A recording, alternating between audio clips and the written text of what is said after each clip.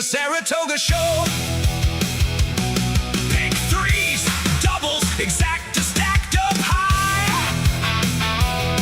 If the ticket goes down in race 5, we'll just blame the cause and cry. Woo! And raise a glass for Kona Gold. Oh! A champion fast and bold. Oh! Into the Hall of Fame. Yeah, Saratoga knows his name. Double Trouble Live. Frank and Saren on the air. Powered by Adelphi Racing. Whitney Day. We'll see you there.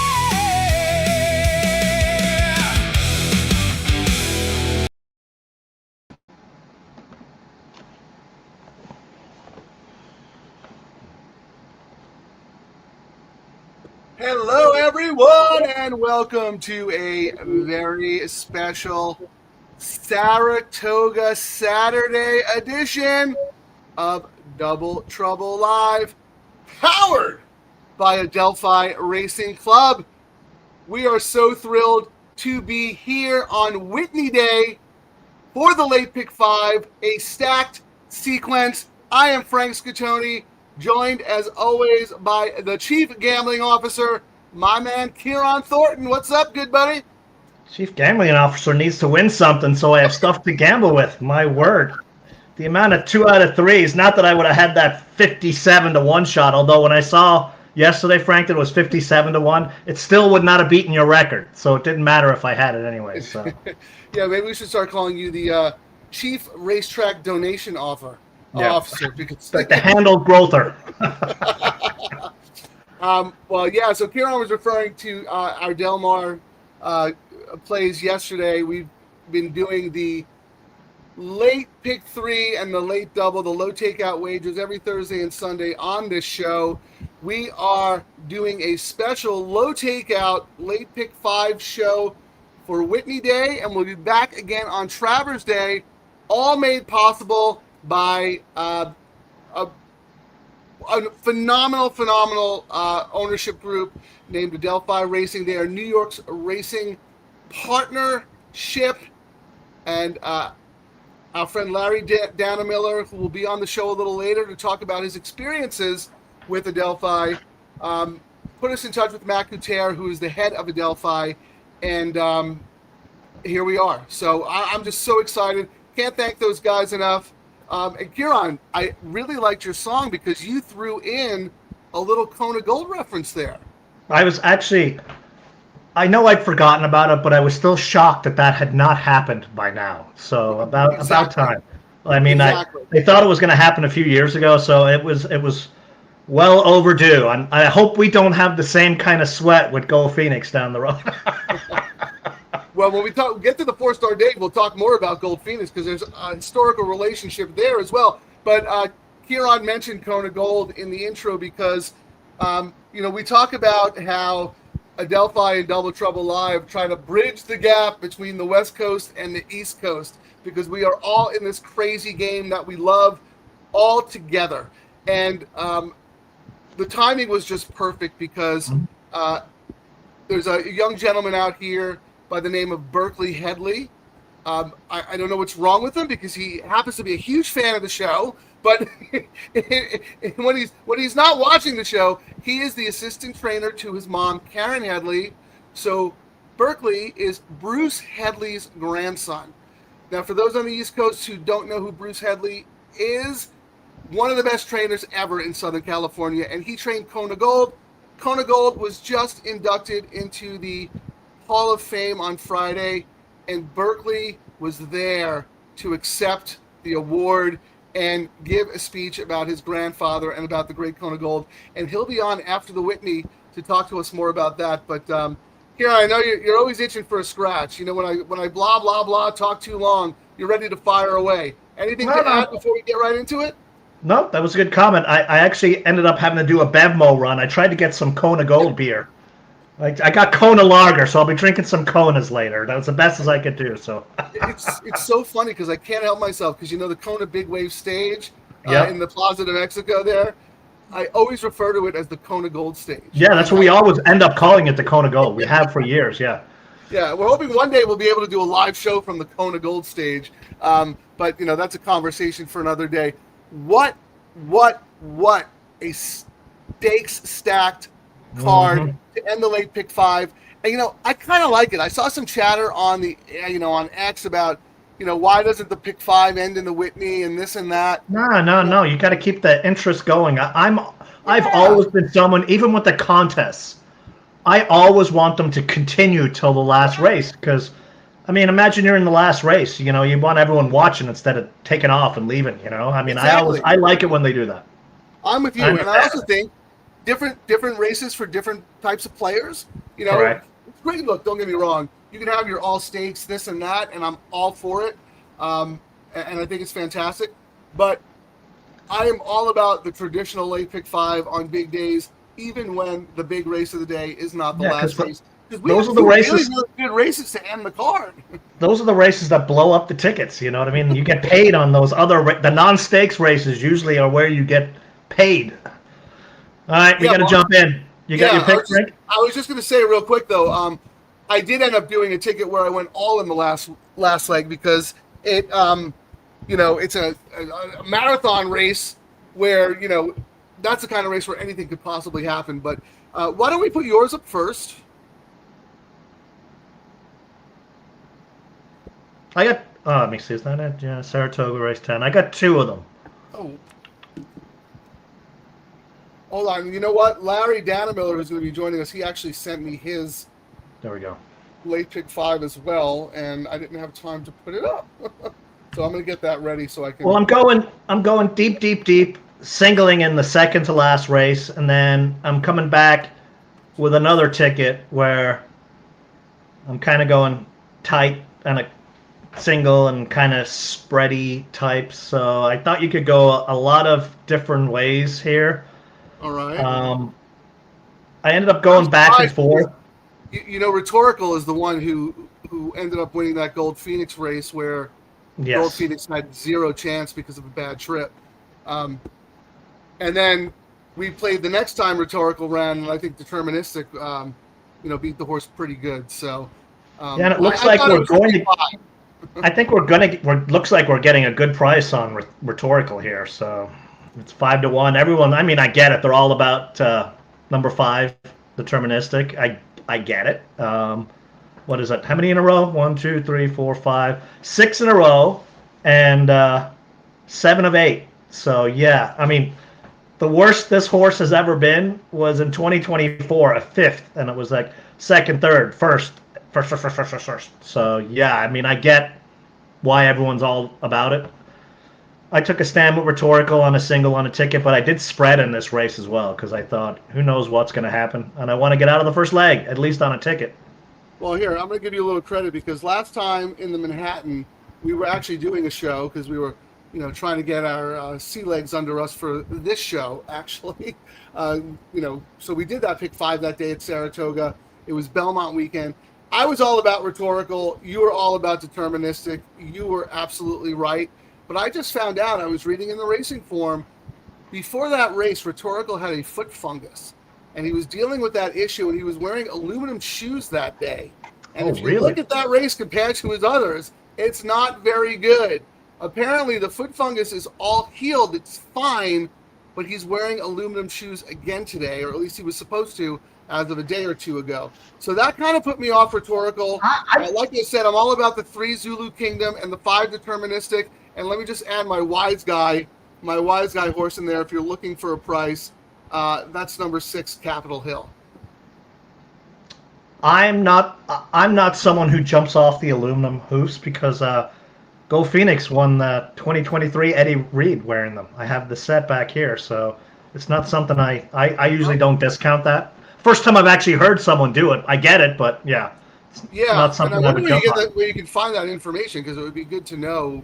Not like I know anything about what shoes horses wear, but one could say that the reason the horse ran so poorly was because, the foot fungus and the aluminum pad. But, I don't know. I was just putting it out there as a point of information. Rhetorical was a very nice horse, but I'm trying to go against him today. Anyone who's watching the show, if they go to markgelding.com, Adelphi Day, so the whole site is open, so you can go to the Race IQ, and I now have it, Frank, where it runs the races 250 times. So we run simulations before we stick our. We actually hit a nice price earlier in the card at race 6, but it has Rhetorical has won 137 of 250 simulations, average finish 1.66, and another interesting stat, the favorite is 29% in here, but this, distance and type of race, almost half of the time the horse is 5-1 or more. So, if the top guys don't do well, I mean, it's not really a big field here, so I don't think that stat's going to come to fruition. But I mean, I'm all about Rhetorical, but I did put Deterministic first on a ticket, and my wise guy horse in here was well, it's not really a wise guy. Pratt, 7-2 to 2-1 morning line. The wise guy horse was the 7.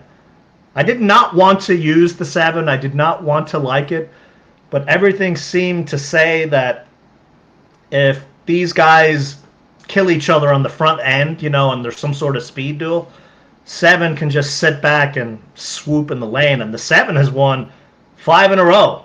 So this is no slouch, and he's got that stocky type setup where it could work. Well, in typical Kieran fashion, he singles Rhetorical and then manages to talk about every other horse he's using in the race. So that's fine. We can move on. I really think you get through with the 3 and the 5. It's as simple as that. Maybe the 6 is a wise guy play. We'll see who's right. The next leg is another turf race. It's the Saratoga Derby. Once again, I'm just about 2 horses, but I'm actually singling one on another ticket. And I'm all about the 6 here, and my second choice is I'm all about the 3 here, and my second. I was going to say the 6. I was like, do I need? Although the 6 is a wise guy on my B ticket, but all about the 6 here. I think the 6 is going to run a monster race. You're about the number 3. Remember Mamba, and who's your second? Sorry, I don't know why I keep saying 6. And who was your second? Probably the 10 with Pratt. 10, the West 2 coming out of the Belmont Derby, who lost to one of the other horses in here, who I liked a lot less today. So I mean, I threw the 4 in there as well. Our race AI said it was going to be 10-4-3, Frank, and they had 4 as the sneaky one, and said tactical speed to stalk or press, balanced, and projects to be the strongest finishing group coming for home. So that's why I was originally doing 310, but I threw the 4 in there as well. And the 4 didn't really go. I really didn't go fancy. I used that on both of my tickets, so it's 3-10-4 on both tickets for me. I don't disagree with you there because the 4 just beat those 2. I happen to think they're going to turn the tables today because there's going to be a little bit of a faster pace. So I'm 310, but I do not fault anyone for throwing the 4 in there. Like I said, just beat the 2 that I like. So I think it's pretty simple. You get out with one of those 3. I would imagine. I didn't have anything clever. Maybe the foreign horse, the 6, surprises, but I think that horse wants longer. So I'm fine watching one. Yeah, I thought the same thing. I thought the same for that one. Okay, that's good because you have a good beat on those foreign horses coming over. The middle leg, I'm all about the 6 and the 8. That's the Whitney. I got to beat Magnitude. I don't know. I just put yours up. What do you have there? I ended up spreading, but I was all about Magnitude. I thought it was his race to lose. I went awesome. He's been awesome. I went 1-8-2-6 is how I went on this one. I mean, I was going to leave the 6 off, but I was like, he's winless this year. Would you call today's track an off track or normal? What would you call today's track? Well, they've been calling it fast and firm all day. I mean, I don't know. I'm no track expert, but apparently it's fast and firm. So there you go. Second off the layoff, and I really wanted to toss the horse, but I was like, times when I toss horses like Sovereignty and big race days like this, it's what blows my tickets up. So I was like, I have to put it on. Right. Here's the thing. This is the litmus test between me and Sovereignty because I just cannot believe that this horse's last 2 races are what he's capable of doing. I cannot believe that I would be so wrong about the quality and talent, generational talent of what I saw from this horse last year. I don't think we've seen it, and you can make excuses for both of his defeats. The Oaklawn Park race, he was coming off a very long layoff. He was keen. He was on the lead, which he never does. Got a little bit tired. Still ran second. No shame there. And then how can you not forgive a sloppy sealed track at Churchill? You know what I mean? So, like, to me, those are just pretend they don't exist, but you know the horse got something out of them. Look at his Saratoga record. I mean, the Travers was a tour de force. He crushed Magnitude that day. Yeah. So I'm hoping he's back to his old form. And then Baeza, the other mod horse, I always thought was talented. He just has to solve his gait problems, you know. But Magnitude is definitely the horse to beat based on his recent body of work. He's been nothing but brilliant. Onward we go. Yep, there you go. Now I think it gets. Now I think those races. I have strong opinions in those early races. Now I think it gets a little wacky because I'm spread. Let me throw mine up real quick. This is the race I'm singling in, believe it or not, Frank. Well, I have a B ticket, a backup ticket where I'm singling the 3. But I'm singling on the my 8. main ticket, I'm 389. Yeah, I'm singling the 8 in that second Really? lap. Yeah. And that's you know, that's interesting. And I went 8 space 3, and then space 9-2. So, you know, if I was to do A, B's, or C's, you know what I mean? It was like that. And then our AI said 156 at 250 times, 8-1, 1.66 average position. So, I mean, I did also use the ticket where, to your point, Frank, the last 2 legs is where the chaos could happen, and I didn't want to not be in them. Well, yeah. I mean, look, I like that you're trying to plant a flag in a race where I think a lot of people are going to spread, like myself. I rated your 8 second. I just thought the 3, it's an older horse. Pratt takes the mount. I thought the race was going to set up perfectly for that horse. And you get a massive jockey upgrade too. Yeah, I know you're all about Pratt, so I was surprised actually you didn't pick that horse. But here's the thing: I think the commonality we have here, Kieran, is that neither one of us are that crazy about number 2 Feminism, who is the 2-1 morning line favorite. So yeah, you know, that's one reason to spread if you don't like that horse. You know. Yeah, I mean, I get why, but I was just like, I don't know. You know. Yeah, and then the last leg. Just a reminder, everyone, anyone who's new to the show, if you go to the live chat section, Kieran and I always post our picks in that section. Oops. So if you miss what we're talking about... we do, but I didn't. You forgot. Well, my picks are in there. Larry, who's going to join us in a little bit, I put his pick 5 play up in there as well. Kieran will do it while we're talking, but you can scroll up in the live chat area and reference our selections. Also, if... you subscribe to markgelding.com, my matrix and Kieran's notes and grid. Actually, Frank, I didn't put them on today, but everything's on this. The site is fully open. You can go check out the AI. Yeah. When we get through the next race, we can walk the new people through it. Yeah, I'll put yours on real quick while we're talking. But yeah, talk about that because that's important. Yeah, so I mean that I even updated the site because even I was looking at it. I like lots of information, but even sometimes I go, Kieran, there's so much information here. I'm going to change my mind 15 times as I read through this page. So yeah. I ended up putting the full page or simple, and you can just get the race and the synopsis, which I'm just going to read the race and the synopsis. That race, it had 8 being top. It did have, and I put it on a ticket, Frank, Bomb Alert was the number 9, Beach Heist. That's one of my A's, 389. Yeah, so that was the Bomb nice Alert. For me. Yeah, it gave Helen's Revenge a 3. Got the perfect trip note, and yeah, I think the horse will get a perfect trip today, absolutely.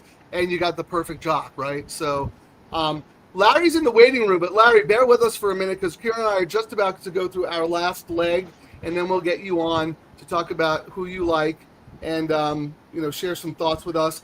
Kieran, I mean, 11 furlongs on the turf. You know, you have a steeplechase horse in here who won over hurdles and is coming out of a 2-mile race, so you know that horse can run all day. I think the logical ones are perfectly logical, but at the same time, I wasn't confident in anyone here. So if you see how spready I am, I'm 24911. Here's my A ticket, 24911, and then I have all on my tighter ticket there. And the reason I went back and looked at it is because I know Larry likes the 7, and I see that you have the 7 as well, and I don't have the 7 for a penny. Yeah, I ranked at 23497. I was originally 2347, but when the Race IQ threw the 9 out there, I was like, you know what? I'm going to toss it in there because, and also I didn't want this ticket to get exponentially expensive, Frank. And Right, yeah. I wish I could have. I did on one ticket where I singled magnitude, and I wanted to sing, and I singled rhetorical on another. I wish I could be that confident to do that and hammer these last 2 legs a little larger, if that makes sense. But so I had to rein myself in and just go, if I'm not going to hit it with these tickets, I'm not hitting it. Simple as that. Well, you know, I have 2 tickets. I have my main ticket. That only costs $72. And then I have my backup ticket with all that coverage in the last, only 30. I'm only spending 102 in here, which I think is, you know, perfectly, you know, reasonable. I could spend more if I want, but I'm comfortable with my selections. And I was too, and I figured, you know, we're going to be on long, and I didn't know how the track was really going to play, so we had talked about it, where my gambling emphasis today is looking at the Crow money and doubles and possibly exactas, you know. That's how I planned today when I was coming in. Well, that's a good idea. I'm going to bring Larry into the studio, but why don't you tee up the will pays to see who took money, you know, in this leg from the last leg, and then we'll look at the probables going forward to see if there's anything sneaky that we're missing. But I'm going to bring Larry into the studio. I'll put up his pick 5 so he can talk about it. And here is our man, LD. We can't hear you. Are you on mute? He's so used to typing essays on his phone that he forgot how to turn on the volume. You know, the first show that you or I don't start on mute, our guest comes in and he's on mute. So we can speak, Larry. We'll see if we can hear you now. Now, your background looks great. You look great, but we cannot hear you. Any suggestions, Kieran? Back out, reboot his phone, and then try again. Because sometimes, like when I was at Del Mar, remember where I went muted? Sometimes you touch the screen on the mobiles, and you don't even realize it indicates, oh, we're muting, but you can never find the actual mute button. It is so funny because, believe it or not, ladies and gentlemen, Larry and I actually did do a sound and audio check before he came on. Like, this was like at noon, and everything was working fine. But, you know, this is the perils of doing a live stream on air. Larry's back. Let's try it again. LD? The pick 3, Frank, while we wait for him to get his thing. 5 is paying $38, 3 $48, and 1 $51. On the double, 5's paying $10, 3's paying 13, and the 1's paying 16. Oh wait, I think I might have heard something in Larry's background there. Try it again, LD. No. Maybe Terry, why don't you give Larry a call and see if you guys can figure it out? Sorry about this, Larry. It's got to be a StreamYard issue. Oh, there he is. Keep talking. Talk. Take your headphone out and put it on speaker, maybe. Okay. There you go. It's a headphone issue. I think you have the same issue here on. Yes. Can you? I can hear you. And now he's gone. So we did a test, and Larry was actually. Can you hear me now? And everything was perfect. Are we good to go? I hear you, but I hear my voice in the background. But that's okay. I'll look in the chat. People in the chat, let us know how it goes. If this is disturbing or distracting, just make a comment and we'll try to fix it. But Larry, welcome. Send me another link. Just start over again. No, you sound good right now. Oh, I sound Yeah, good. but here we're Frank? echoing in the background. Yeah, you guys are all echoing. All right, I'm going to kick you out of the studio. I'll send you another link, and we'll try it again. Okay. All right. So Kieran, while I'm doing this, why don't you go over the will pays and the probables, if you don't mind? The 3 and the 10 are... Oh, what happened? Now we've got an echo. Oh, Yeah, it was Larry's connection. Test. All right. Now I'm echoing. Yeah, you are. And now someone says I sounded bad. So Larry came in like a wrecking ball and blew us all up. Yeah. Yeah, still echoing. I don't know. You know, we've done this for so long, we've never had any issues, and this is the second show in a row where there's a little bit of a technical glitch. Yeah, I think it's just StreamYard updated their stuff for so many other things that are useless. Larry coming in messed something up for some reason. Yeah, like remember the other day, like you touched something on your microphone and that screwed everything up. But anyway, I'll let Kieran talk while I try to get this sorted out with Larry. I'll mute myself. So I was looking ahead to the next race, and it looks like 5 is the favorite into... There's no difference between the 3 and the 10 are both paying $10. So it's a coin toss between who's the favorite. If we look at the second choice, 3 into 3 in the next race is 16. 3 into 10 is 15. So I would say 10 is likely favored in the next race, just looking at some of these will pays. The 1 into the 3 is 16. The 1 into the 10 is 18. They're saying it's 10 is going to be the favorite in the next race, but there's a lot of different money going around in here between 5, 3, and 1. 1 is getting a little bit of sneaky money, I would say. You're getting better value if this 1 stays at 9. I really thought this would be a 6-5 horse. If this rhetorical stays at even to the morning line at 5-2, it actually might be decent value for a win bet. Just looking forward on how they're betting this horse into the next leg. Anyone else got any thoughts? Oh, Frank's back. We're going to try him again. You guys go. Pick 3. Not much separation. They didn't really try to fix it in the double much. Hello? Echo again. Oh, man, it's brutal. You know what, Kieran? I'm going to get out of the studio and come back in because you started the stream. So I can jump out. So you're in charge for the next 2 minutes. 1 minute. Right. I'm going to remove myself. LD, right. stand by.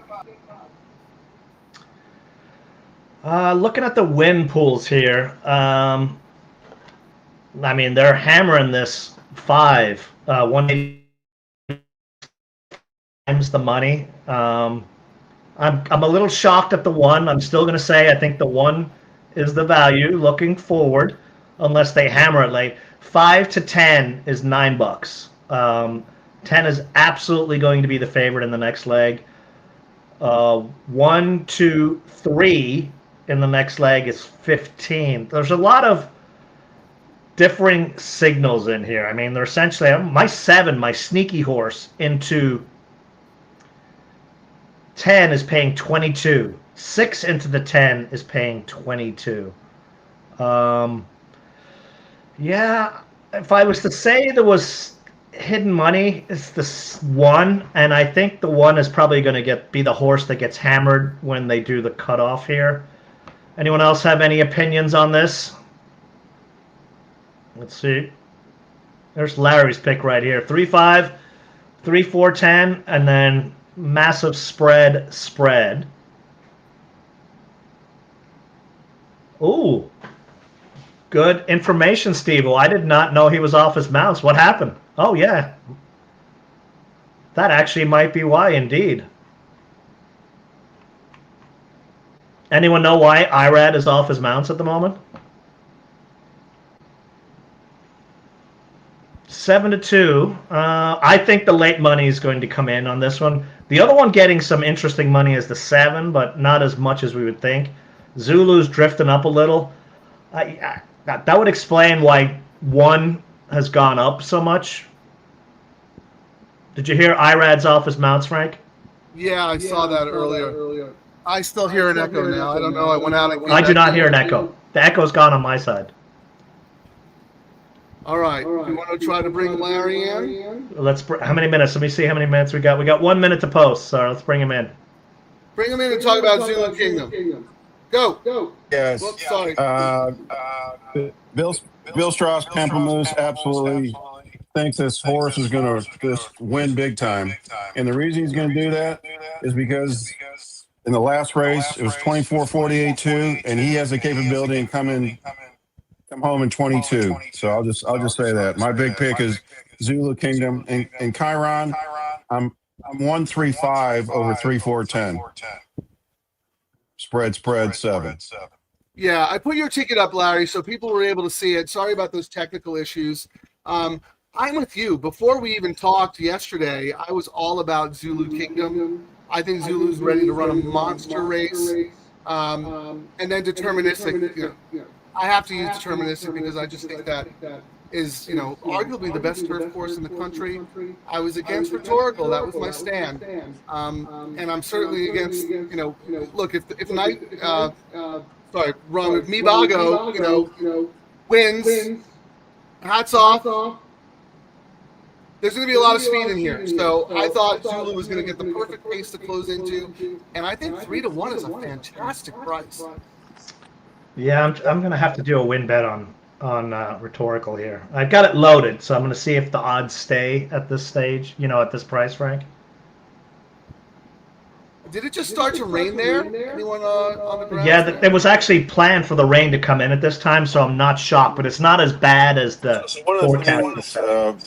Bill Strauss, again, if you ever get to Del Mar, go to the Pamplemousse and make sure you order the peanut butter bomb. It's a great dessert. He really emphasized how good Zulu can get out of the gate now, and Pratt can place him They're in inward. the gate now, Larry, so we got to back out to watch the race. But stick with us. Hopefully we can get these problems sorted out. But good luck, everybody. I'm 3-5.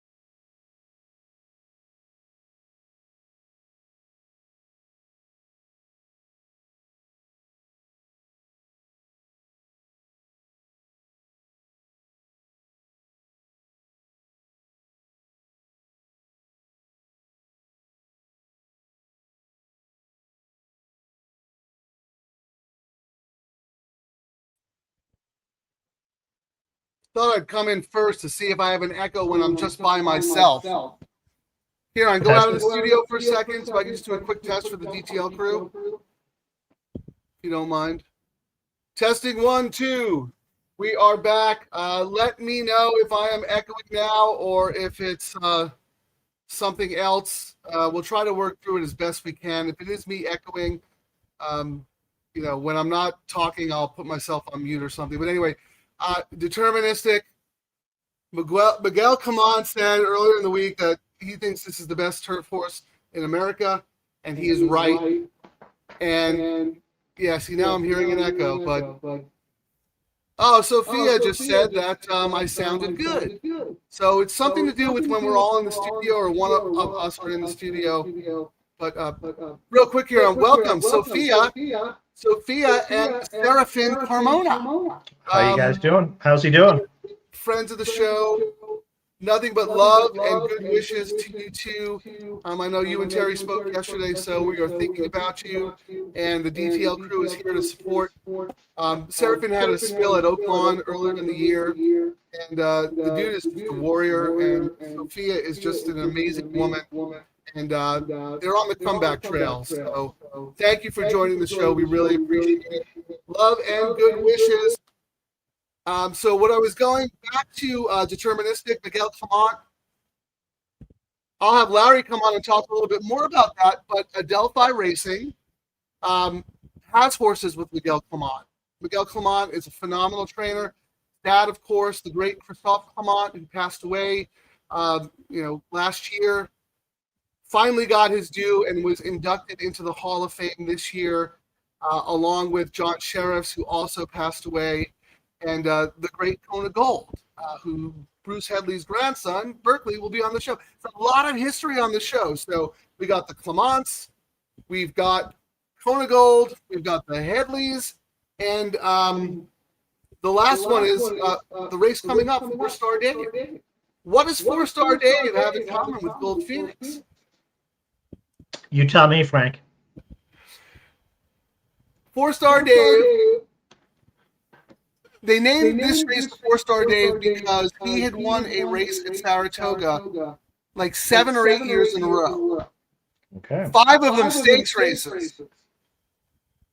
What's Gold Phoenix? We're number 6. 6, right. But that's not the one.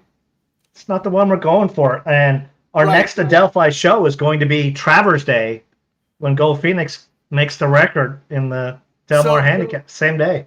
So. It's fate, because Gold Phoenix just broke. There were a couple of others who had won 5 stakes races at a track in a row. Gold Phoenix just broke the record and has 6 right now. His 7th will be in the Del Mar Handicap, so hats off to him. The other thing, the 4-Star Dave connection, I won't get into the story too much, but one of the very first horses I ever met on the backstretch was 4-Star Dave. Oh, and wow. I had no idea how important he was, because I had just gotten into the sport and trained by the great Leo O'Brien, who also passed away recently. So this is a show of remembrance. I'm going to bring Larry back in because we're going to talk about Adelphi and what he's been going through. Hey, Frank. How much do you think they're going to charge me at this rental for the vase I just wanted to break over Louis Saez's head for costing Zulu Kingdom the race? Ugh. God, was that horrible to watch.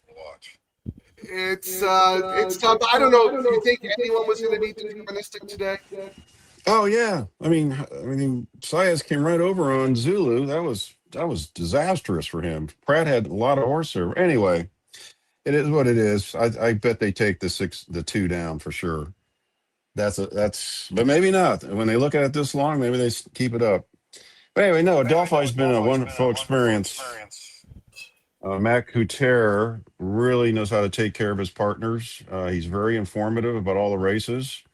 Joe Migliori is their bloodstock agent, has been buying some excellent horses. And quite frankly, I knew a lot about deterministic because a horse I got in was Pandygate.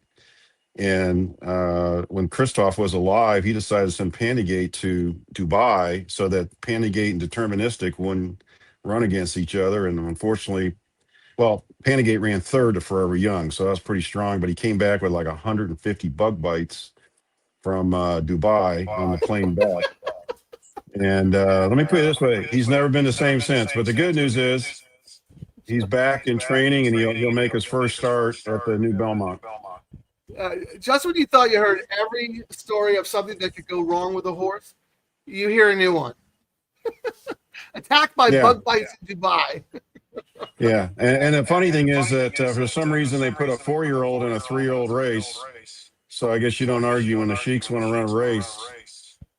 They put a horse in, so he really was contending with Forever Young. But anyway, Adelphi has been a wonderful experience. Yeah, so how did you, because I know you have horses on the West Coast as well. How did you hook up with Matt and the guys from Adelphi, and what made you decide to, want to get even more involved on the ownership side? Well, I was the guys I hang out with at Sam Houston Race Park. Everybody's normally left the building by the first race at Santa Anita or Del Mar. So Matt reached out to me on some social media platform, and next thing I know, I was talking with him over the phone, and I got in Pandygate, and it was a good run. Pandygate's a son of Arrowgate, and so now I've gone on to being about 15 horses with him. So, how old is Pandygate? Is he 5? Yeah, he's going to be 5, right? He'll come back as a 5-year-old, right? Mm-hmm, Well, that's pretty remarkable. You guys must have very high expectations of him, to bring him back off, a layoff. So he must be doing really well. Do you have anything, a target in mind? No, they just want to get him back. Miguel's got his second work in him. He'll work about 4 or 5 times before they pick a race at Belmont. What a year Miguel's having, huh? I mean, the Clement family is just such a classy operation, amazing horsemen. I remember when Christophe Clement first came over here from France. I was living in New York at the time. And right away, you just knew by looking at his horses in the paddock, seeing how they were cared for, seeing how they ran, you just knew that this guy was elite. And it's too bad that it took a while for him to get in the Hall of Fame, but absolutely justly deserved. And I'll tell you, if Miguel keeps having seasons like this, he won't be too far behind. Yeah, I've got a horse with him. It's fun that with Adelphi, they let the partners name the horses. So it's really?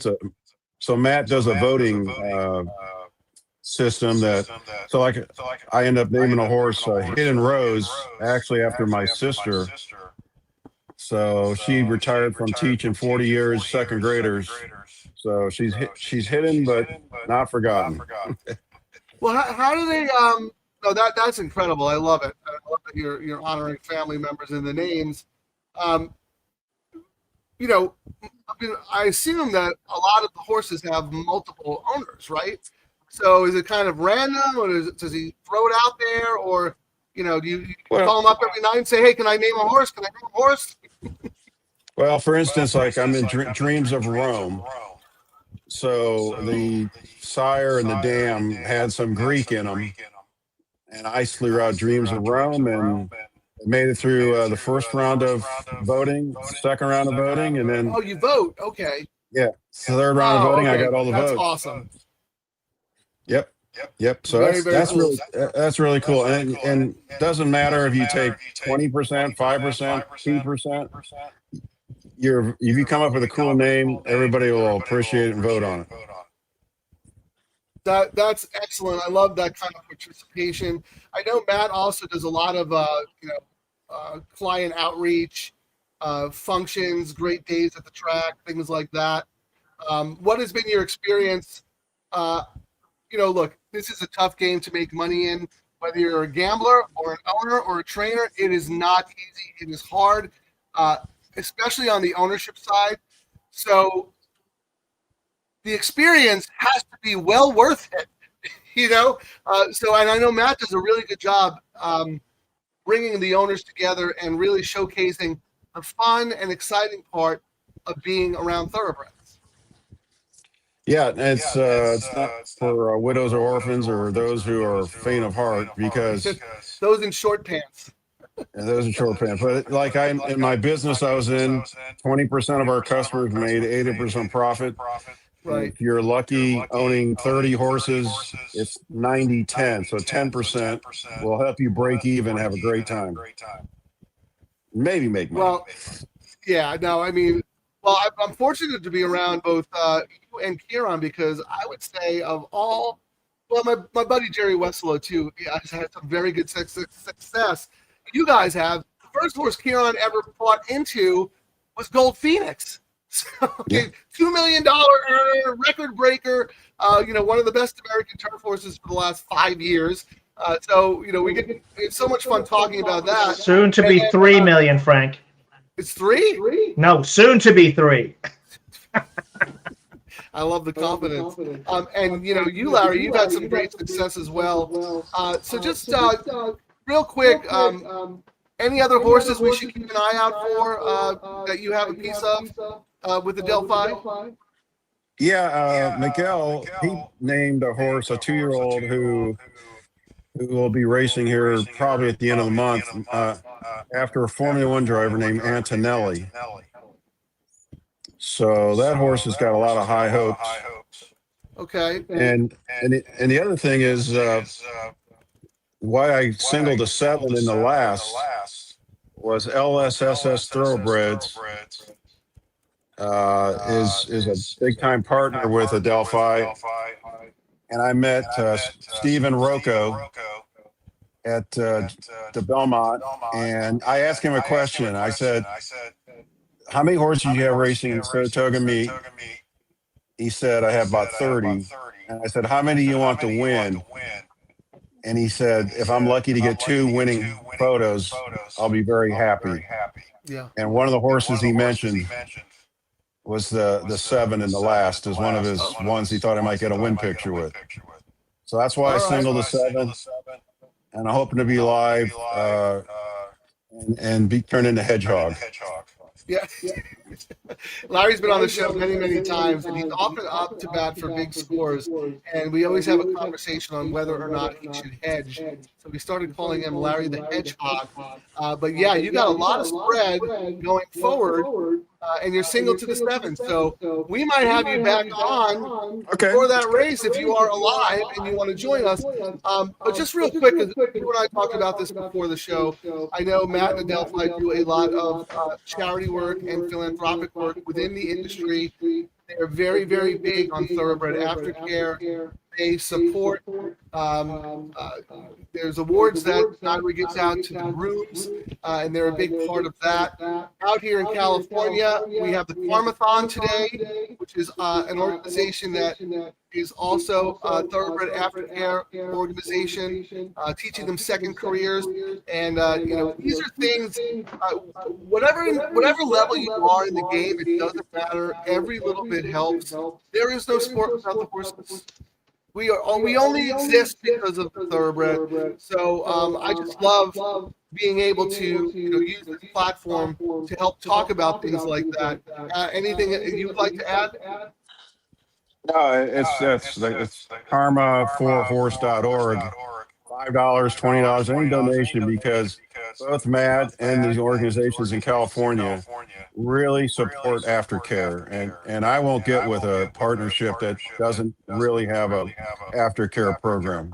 And Matt with Adelphi, he excels with that. I think he's even had a couple at his own farm that he brings. Oh, really? All right.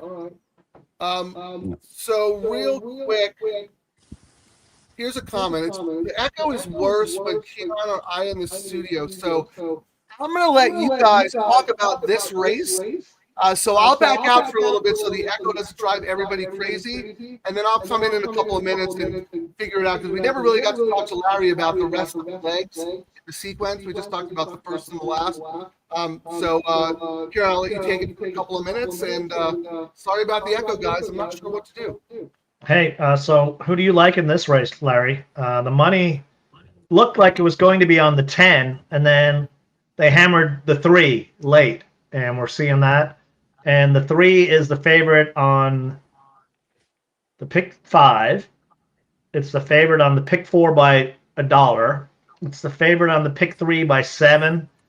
And it's the favorite on the double by $1. So if I was to say there was a sneaky, I'm not, there's a lot of horses in front of it. The 4 got some good play and a bunch of stuff, but if you're looking for a long shot in here, the 7 looks interesting. I didn't do any notes for it. What did you have in this race, Larry? 3, 4, 10. 3, 4, 10? Yeah. All right. I thought this was pretty, yeah, this was pretty. I didn't think it was that hard to come up with the 3, 4, 10. I was not going to try to get cute. And that's how I had through this one. I did the exact same thing. I went 3, 4, 10. I was looking down to see what I read about or what our AI we had. 3, 4, 10. Said the hidden value was the 6. Perfect trip the 8. What are those prices? 24 to 1. Perfect trip for the 8. I don't see it. Anyone else? DTL crew? I know a lot of people are probably alive on their pick 3s to the 8 and whatnot. You doing any hedging here? Adding any other bets, Larry? You going to do a win bet? I mean, we're getting 0 value on the 3 or the 10 here. Now I'm saving my money for Del Mar, the $3 pick 3 and $5 daily double. Double trouble live boys. I'm looking. Some big pays on some of these bets here, but on the pick 3, not really much separation. It was 3, 10, 4 is how they're all going. The 1 is the 6, Glacius, 128. I guess that's the anomaly on the pick 3. That is all. The 6 also got money on the double. The 6 is also paying pretty well in the pick 5, and the 6 is paying pretty well on the pick 4. So I would say if you're doing some sort of exotic bets here, the 6, on top and under might be an interesting play here. And our race 8 IQ had this one as a possible hidden value at 8 to 1. Balanced pace gives the horse a good setup, is what we were saying here. The 9 was originally going to be the top one. I actually didn't update the thing for the scratch. If Frank was here, I would update it, but I think actually, let's look going forward. Who do you have in the next leg? Is this who did you go for, Larry? In the big leg, one? 1, 2, 3, 6, 8. That's where I got a little spready. Yeah, was there anyone that you would just, if I told you were only allowed to pick 1 or 2 horses, who would be the 1 or 2 horses you would hop on? Probably I would be looking at Sovereignty or Magnitude. Okay. I know the connections from Antiquarium, who I met last year at Del Mar in the Breeders' Cup. So that would be a sentimental win. And that horse, they're really high on him, and they think he can contend at this level. I used that in one of the free contest that's out there. I used Antiquarium. I didn't use it on my betting tickets, but right now the double, the 1 and the 6. So that is Magnitude and Sovereignty are both paying the exact same right now. They're paying $8 on the double from the 1. So the 1 into the 1 is 8. The 1 into the 6 is 8. Oh, 1 into the, I'm sorry. 3 into the 1 is 8. 3 into the 6 is 8. The 3 into the 8 is $10. So that looks like they're saying it's between 1, 6, 8. That's big. That's Frank's top pick. Beza. I'm gonna butcher the name. I'm looking around to see any other horse getting interesting money. That the next highest ones, believe it or not, is the 10 into the 6 and the 10 into the 8 in the next leg. I can't hear anything. What's that? I'm back. How does this sound? Sounds good to me. DTL crew, let us know in the chat. I rebooted my excuse me. rebooted my computer. If it happens again, I think here on the only last resort is for me to just come in as a guest and see if that works. But hopefully it'll be okay. Carry on. So I was looking forward to the next leg, Frank, and they're all about. They can't decide. They're saying the 3 in here is it's paying the same to the 1 and the 8 in the next leg, $8. Then 3 to the 8, your wise guy pick or your top pick. I think you said 8 was your top pick, right? No, Sovereignty, the 6. Oh, okay. He's his second choice. Yeah, third choice is the I'm not 8 sure at if you $10. can hear me. I can't hear anything anymore. When Frank came back, I lost volume. So you can drop me.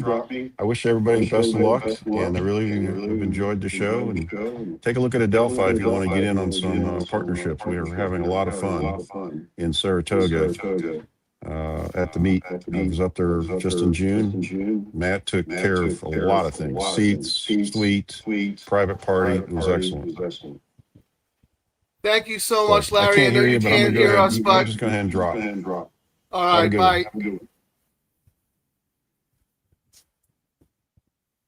bye. Sneaky money, Frank. 10 into. Oh, there's the echo back now. That's crazy. When Larry left? Yeah. It goes back. Oh I don't know what this is StreamYard did with their definitely a latest. StreamYard thing, Karen. We have not had any issues with this up until new the last update. few shows. Yeah. If it happens again, I'll reboot again and come in, and then we won't touch anything. Let us know, guys. Is the echo horrible again, or is it tolerable? Please let us know. Oh my goodness. So yeah, Kieran, I was about the 2 mod horses, the 6 Sovereignty and the 8 Baeza. Who did you say the sneaky one was? In this race, 10 is doing or getting some action into. No, I mean in the next race. Is Magnitude a huge favorite? Magnitude is the favorite. Yes, $8. Like big though? $8, $9 to Sovereignty, $10 to Baeza. Oh, well, Sovereignty's right there. So $8 and $9. The second betting choice is the 10 into the 1, 10 into the 6, 10 into the 8, all paying $12, $13. No other sneaky money. DTL Crew, let us know who you like in this race. It's the Whitney. It's a fantastic race. Charlie, we'll get to your long shot number 7 in race 11 a little bit later. How about this? Rich Nilsson loves the 10 here, getting pounded. I'm not surprised the 10 is taking a lot of money. I mean, look, there are 3 horses are coming out of the same race. I think Tribal Roll had the best setup of all of them. Sorry, Title Rule had the best setup of all of them. I don't think that horse will get the same setup today. I know Kieran disagrees because you're also using the 4. I am not. I really think Remember Mom is the one to beat. And yeah, the 10 with Pratt and the blinkers off, but the 10 hole. So I'm with you, Steve-O. I have the 3 and the 10 as my A's. So that's who Rich Nilsson likes. Who do you like? Oh, now it says it's horrible. It's bad. All right, Kieran, can you talk for 2 minutes without me? I can, but I think it's just something happened. Why don't you try coming on your phone? Well, it worked fine when I rebooted, and then we kicked Larry out of the studio, and that messed everything up. So let me do that again, and then we won't touch anything. All right. Sorry, DTL Crew, you're going to have to suffer with Kieran for a minute. Actually, I'll go through the race IQ. We've not done that yet, so I'll go through that. There you go. Yes, the website. Beautiful. I got 12 minutes. Hang on, let me share my screen here, guys. Let me add it here, share screen. So, as I've said, it's still a work in progress, a beta, but it takes lots of stuff Frank and I do, and I actually built it where it kind of makes fun of Frank and I having opposite opinions, where sometimes I'll go 5 wide and he'll single.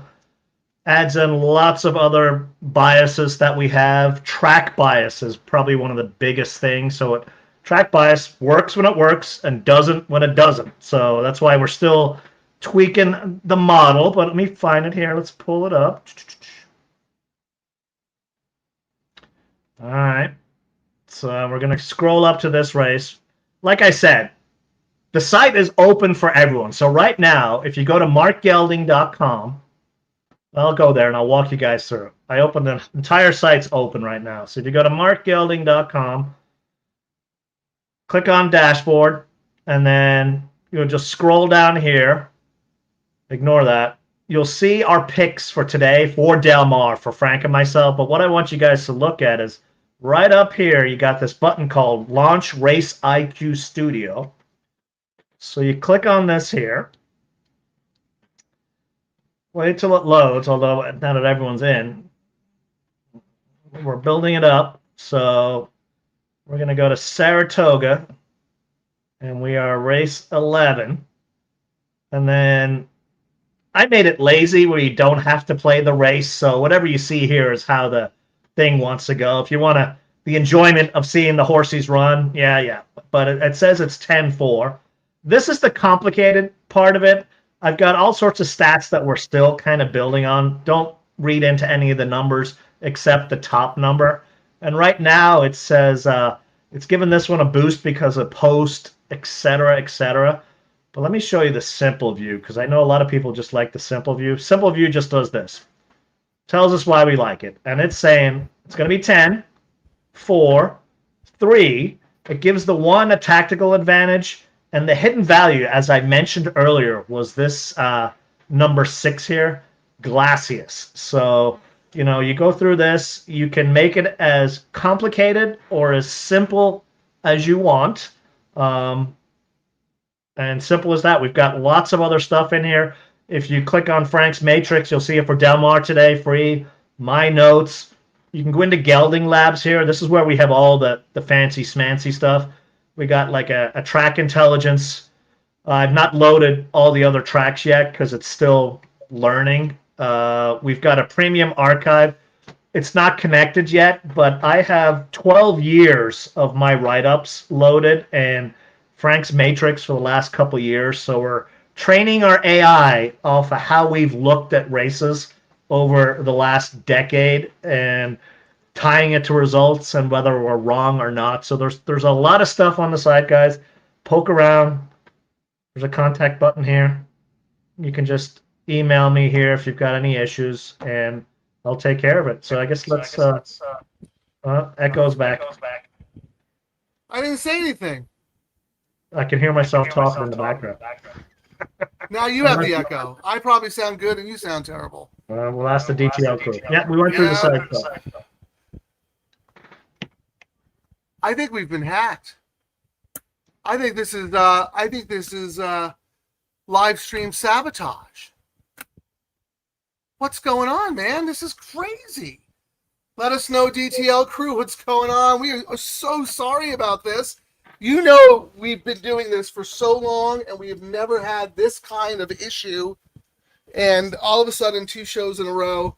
And it's a bummer because I have a feeling like people are coming in, checking us out, and they're going, Frank sounds like he's underwater. So, Terry's, yes, we've been hacked. Oh, man. Well, Steve-O says that his cell phone's been acting weird all day. Spectrum Internet. I don't know. I have T-Mobile.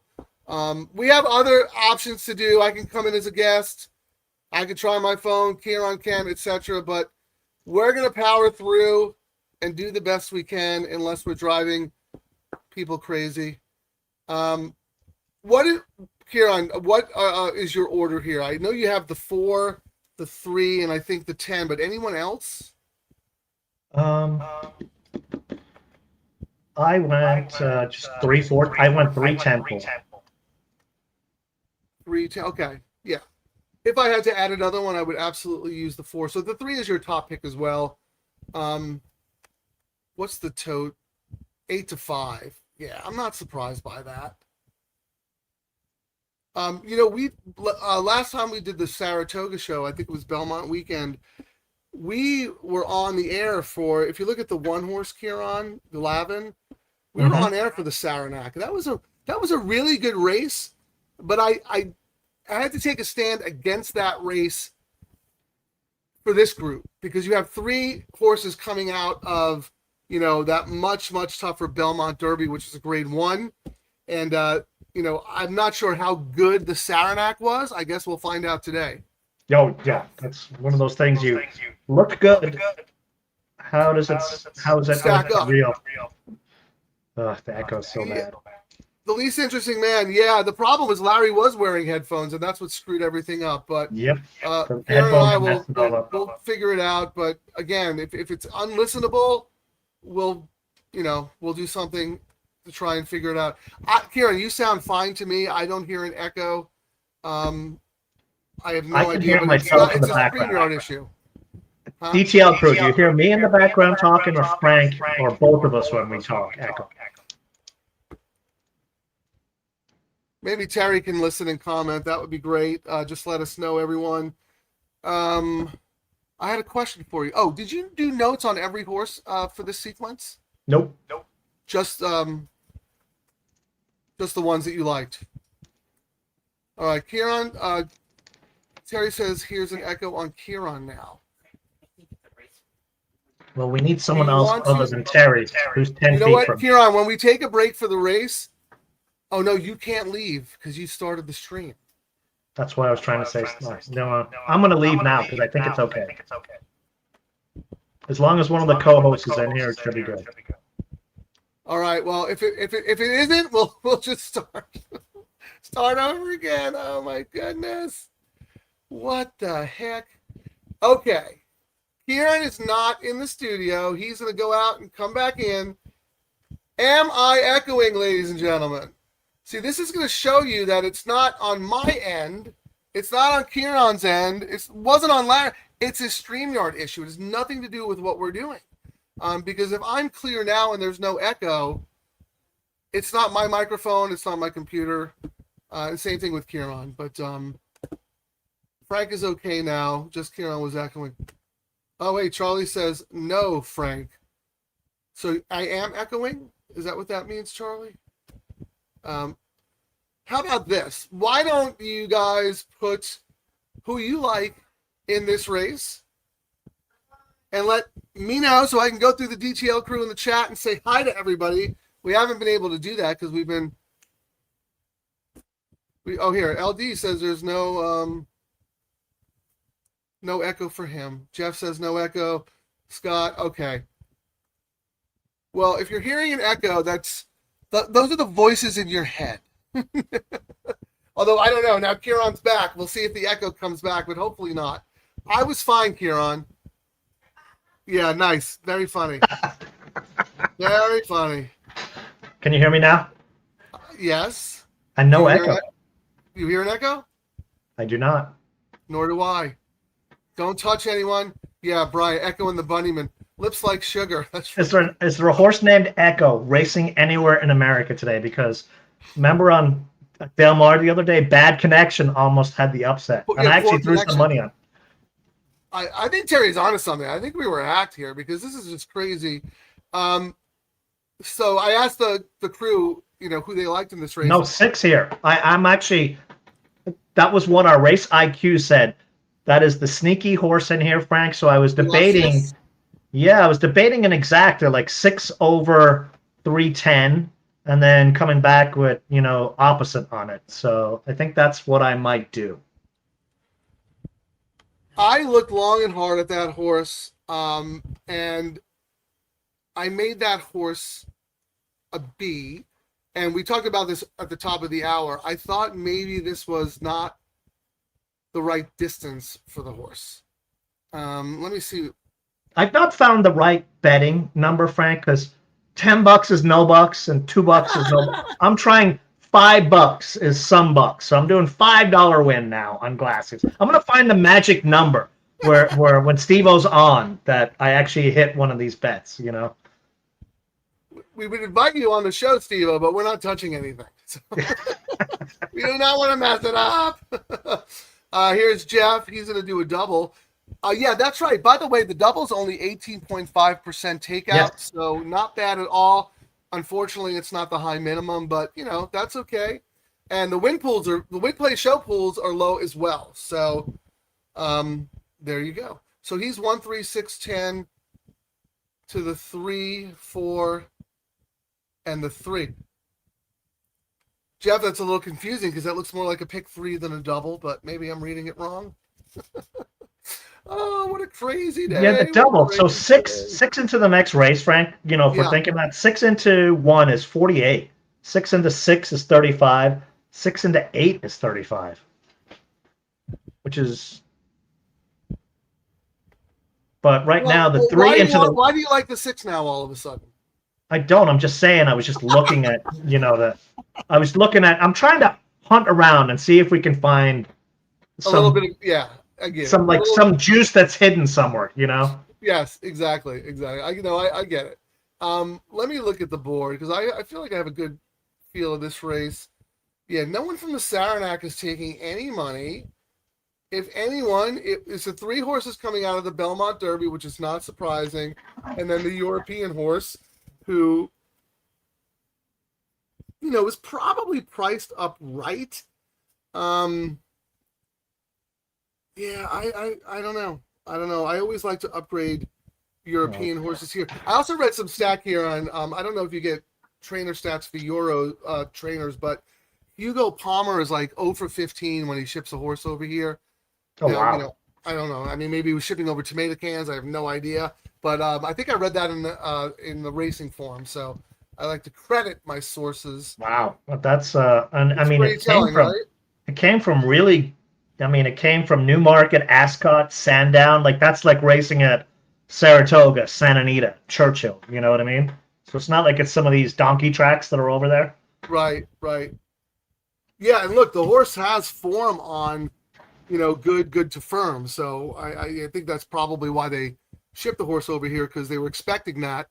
Even with the rain, they didn't change the. No, it's still fast and firm. So that didn't really matter all that much. And it's not for this horse, Frank. Like when you look at these Euro imports coming in, especially on turf, you got to look at the time of the year, because a lot of people seem to think Ireland's always rainy and England's always rainy, but the last decade they've been having droughts and rain. So when you look at when these horses, like, are they racing when it's raining, or are they racing when it's probably bone dry?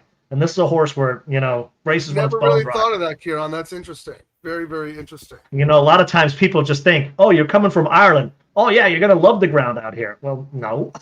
Well, yeah, I mean, I don't think I've ever seen a horse from overseas with good to firm, good to firm, good to firm, good. Usually you see the soft or heavy thrown in there, Yep. Well, anyway, they're at the gate. We're going to take a break and come back. Good luck, everyone. Kieran is 3-4-10. I am just 3-10. Let's get out alive and keep this rolling. Good luck, everyone.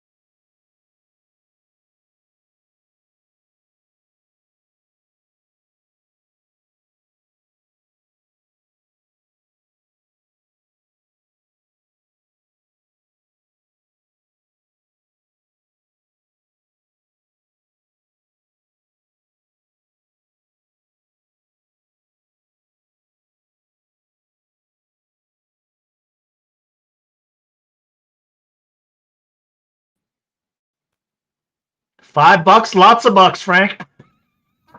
Great job, Steve-O. Yeah, we talked about it. I was being stubborn there. I easily could have thrown that horse in because my ticket wasn't that expensive. Just because it's an unknown commodity, right? And it's coming from Europe, and we know that those horses are better anyway. I got too married to Remember Mama. I thought 10 was going to do it, but that was a nice ride by that jockey. And we've talked about it a lot, Frank, like, especially when you're on the juice or, on the gas and you're going. He moved before, like if he had moved a little bit later with that surge on the 6, the 10 would have probably caught him. That little bit of separation when you come into the top of the lane, who was riding him anyway? Because I give that ride an A. Well, look, I love Louis Side, but the ride looks questionable. And then he goes, "Oh my God, what a brilliant ride!" No, that when he came into the lane, a lot of jockeys have the B and C jockey. Yeah, they wait too long, and if you're on the gas and you get to that thing and you feel your horse has some, push it, because that little bit of separate, he got that 3 lengths separation, and that was the key to the race. That was a great A+ ride. A+ ride. If he had let them get a little closer, he would have lost that race, absolutely, because the 10 had all the momentum. Jaramillo's like that. Like he can sense, and Pratt usually as well. When he's got a horse, they know like, okay, let me push it. There's someone else who's very good about that too, but you disagree with Rosario. Is excellent. That guy, if he's not, no. You see what he did in that? Ask Larry. I'll bring Larry on. He'll blow up the thing. If that guy's on flight line, he wins. If he needs to carry a horse across the line, not happening. Oh, that's frustrating. I made notes on 3 horses. Obviously, my A's were 3 and 10, and then my B was Glacius has mediocre Euro form, but based on his trouble lines, he figures to want longer. Did anyone expect him to win like that? I certainly didn't, because you look, wide rally, towards rear, press 2 furlongs out, dwelt. I mean, rally when bumped, hung. I don't know. Just when you were rebooting, the 4 was disappointing, but it had our AI, Frank. We actually showed it on the show because I showed this race. Yeah, it had Glacius as the hidden valley or hidden value. No, I know. No, if you were making a win bet in that race, even a $5 no bet win bet, the 6 was the one to do it on, because 9-1 was a good price. I say that now, but would it have killed me to throw that horse in? So I am out of the pick 5, ladies and gentlemen. I apologize. Well, I'm also out of the pick 5, Frank. But we have win bets. We have doubles. We are here to the bitter end. I am so excited about this race, the Whitney. I'm going to move us to the side, Kieran, real quick, because I just want to show off, Terry's amazing thumbnail that she did for the show. Steve over here. I keep getting younger and younger in these thumbnails. I'm not complaining, but I'm getting thinner and thinner. Yeah, I'm definitely not complaining. We know it's the opposite. So obviously it's Whitney Day. It is one of the most prestigious older races for older horses in America. It's the Grade 1 at Saratoga. I saw many Whitneys back in my day. I saw Medaglia d'Oro. I've seen Lemon Drop Kid. I saw Will's Way win back when I was a younger man. So the theme, though, the Whitney family, very, very involved in racing for a very long time. If you look, established 1928, that's when the stakes race was named Whitney for the family. And then Mary Lou Whitney, who married into the family, actually took up the mantle, and she became one of racing's greatest ambassadors. And she passed away, I don't know, maybe 10 years ago or something. But she was a mainstay at Saratoga. She was a wonderful woman. She was very accessible. And she was a tour de force, a real presence. And she owned many horses too. So she had a lot of skin in the game. I don't want to bring this up because it might open an old wound for Terry, but she owned Birdstone, who ran down Smarty Jones in the Belmont, costing Smarty Jones a Triple Crown, among many other good horses. So the theme, like the little bit of pink, is because She had a pink rose that was either developed for her or she'd made, whatever. So that's kind of the theme, what's going on.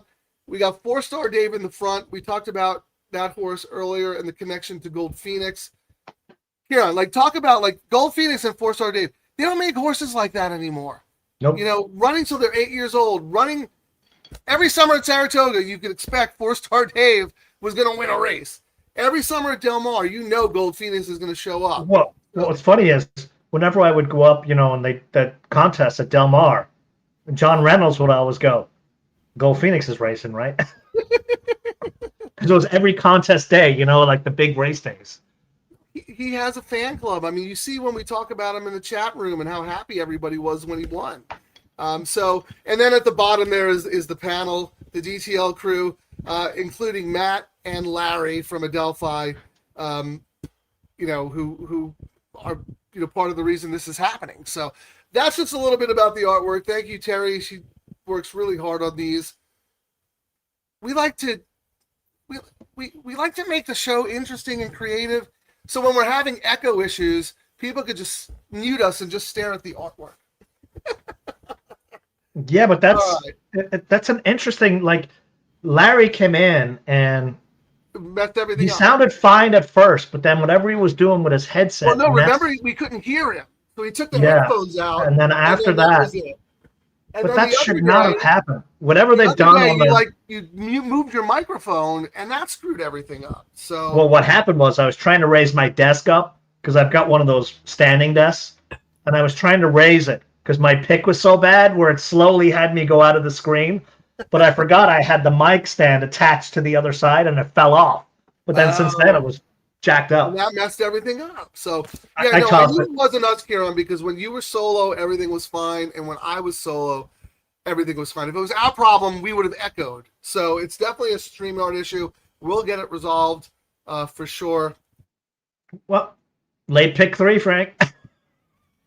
No, it's high takeout. 24. I'm going to do win bets or doubles. But doubles. I don't tell anybody what to bet. Doubles. I keep forgetting. Yes. Whatever you want. How about Steve-O? Nice double to Baiza. Yeah, let's look at this. Oh, wait. So I was about to say, I screwed up my bet. So you know who I'm cheering for now?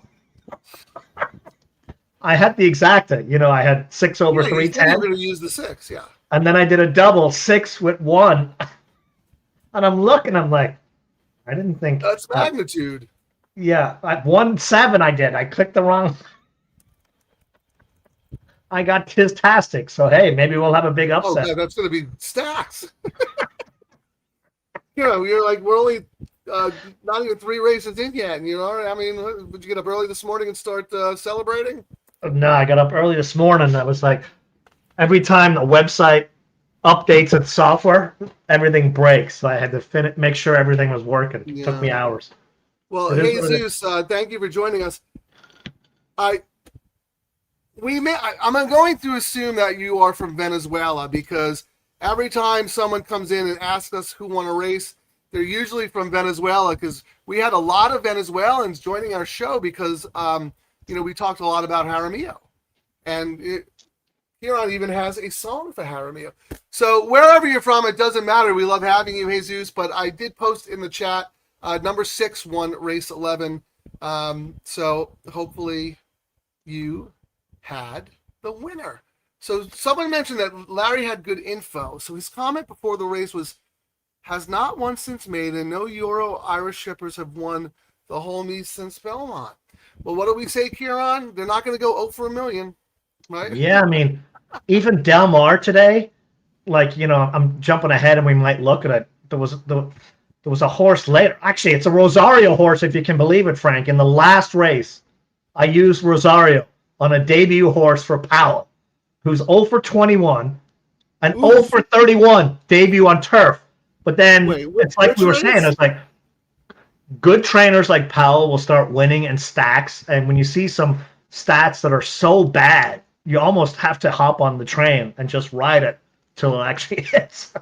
What race are you talking about at Del Mar? The last race. The 12. Yeah.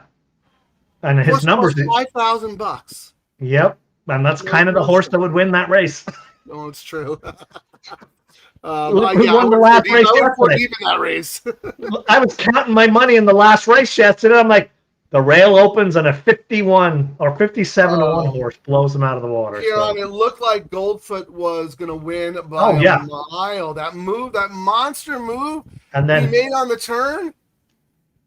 And then all of a sudden, I'm like, who's up the wood? Because I had Kaysan. I had 2 horses in that race. And Goldfoot was 5 to 1. And we got beat by a 57 to 1. That was brutal. Absolutely. So, Frank, you want to? You have notes for this? We've got time. We may as well read through our notes. You know what I mean? If you want. Well, here, just real quick though, because Jeff Knight has some information about the pools. So, hey guys, just an FYI, I bet right before the race. So we know that Naira has curbed the throttle down the CAWs. I believe in all pools, right? Shut off in a minute to post. Okay, so let's see what he says. His 6-3 double was well over 100. I checked after the race, it was 88. I checked a few minutes after, and it was 83. I'm not.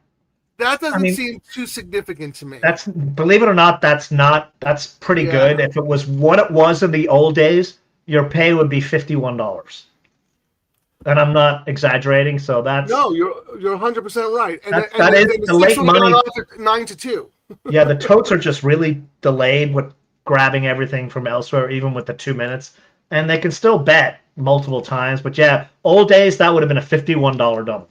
So Jeff, are you talking about you had the 6, and you're talking about the 3 here, Antiquarian?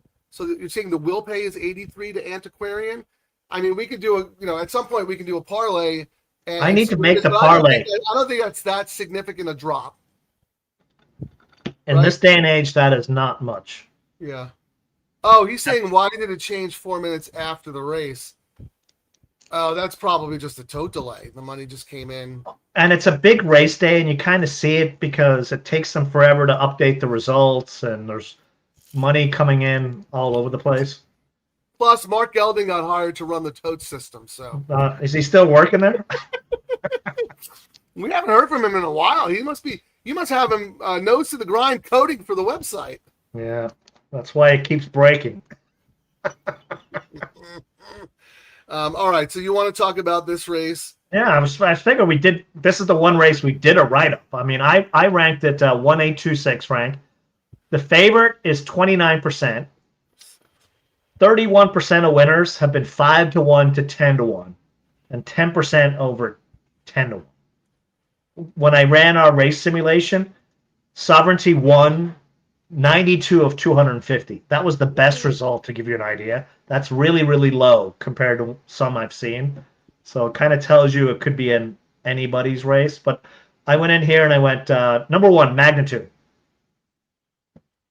Asmussen horse, 28%. Sharp Works, Hot Jockey combo.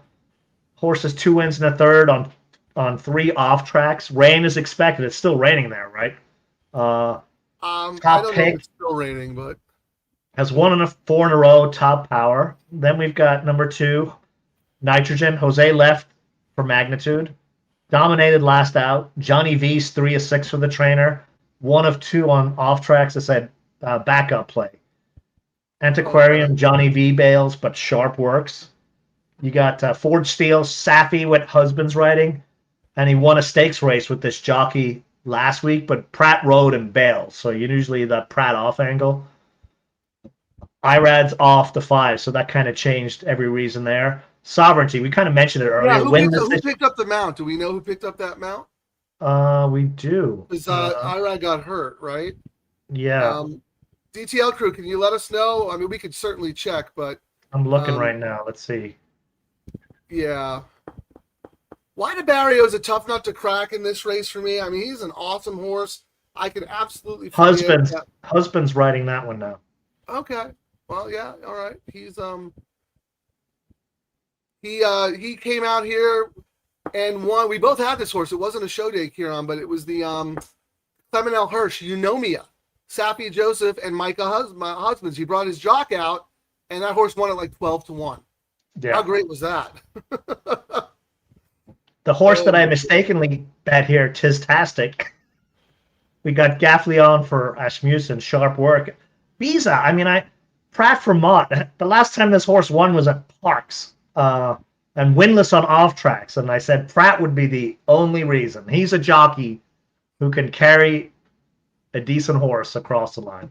Well, what is that paying? Because Steve-O said he's got doubles to that horse. To which one? To Baiza, the 8. $38. Actually, the favorite right now is the 6 at 36 on the double. The 8 is second choice at 38. The 1 is third. The third choice at 41. So they did bet that one. And on the pick 3, Frank. Yeah. Favorite on the pick 3 is the 8. Oh no, the favorite on the pick 3 is the 1, 141. Then the 8 at 171 and the 6 at 178. Very interesting. Very interesting. And that's why they came back. That's why they came back and hedged a little bit more on the other ones, perhaps. I mean, because how much was the double pool in the last race? Oh, it had to be huge. The New York Saratoga. 376. So if they're all about the one, they do such a good job. If they're all about the 1 on the pick 3, they hedged the 8 on the double, Frank. And you know, if you're new to the show, right, the hidden money is usually on the pick 3, and the hedging that they do to counteract their payouts is on the double. So that's why the double is showing the 6 and the. I'm surprised the 6 and the 8 are paying the same, Frank. As am I. And they're paying the same essentially on the pick 3. I mean, there is a $30 difference. That's a 20 favorite in this race. Here's what I think is interesting: that the 1 isn't shorter. It will be, I think. I think it will be too, but I just think that's a little interesting. So, Kieran, I just took a quick peek at the doubles from this leg going forward because I wanted to see who was going to be favored. So the 1 to the 2, Feminism, they're both Asmussen horses, $22. The second lowest is the 3, very close behind. That's my horse, $26. And then it jumps up to 42 for the 8, 48 for the 1, and 59 for the 9. Your sneaky play was your play was the 8, right? And the 9 was the kind of sneaky one, right? Correct. Yes. So yeah, your 8 is $42 with magnitude here, and the 9 is $60. That seems to be expected based on the morning lines. The one that's taking the money is the 3, because that horse is 6-1 on the morning line. I'm talking about Helen's Revenge in the next race, and is a very, very close in the doubles to the 2. So the 2 is 22, and the 3 is 27. You see what I'm saying? Yeah, because if you, like in the last race, I can't remember if I made it. I went 8, space, 3, and then 9, 2.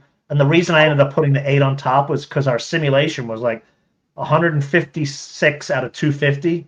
The 8 won. But yeah, on my ticket, if it was still alive, I singled 8 on one ticket and I went 8, 3, 9, 2 on the other. That ticket, you know, I mean, they're both dead, but that's how I did. And we talked about that briefly at the beginning of the show. The commonality, you know, we have the same horses, but in different order. But the commonality is that we are both against the 2. And the 2 is the morning line favorite and the favorite with magnitude. They're both Asmussen horses. But here's the thing, Kieran. If you look at the 8 Baiza in this race, the 2 is the next race is 29 and the 3 is only 30, and your 8 is only 32. So the 2 is not going to be that strong of a favorite. I was actually kind of surprised that the horse was made favorite. But David Aragona does a fantastic job, so I'm not questioning him. But I see no reason why this horse should be favored. Favored last time against 3-year-olds at 6.5. Now the horse has to go 7, right, against older horses. Yeah, I don't think it'll. Yeah, I don't think it'll be favored. We are. We'll see though. Who knows? Yeah, let me pull up optics and look at the imputed odds. But so anyway, the point is, if you're looking for the sneaky money in the next race, it's definitely number 3, Helen's Revenge. And I'm not surprised. Linda Davis wins a ton of races in New York, and Pratt rides for the first time, right? Yes. So Pratt not going to waste the call for Pratt. Yeah, I think let me see. Let's see what their stats are. He's 66 mounts for her, Frank. Yeah. 22 wins. Right. 24% in second. 74% or 74% in the money. In the money.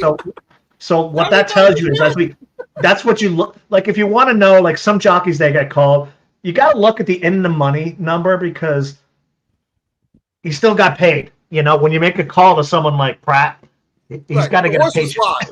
Yeah. She calls on him. The horse is live. They're going to hit the horse 75% of the time, which is unheard of. That's like ridiculous. And that was a large sample size. 66 races. Usually they're like 17, 15, 20. No, that's a pretty good. Yeah, let's go back to this race, though. So Steve-O's, he says Baez is 38-1 on your double. Good luck, Steve-O. Rooting for you. That was actually the one I was supposed to have, Frank. I was supposed to do 1-8 on my double, and I clicked the 7. So my double, actually, maybe I'll finally the one. Wait, no, the one didn't win the last race. The 6. Oh, not the one. The 6 to I did 6 with 1-7. So. And you were supposed to do what? 1-8. Well, you know what? You got both Asmussen horses. So if the other Asmussen wins, what if that double's got to be massive? $839. Come on, baby. That would be just like you, man. Oh my God. Kieran crushes the first Adelphi Racing Club Saratoga late pick 5. I'd rather it be a pick 3 where the money real. I actually knew a guy who hit that pick 3 today at Del Mar. 28K. He had it twice. And what race are they up to? It's hard. You know me, I'm a terrible multitasker. So. It paid 14K, but what they've been saying and how they're starting to win now, they love the late pick 3. They've been, like that's the only bet I do. But then he was like, you got to pick a couple of legs to go all in because of the chaos that's happening. And he picked the last leg to go all in. And you talking about yesterday, the 57-1? Wow. Yeah. I didn't even look to see what it paid because I had the $18 win on the first leg. 14,000 it paid. Wow. And what was the Adelphi value finder? Was it above the parlay? Oh, it was the double was under. The pick 3 was well above. Interesting. The double surprised me. The pick 3 paid way more than it should have. But see, if we were doing the show, we would have known that it was an underlay. Correct. Right? Because we would have looked at them going forward. But Caddy, my form, welcome. Always good to hear from you. White Barrio to win and retire. LFGO. We all know what that means. What price is a Barrio on the board? 9-1. Yeah, I mean, that's the same as the morning line. That's kind of where I would have the horse. Kieran, what do you have on White Barrio? I'll just tell you real quick. When White Barrio beat Ired's off now. Handicap, I said he would never beat Sovereignty ever again in his life. I said Irad for Safi, but he's off and husbands and all. Winless on off tracks. Jockey is the only reason, and the jockey's gone. So that's the. So that means there's no reason. Let's go to Charlie real quick. I went over the workout several times this week and looked over the replays of races. Number 8, that's Baeza, worked out best. Phenomenal. Charlie has a very good eye. He has shared some really good information based on workouts and also how they look on race day. So pay attention. Nitrogen, I would say, was second. Yeah, let's talk about Nitrogen because Mark Casse is running his filly against the boys. And we haven't talked about it because I don't think either one of us liked it, but it is a very significant, big deal. I'm going to say, and I actually didn't write it in the write-up, so I'm annoyed at myself. Jose, one of the Ortiz brothers, so I don't mess it up, left for Magnitude, dominated last out. Johnny V is 3 for 6 for the trainer, 1 of 2 on off tracks. I said, backup play. But when I just looked at the form right now, Frank, yeah, one of the Ortiz brothers rode the last 16 races and leaves. And it reminds me a lot of when Formidable Man came out and raced against Gold Phoenix. Yeah, Johnny V. And Johnny V went on and he, you know what I mean? Like the regular guy didn't think enough to come. If the regular guy who won by 13 on this horse last out bailed, Yeah, I think I'm Was that upgrading regular the horse. guy named Pratt? Huh? I'm trying to remember. Was it Pratt? Yes, it was Pratt did not Yeah, bother. Pratt didn't come out. Yeah. And No, you said that. That was your whole thing. It's like, I mean, it was weird because Johnny not Heat was insignificant. 3,000 stakes winners, the 3,000 win or something, but no, Gold Phoenix whooped him on the square. Whooped him fair and square, man. Yeah, but That's a nitrogen chance because you made a good point.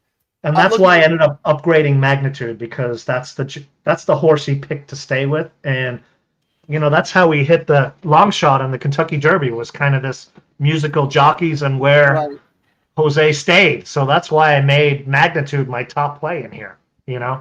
Looking at who he hopped off. So I really only threw Sovereignty in, Frank, because he's not won in a while, but this is the kind of, we mentioned it earlier, this is the kind of race where he would win. Like you class wins. So I was like, I gotta use him somewhere, but I'm all about Magnitude. Yeah. Well, look, I can't knock anything Magnitude has done. Winning the Dubai World Cup against Forever Young. I don't know if you guys saw that race, but go back and watch it. It was awesome. And Magnitude earned it every step of the way. Usually we see that little bit of, we call it the Dubai bounce, but he had enough time. He comes back into Stephen Foster and he absolutely crushes, but it was a sloppy sealed track and he was all alone and the other horses didn't really fire. Like Baeza was left at the gate and I don't know, Sovereignty wasn't getting the track. I just feel like this is a horse you kind of have to take on just because I don't know how good that last race was because of the track conditions. But back to nitrogen for a second, Karen, because you made a very, very good point. So back in the 2024 Breeders' Cup Juvenile Fillies, Jose Ortiz took the mount. And he has been riding her every race since. And that's like 13 races in a row. And here we are in a grade 1. Cassie is trying her against the boys, and he wants no part of her. So I think that says it all. That was a very good point you made. But look, there's no denying how much she loves Saratoga. 3 for 3. Look at that Ogden Phipps. I mean, she absolutely destroyed, and she beat a next out winner. So, it's not like they were all tomato cans in there. But I can't see it. Hopefully she'll soften up Magnitude. That's what I'm expecting. Yeah, this is going to be a jockey's race if we've ever seen one. Who's going to do what? Who's going to get sucked into doing something they shouldn't, and who's going to be patient, and who's not going to be so patient they lose the race being patient. Wow, that was a mouthful. Even as I said really it, good. I would clip. Clip that. That was like a philosophical exposition on. But that's literally what you look the for. Existential crisis of jockeys in the phenomenological aspect of the racing. When we did the newcomer seminar, and Frank had his script, so we had to memorize the same script, so it would always be the same. An outline. We didn't have to memorize. But one of the things you said, and it was a great line, it was like, yes, it's horse racing, not jockey riding. I'm a big believer in jockeys making a difference, and I know it's true. I agree. We go in a room and 10 handicappers, every one of us would disagree about it, or to some point or not. That's what I said. So you didn't memorize the script properly. Your reading comprehension was off. I know. I said, because my point was for newcomers, if you look at the jockey standings at Del Mar, sometimes that's all you need to do if you're just betting $2 across the board, because the top jockeys are winning the races. I said, but a lot of people would disagree with that and say it's horse racing, not jockey racing. And I'm like, no, I don't put as much value in it as you do, but that's only because you being on the owner side has taught you a lot about what goes on behind the scenes and what happens. So, how long have you owned Gold Phoenix? Like 6-7 years? You've been on the owner side? That's a long time. You've learned a lot from owning horses. So when you talk about all the jockey stuff, sometimes I'm like, it's white noise. It doesn't apply. Other times, like this one with Jose, I'm like, oh, that's actually a very, very. And I've learned enough. Like if you're ever looking at, especially in these for class horses, I would rank the ones that are even classier. And I'm absolutely biased with Gold Phoenix. Oh, really? He'll win Oh, on you're any. very objective. Really? Yeah, but I'm saying some of these horses, and what I like to look at is who's riding. And I actually prefer seeing a horse that wins with multiple different jockeys. Gold Phoenix. I was just going to say It that. just means the horse is loaded. It's whether you on my back are going to do the correct thing. I love seeing those kinds of horses versus a horse where the same dude always rides. And you'll see it in my notes many times. I'll go, I wish there was someone else on here just to see if it makes a difference. Let me see if I can guess all the jockeys. Pratt, Kyle Frey, who won with him, not who won multiple times. Kyle Frey, Barrios, and Kyle Frey. No. KK, Kimura. Yeah, KK, he won the grade one. That's I knew that. I was gonna say that. JJ. Am I missing someone? Yeah, Juan rode him as well. Which race did Juan win? He I don't remember that. one, and So each one of them, jockeys. each one of them won a race and then messed up the next one and on to the next guy. No, I mean you're right. That is that's why it's horse racing, because with a horse like Gold Phoenix, well, yeah, obviously jocks matter, but not so much. I mean, if you can win 5 stakes races with 5 different jockeys, that's a testament of how good the horse is. So Yeah, you just anyway, like my point is, like, when you talk about it, I listen, and the whole point of the show is we're in the moment, we're in the trenches. learn. We have to make decisions on the fly because that's what it's all about. We're grown-ups. We can either listen to Kieran or choose not to listen. That's up to us. Magnitude went favorite. I thought this would happen, so I'm not shocked about this. Terry actually has a good question. The greatest golfers need a standout caddy. Yeah, caddies don't get a lot of credit, but the good ones are good. And there's a reason the top golfers have their guys.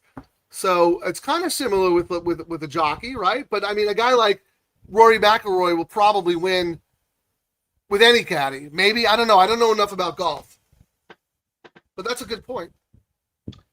I think a lot of the reasons, a lot of these guys, Pratt, if I had a choice every race, I'd have Pratt on him because every time he's been on him, he's rode him masterfully.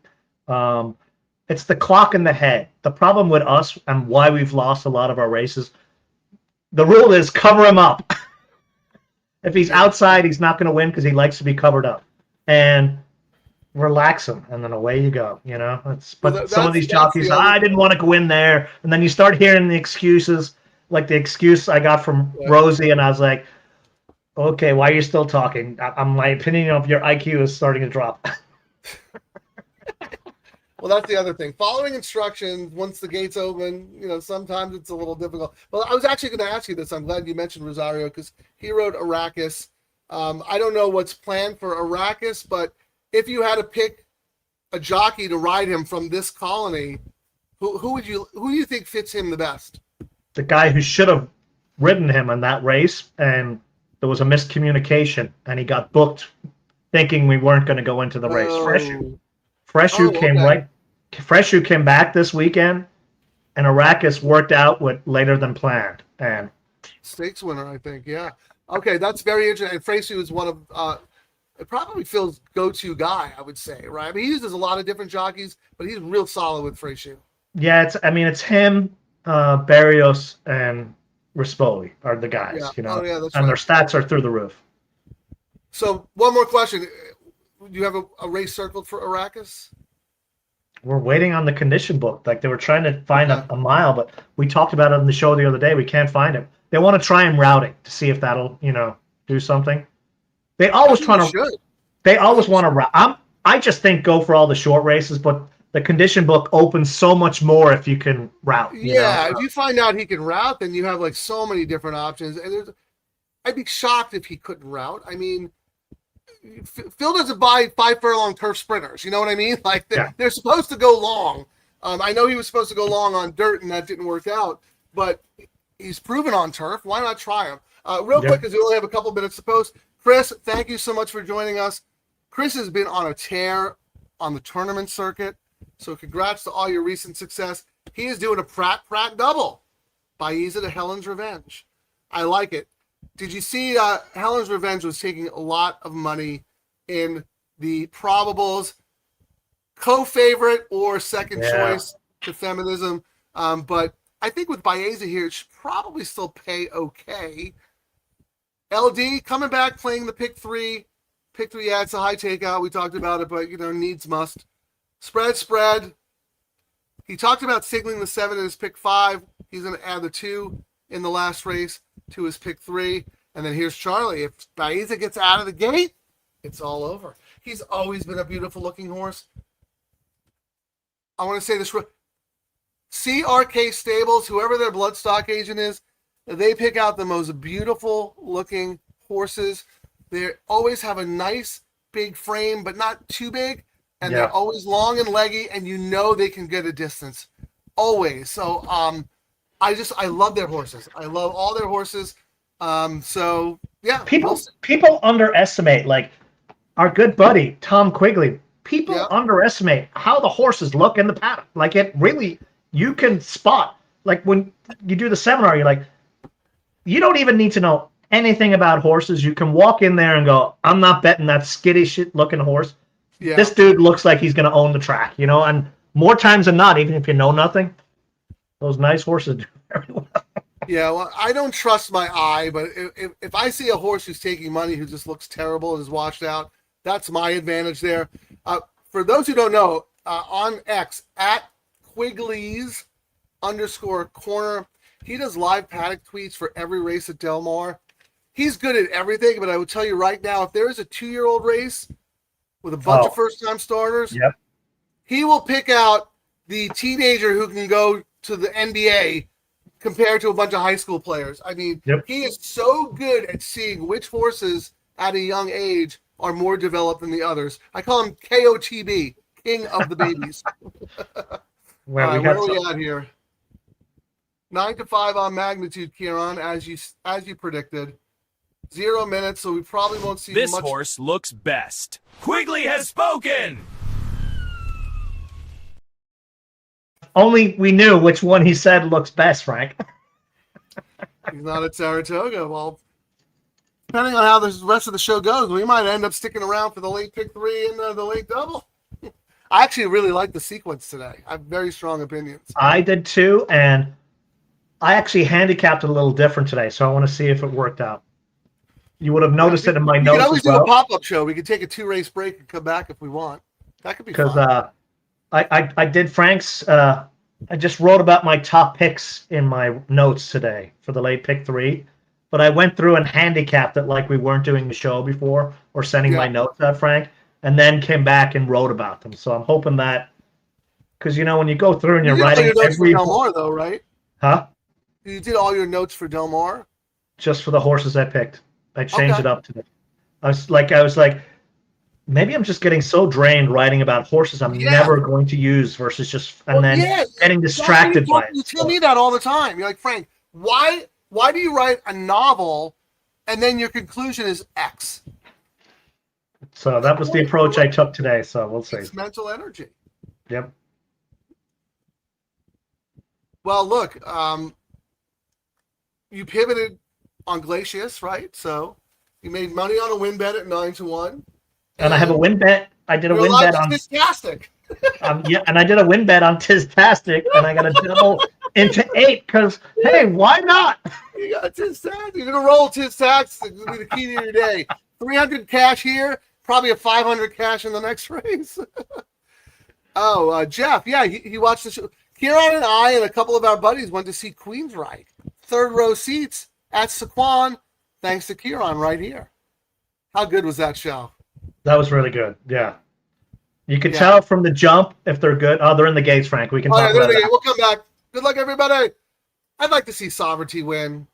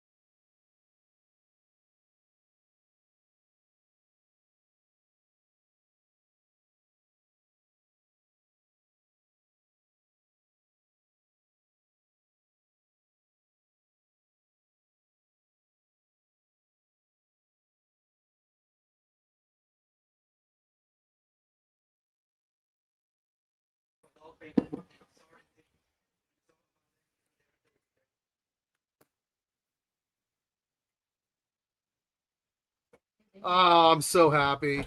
I'm so happy. Yeah, Frank He is the knew that. horse I thought he was. Thank you. I knew it. I knew it. I knew it. That horse Frank- is a beast. Frank knew that winner halfway through the race. I know.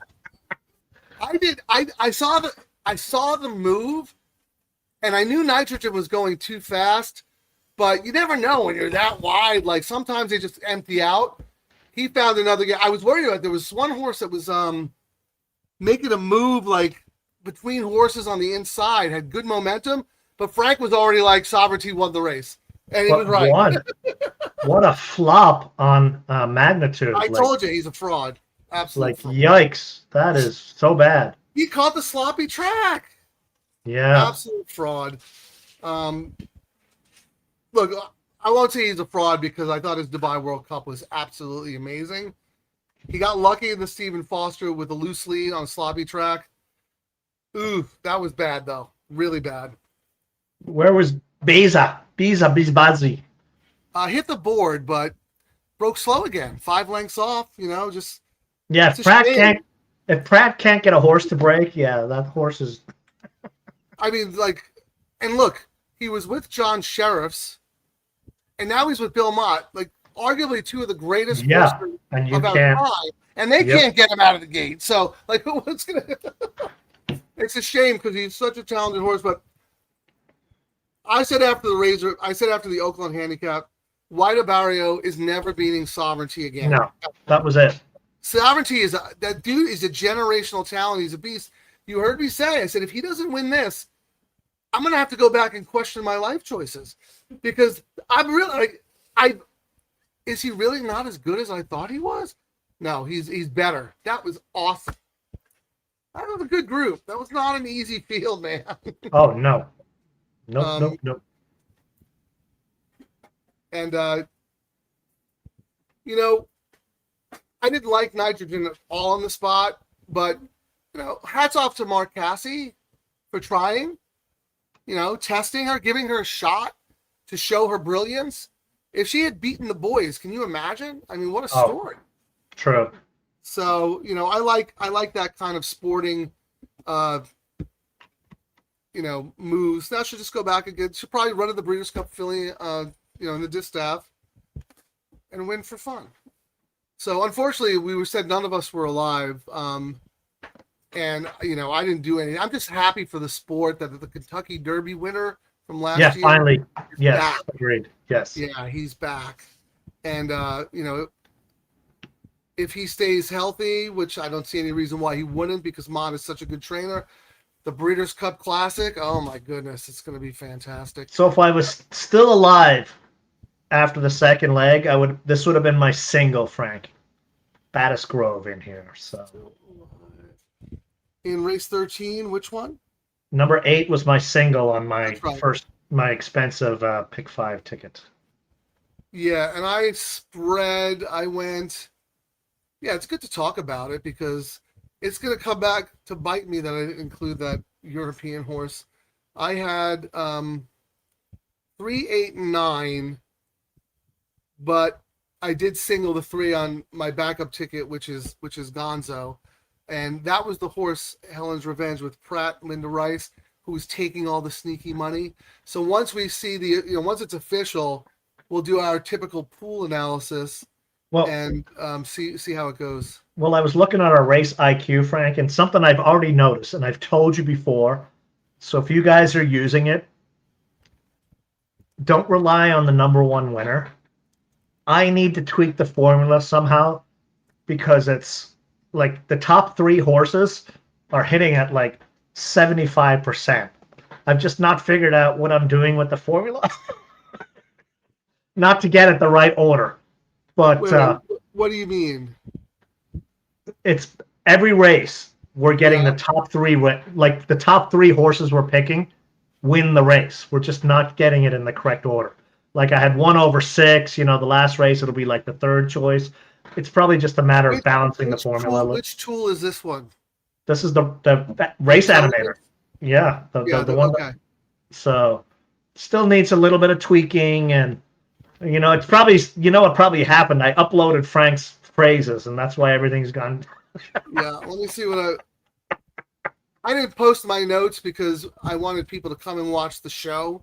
So you get what you pay for. This show is free. So here's what I wrote. I said this race is all about Bill Mott. Number 6 Sovereignty, last year's Derby winner, has yet to get back to his winning ways since turning 4 years old, but I can make excuses for his 2 defeats. Sloppy track last time, needed one off a long layoff, 2 back. Love Saratoga. Look at the Jim Dandy. Look at the Travers. I still believe. He needed to win. Otherwise, I was like, everything I've done in horse racing is wrong. He is a monster. That dude. Yeah, and I was like, winless this year. It's 1, 2, or 3 on off track. Second off the layoff. Yeah, but you kept focusing on the off track. It wasn't an off track today. Yeah, but I mean, even without that, you know what I mean? It wasn't as off as it was, but the horse is just winless, and it was one of those things like, you got to prove me now. He crushed in the Travers. He was pointed to the Breeders' Cup, got a fever, skipped it. Okay, so Bill Mott regroups. August 23rd, 2025, the horse takes a break, comes back April 18th. Bill Mott is not one who usually cranks his horses up, right? True. The horse was a paid workout. Sovereignty was on the lead? Are you kidding me? Never on the lead. That was a paid workout. And only still lost by 2 lengths to White Barrio, who's a good horse. After that race, I said White Barrio will never beat Sovereignty again in his life. And then he comes back, and I expected Sovereignty to win the Stephen Foster. I really did. But that track was a mess. It was sloppy. It was sealed. Magnitude got a loose lead, and that's all she wrote. Yeah, and these numbers. I made the excuse that it was the sloppy track. So yeah, and looking back, like if it was sloppy today, I probably wouldn't liked him. But yes, it wasn't. So that's a good point. That was just really disappointing for Magnitude. And I mean, I'm sure Jose is like, what the heck? Yeah, I hope the horse is all right. I think those big races caught up to him. The Dubai bounce is a real thing, and yeah, it took one, but now I think he's going to need a break. I'm okay with them coming to the East Coast, but when they come out to us, Frank, that's like I'm like kind of off the horse. I don't care who they are. Yeah, that takes the start out. It's less of a factor now that you can't use Lasix in stakes races because Lasix dehydrates horses, so they need a lot more time between races, and that's why the Dubai bounce was like almost automatic. Yeah, but look at the planes they fly in now too, though. Bug they bites, fly better than we ever could. Came home with 150 bug bites. But look, I expected the horse to bounce in the Stephen Foster, and he didn't. He ran a monster race. Now he bounced. He either bounced or he hated the track or something went wrong. That was a dreadful, dreadful performance. I just hey, Frank, the horse was okay. Helen is 8-5 favorite, like we knew, from the 6-1 morning line. But it's on X. Oh my God, if the 3 does win the race, my trifecta is not paying anything. Like, dude, or the double. It's like you could tell if you looked at the probables what the real payout was. The odds are just like a placeholder. You got to look at the pools. Let me address one thing, Kieran, and we'll move forward. A lot of our Spanish-speaking members of the DTL crew keep asking us who won the race. Race 12 was run by Sovereignty. If you are on this live stream looking to watch the race, we're not the guys for you. We are gamblers. We are horse players. We are here to bet, and we respect the owners of the intellectual property, the racetracks, Roberts Communication, Magna, whoever owns the feed. We take a break during the races. You should watch it however you can, and then we come back. So if you're here to watch the races, please, we're not the show for you. But if you're here to find out who won and participate in gambling and wagering strategy and stuff like that, we welcome everybody. All we ask is like and subscribe to our YouTube channel and tell all your friends, because the bigger we grow this audience, maybe someday we'll be able to afford to pay for the rights so we can show the races. Yep. All right. That's my speech. There you go. Oh, here's another thing, actually. Niella, good point. No horse on the rail on dirt at Saratoga today did any running. Oh, Dead rail, that's an excuse. We'll go back and look at the chart and watch the replays, but that's a very good point. If the rail was dead, Magnitude had no shot, right? agreed. One more thing here, I'm sorry, because this is important. This is important. Frank, how come you only do one race for your picks at Del Mar?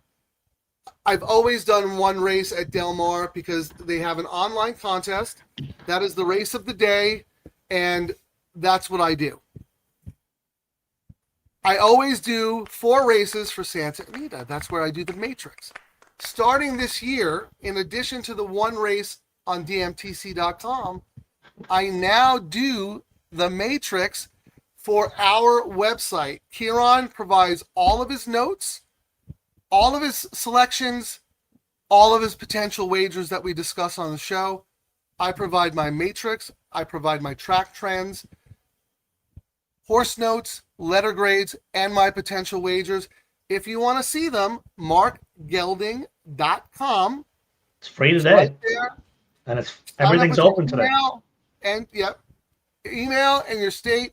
You'll have access to our free newsletter, which gives out some of our plays to our entire audience. But if you want the Matrix, if you want all the races, if you want all Kieran stuff, unfortunately, we have to charge a little bit of a monthly subscription. It's only, what is it, $19.95?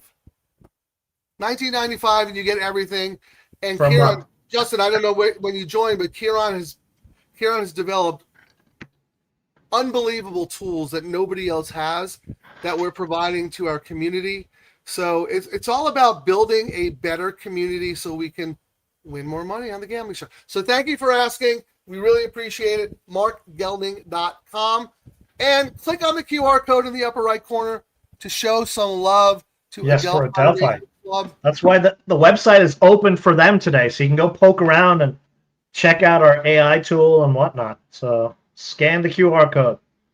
And real quick, because this is important, Kieran, Adelphi is New York's racing partnership. They have the same vision of horse racing as we do. We are all in this community together, and we want more exposure on the East Coast. They want more exposure on the West Coast because we support each other. So This show would not be possible without them, and they have supported us for the rest of the summer. We'll be doing a special Saratoga show. So please scan the QR code, poke around, show them some love. If you're interested in owning a horse, there you go. And we had Larry Dannemiller. A lot of people in the game are with Adelphi, and we love what they do. So thank you, Adelphi. Thank you, DTL Crew. Well, I always check their site out, Frank, because, I hopped into Go Phoenix. The next horse I buy will be with these dudes, if that means anything. And I'm pretty selective, and that's because of Larry, because we've been in on some of the similar horses, and, he's had a fantastic experience. And when I first jumped in, I wanted to see my horses because it was my first time here in California. But I travel, you know what I mean? I travel with the horses. Well, so now I'm like, travel to go to the races to watch your horse. Yeah, so now I'm like, I want to be hanging out in the Adelphi suite at Saratoga. Well, right. You have a Saratoga trip planned already. Can you imagine if you're going to Saratoga to watch your horse? Yep. I mean, it's a dream come true. Well, here, Matt's calling Joe Migliori, who's in charge, like he's the head of the bloodstock, and he picks out a lot of the horses. Joe, who do you know in Ireland? We need to buy an Irish bred ASAP. We got someone on the hook. But seriously, you do buy a lot of Irish breds because you like the European horses. That's you like it. racing. That's how you grew up. That's my style of horses. You know what I mean? When I first saw the first race at Dundalk, where I grew up, not too far away, that was my style of horses. I love closers. And that's probably to my detriment on our AI, Frank, that it's lopsided to closers.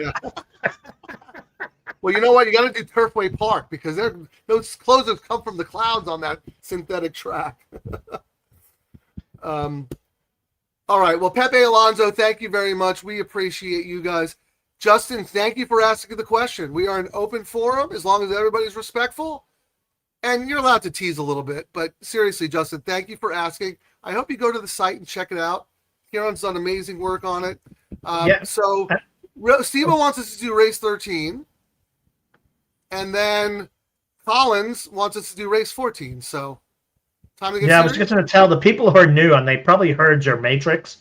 I've got a tutorial on what the Matrix is for you guys. What is the Matrix? It's when your A horse runs second, your B runs third, and your C horse wins at 50-1 and you still lose the ticket. I have a name for our betting strategy. Okay, I see. I think you should call it the matricide. You're out there murdering bankrolls faster than maiden claimers with gate issues. That was when Frank was cold. Frank is red hot right now. It takes a 57-1 horse to stop his winning streak. Just so you guys know. Especially in the last race, I was on fire. Yeah. I was the night. I was counting that money. I thought that horse was going to win. But yeah, race 13. Well, Kieran sniffed out the sneaky one from the last race to this race. That horse was my top pick, and that's number 3, Helen's Revenge.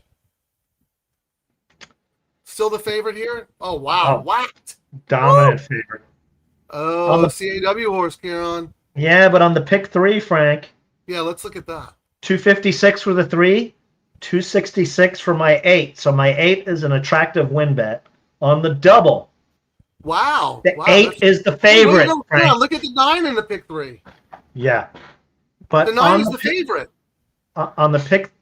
No, the 8 is the favorite on the pick 3. No. Oh, no, the double. I was looking at the double. Sorry. Oh, the 9.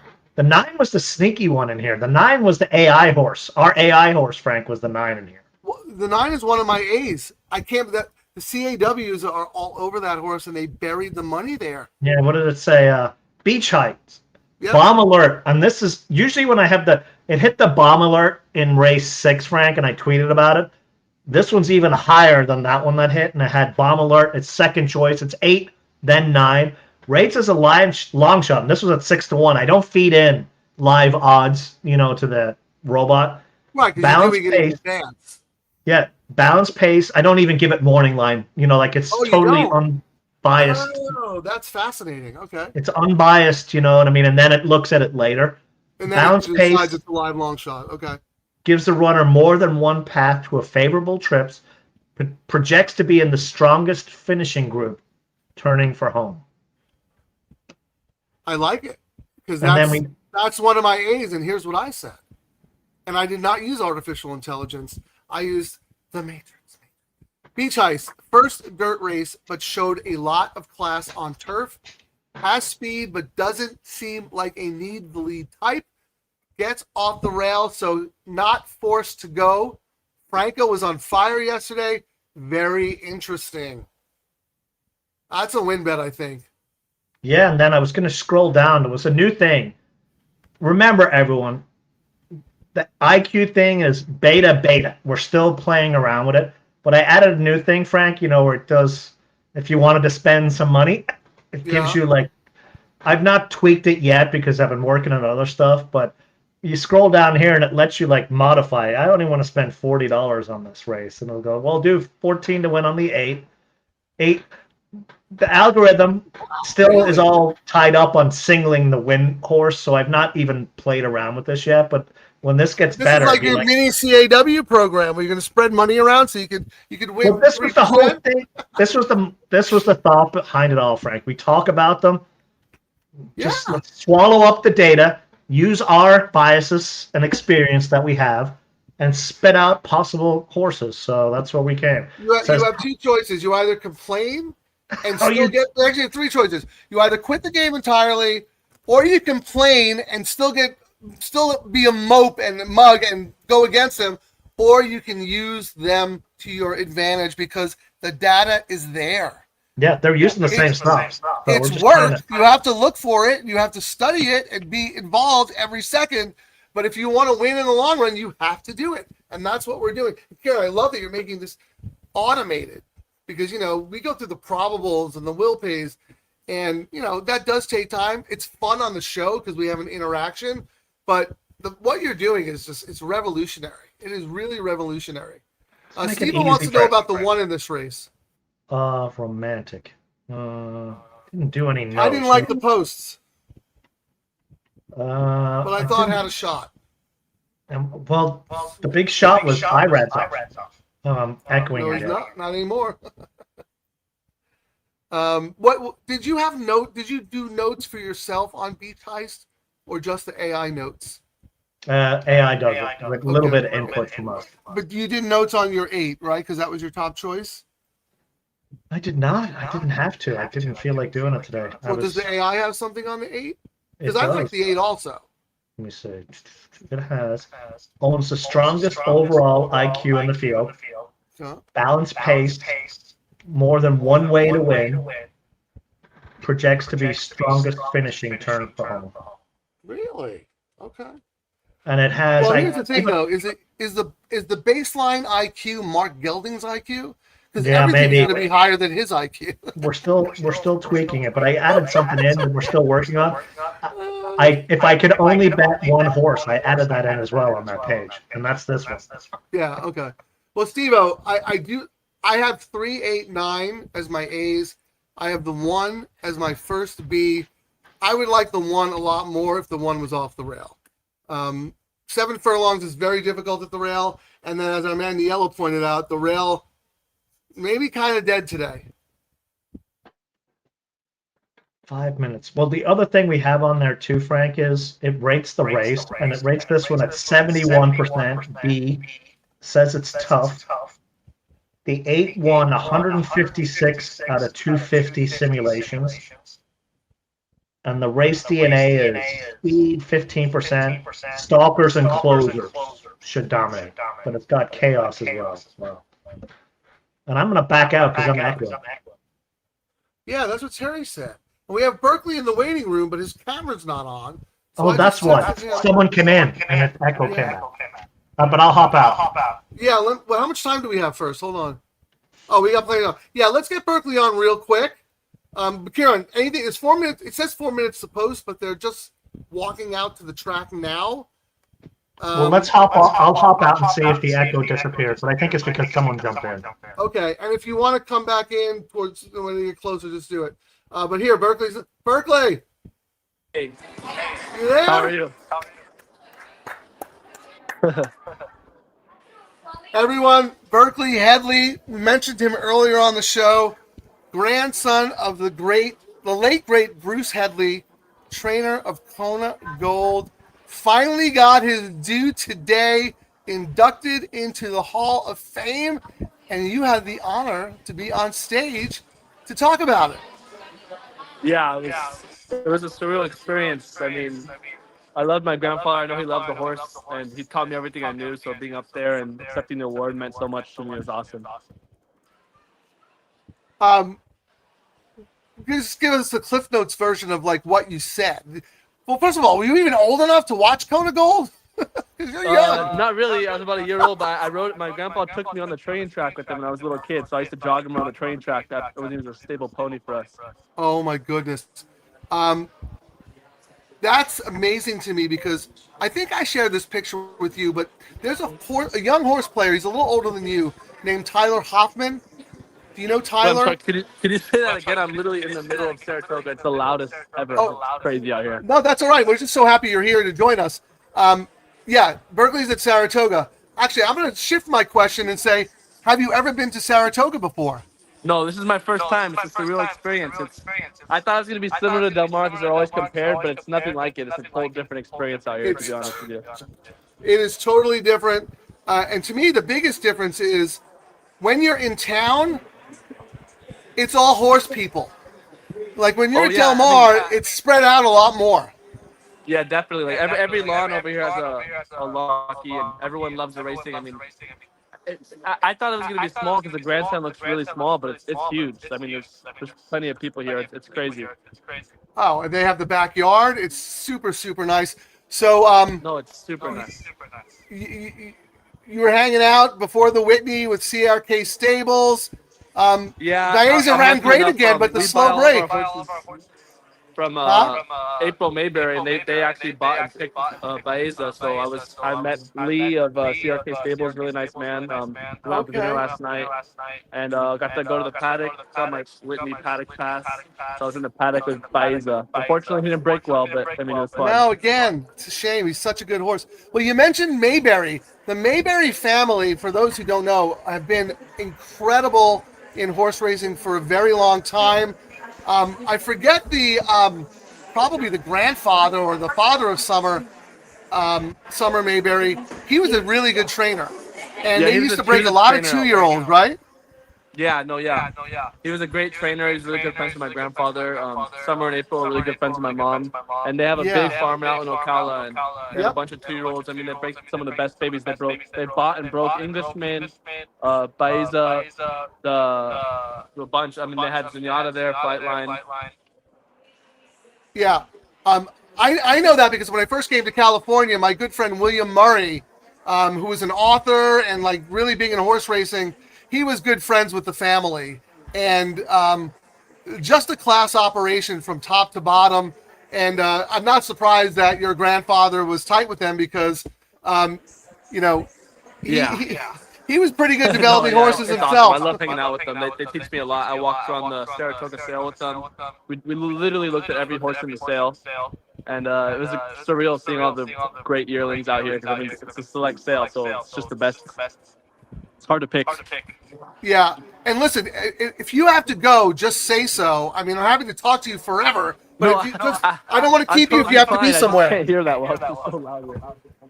Yeah, I'm trying to shout. So I want to get back to Kona Gold. I was telling you about Tyler Hoffman. Hold on one second. I was talking about Tyler Hoffman, a good friend of mine who's a horse player. Your grandfather was so generous with people meeting Kona Gold that he actually has a picture of him sitting on Kona Gold while he was still in training. And he was like 8 years old. Oh, did we lose you? Oh. Okay. I think we lost Berkeley. Terry said that there was a big echo again. I'm sorry. Am I echoing now? Let me know if I'm echoing now, because if I'm not, I'm just going to let Berkeley go because we're having a trouble with the audio here. But he's live at Saratoga. He was there for the Hall of Fame ceremony yesterday for his grandfather. We'll have him back on the show again in a proper studio environment so we can talk more about it. He is one of the young, up-and-coming new generation of the sport. He's an assistant trainer with his mom, Karen Headley. Now I'm hearing an echo, but Kieran, you will love Berkeley, because when I saw him at the jockey fundraiser, the first thing he said to me was, I saw the show the other day. Why didn't you pick my horse? He had a horse running in one of the races. He's like, you picked Pinto Bay. And I go, what? He gave me stick. As he should. Hold on, I think I'm back away. I'm going to jump out and come all the way back in, Frank. Okay.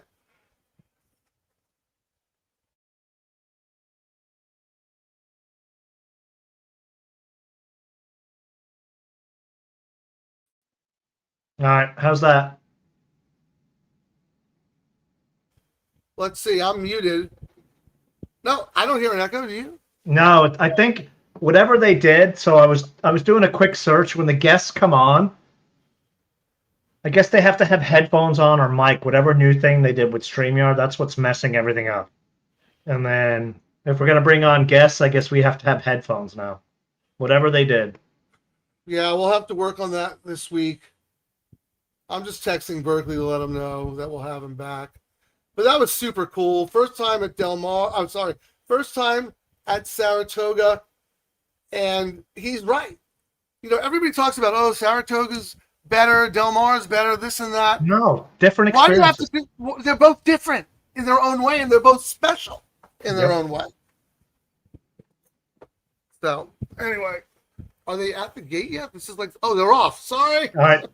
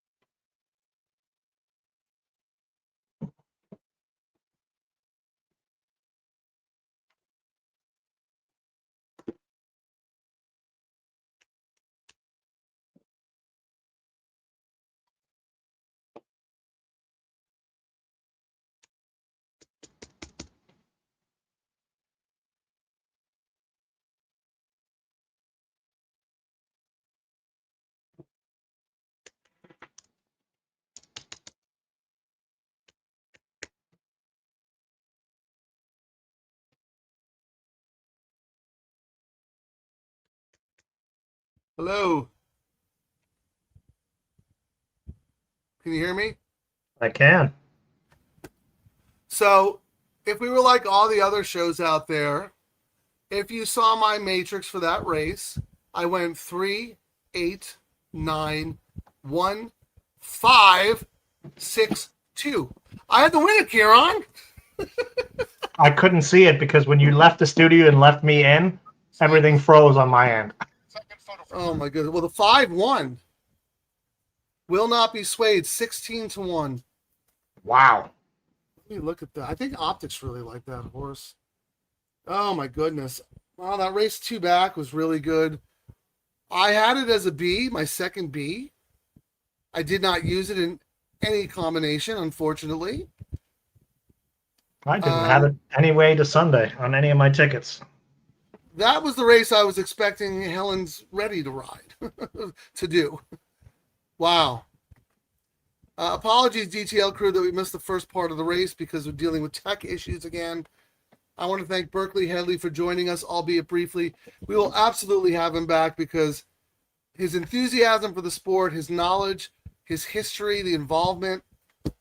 It's why we do this, right, Kieran? We're a community, every level. And without the young guys, there's no future. Yep. Pivot. There's no Mike pivot. Whalen, pivot. Well, we got. I guess we're gonna. It's get out at Del Mar. So, Kieran, it was 5, 8, 1, 2. Oh, my 8! I couldn't even see it. Where was your horse? Nowhere. Well, I went 3, 8, 9. The 3 was nowhere. And my 8 the was wise guy second. horse was nowhere. So it was 3, 8, what? No, it came 5, 8. 12 to 1, 8, 7 to 2, 1 romantic dancer, 6 to 1, and then 2 feminism. Well, we knew feminism was a toss, but my 8. Right. But my 8 is my handicapping for the last 3 weeks. Second, 2 out of 3. Second, Yeah, you know. 7 to 2 is a good price on that horse. That was a great price. If I the ended up screen paying had good money on the 9. I was going to put win money on as I came back, and then the screen went blank, and well, yeah, the race was already. Yeah. The race. We need to get a better system. It's just whatever they did recently. The guests coming on when they're on their. Although when I came on the mobile, I was fine. We didn't have those issues, but We're the gonna have last to try couple of and days. troubleshoot it.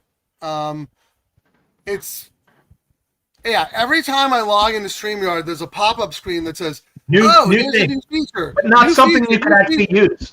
Not something you could use. Exactly. So as they're adding new features, the most important features are getting.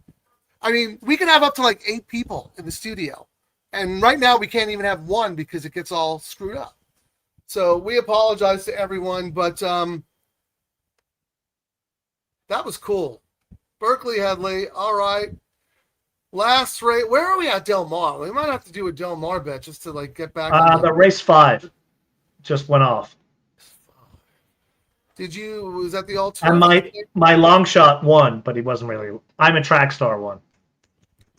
Okay, I didn't really see it, so it just finished. So I just flipped over. Huh? That horse was 6-5. Oh, okay. I remember the name. I didn't know if that was one of the. Maybe the morning line was Well, why don't you take a look? I mean, we're using. No, the morning line was 5-2. I mean, I really didn't do anything. Was that part of the? Let me see if it was part of the late pick because they have some funky. No, race 6 starts the all-turf, Frank. The next leg. Yeah, I did not look at it, but I'm sure you did. Maybe I'll put a bet in on the fly. I already put my Del Mar pick 3 in because I knew I'd get distracted and forget about it. So that's in. How much time? Actually, I did not. Maybe we'll do a. I did not put my bets in, and I already.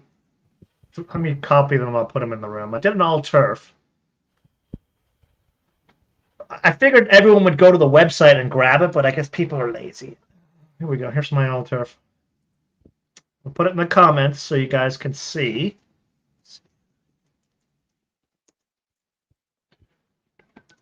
All right. It's in the comments, and then let me add a banner. I thought you could have.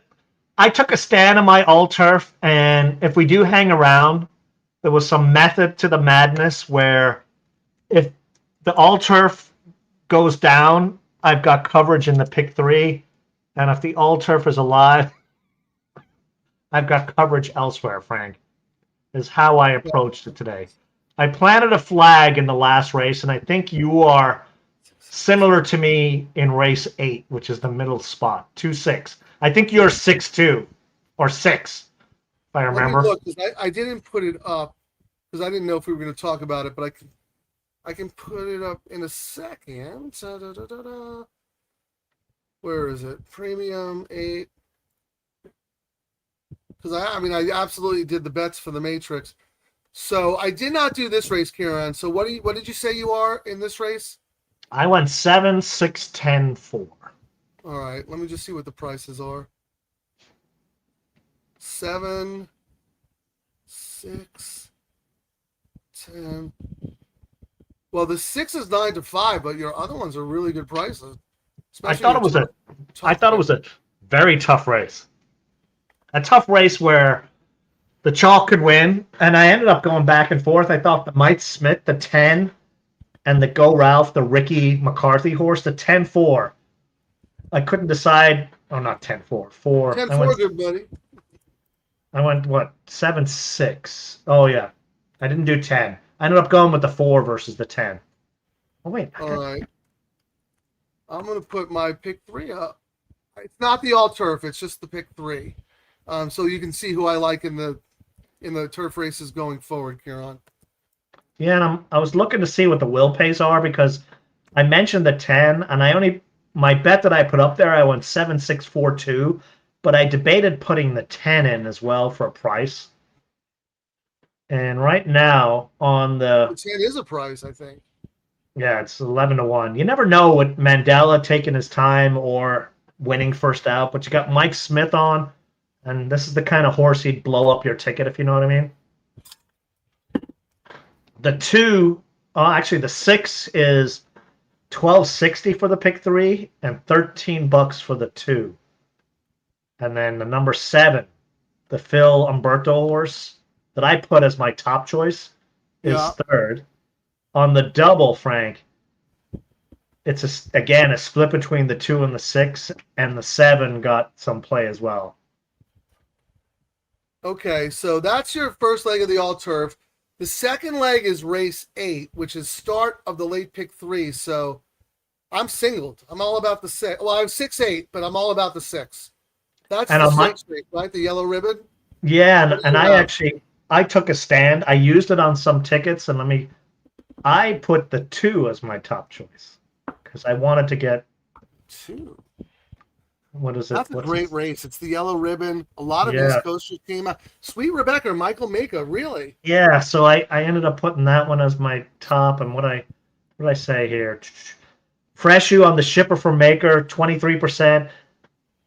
Here's why I made it the top pick. We are getting a better price than we should, although I feel this horse should be the favorite. Stalker Speed and Freshu are a potent combination. I get 6. JJ for Motion are 40%. Johnny V has the top power. Johnny's not coming out for obvious reasons, so I get why the 6. Sure. What's crazy is I just have to say this. I made like this my C number 3. Vincy Girl, Rosie. I'm talking about Steve. All right, I'm gonna do No, my you bet. can talk about the Steve. You can talk. It's just funny that the Rosario. But I do have a bet with it. I have a bet. No, where go ahead. No, I'm joking with you. Go ahead. I was like, this horse has never raced on turf before. But and it's D'Angelo who's not doing really well, and he sucked a lot of my money away after hooking me at Saratoga. And Right. and then I this is what I wrote. Look, I'm using because this is the kind of horse Rosario could win on if the Okay. horse is ready. I may be the only one, and yes, a small part of me is still on his ride for a Rackus horse. Blah blah blah. I talked about it. He's only winning when he's a mannequin on a horse. If you need him to jockey a win home, like late yesterday, just rip the ticket off. Well, do you If- remember earlier in the show you said you're probably wasting too much mental energy Yeah. on horses that are like your 8th choice? You just wrote a novel on Vincy Girl, and it was all about Rosario. Let it Which is go, why- man. Let it go. Which is why I had to put it in, and then That's Whiskey Decision, who's 2-1. You got Rispoli.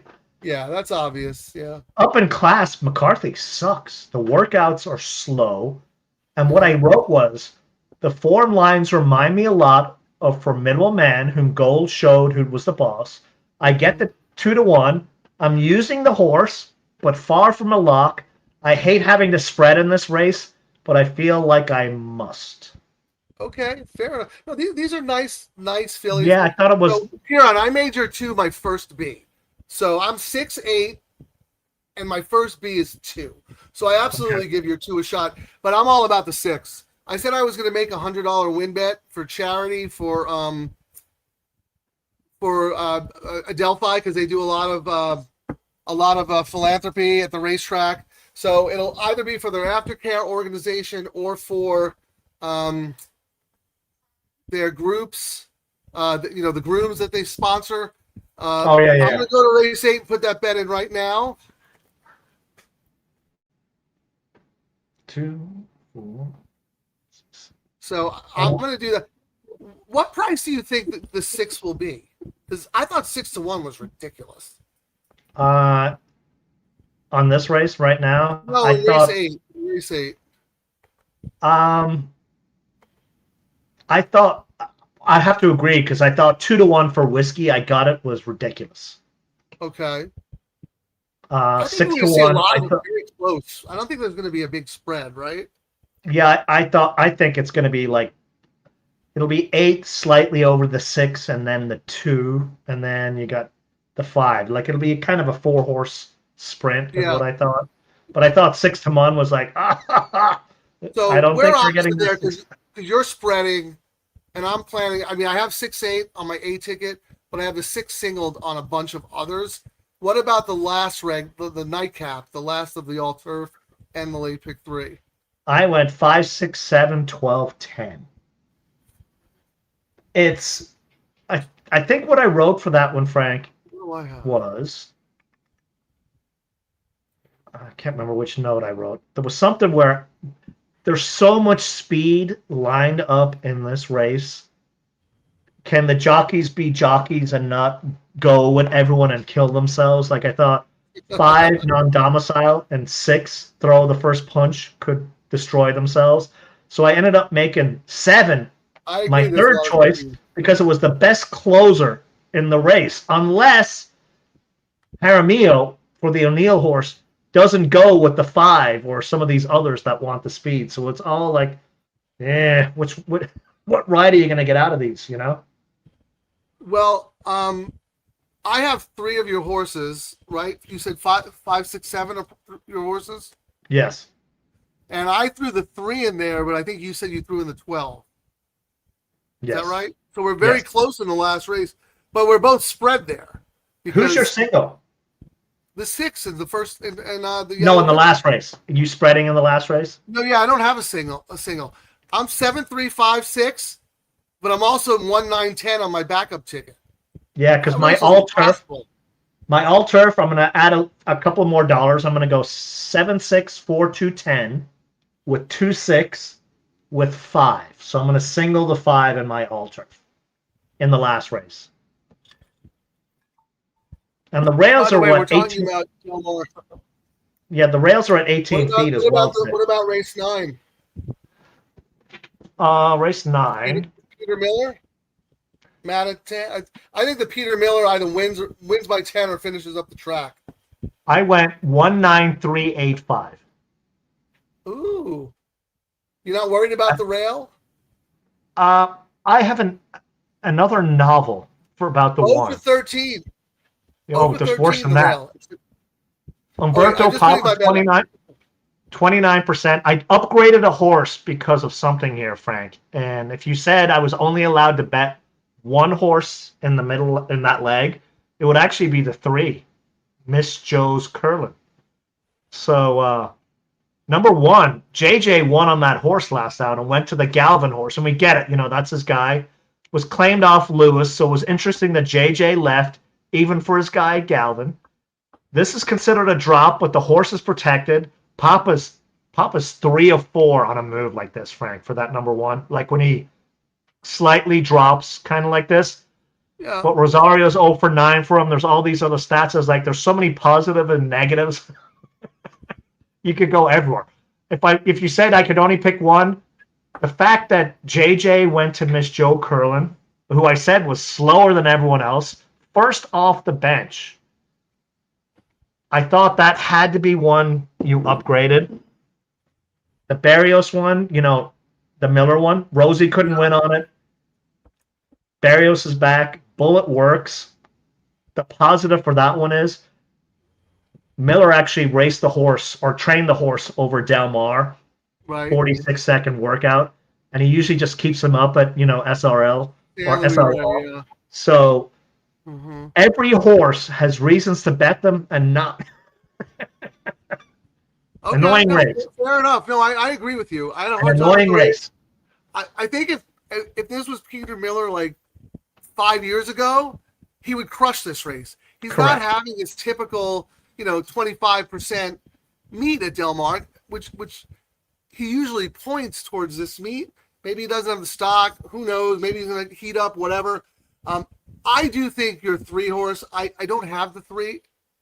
That is a jockey. But I think the 3 is actually you made a very good case for Very, the 3. very live. Like JJ Galvin, rides for Galvin. Look at all Galvin's winners were with JJ pretty much. Yeah, but all his winners were with them. But JJ also rides for Lewis, and he hops off. I know. So he hopped off like that. I would.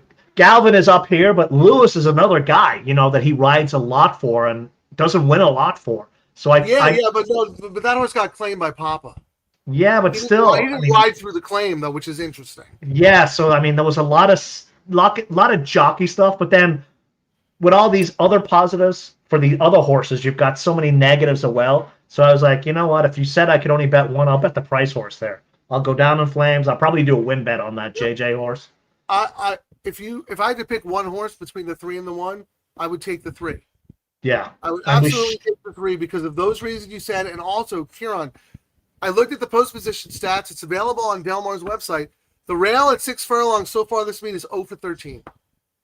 0 for 13. It's the rally wide move. You're going to track and finish. And, and this horse did that on the turf. And JJ knows how to win on the horse. That's a live long shot. I'm with you. Convinced. Yeah, we should get a really good price. And I mean, Matt, the 9 could just demolish this field. That's what you get when you're looking for price horses. But I thought it was worth it. What do I just say here? Well, let's get back to the spa because it's the last race. Yeah. Well, we got 9 minutes now. Yes. Yeah, we got to get something cooking here. But as long as you have your all turf. All turf's already in. All right, good to go. We'll have time to come back to that. So we are back in the nightcap. Dan H, welcome. I missed you earlier. I'm not sure what race you're referring to here because we've been all over the place. But feel free to give us your thoughts in race 14. Here's Steve-O. Nightcap at the Spa. Going to take a swing with number 6. Very connected. McPeak Saez. Almost 1 start on turf. Decent third. Might appreciate longer. Yeah, that was one of the ones I looked at. I just didn't really feel the McPeak on turf move here. You know what I mean? It just wasn't for me. What did you have on that horse, Kieran? Number 6 in race 14. I didn't really write anything for this one. I had. And thanks for the info. He said Saez is riding because I guess Irad is hurt, so he must take over.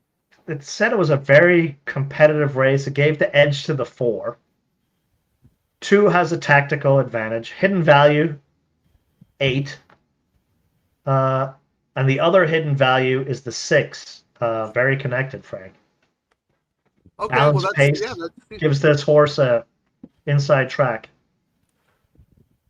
Very, very interesting. My top pick, and we talk about this all the time, and it's good to bring it up again. My top pick was number 1, Rothschild. I actually really, really like that horse. Horse is scratched. And what do we say, Kieran? If your strongest opinion in a race gets scratched, that means you no longer have an opinion. Yes. You need to downgrade your bets, is what I'm trying to one of my horses so scratch actually, out. I went 5 deep on one ticket and all on another. So I have no clue here.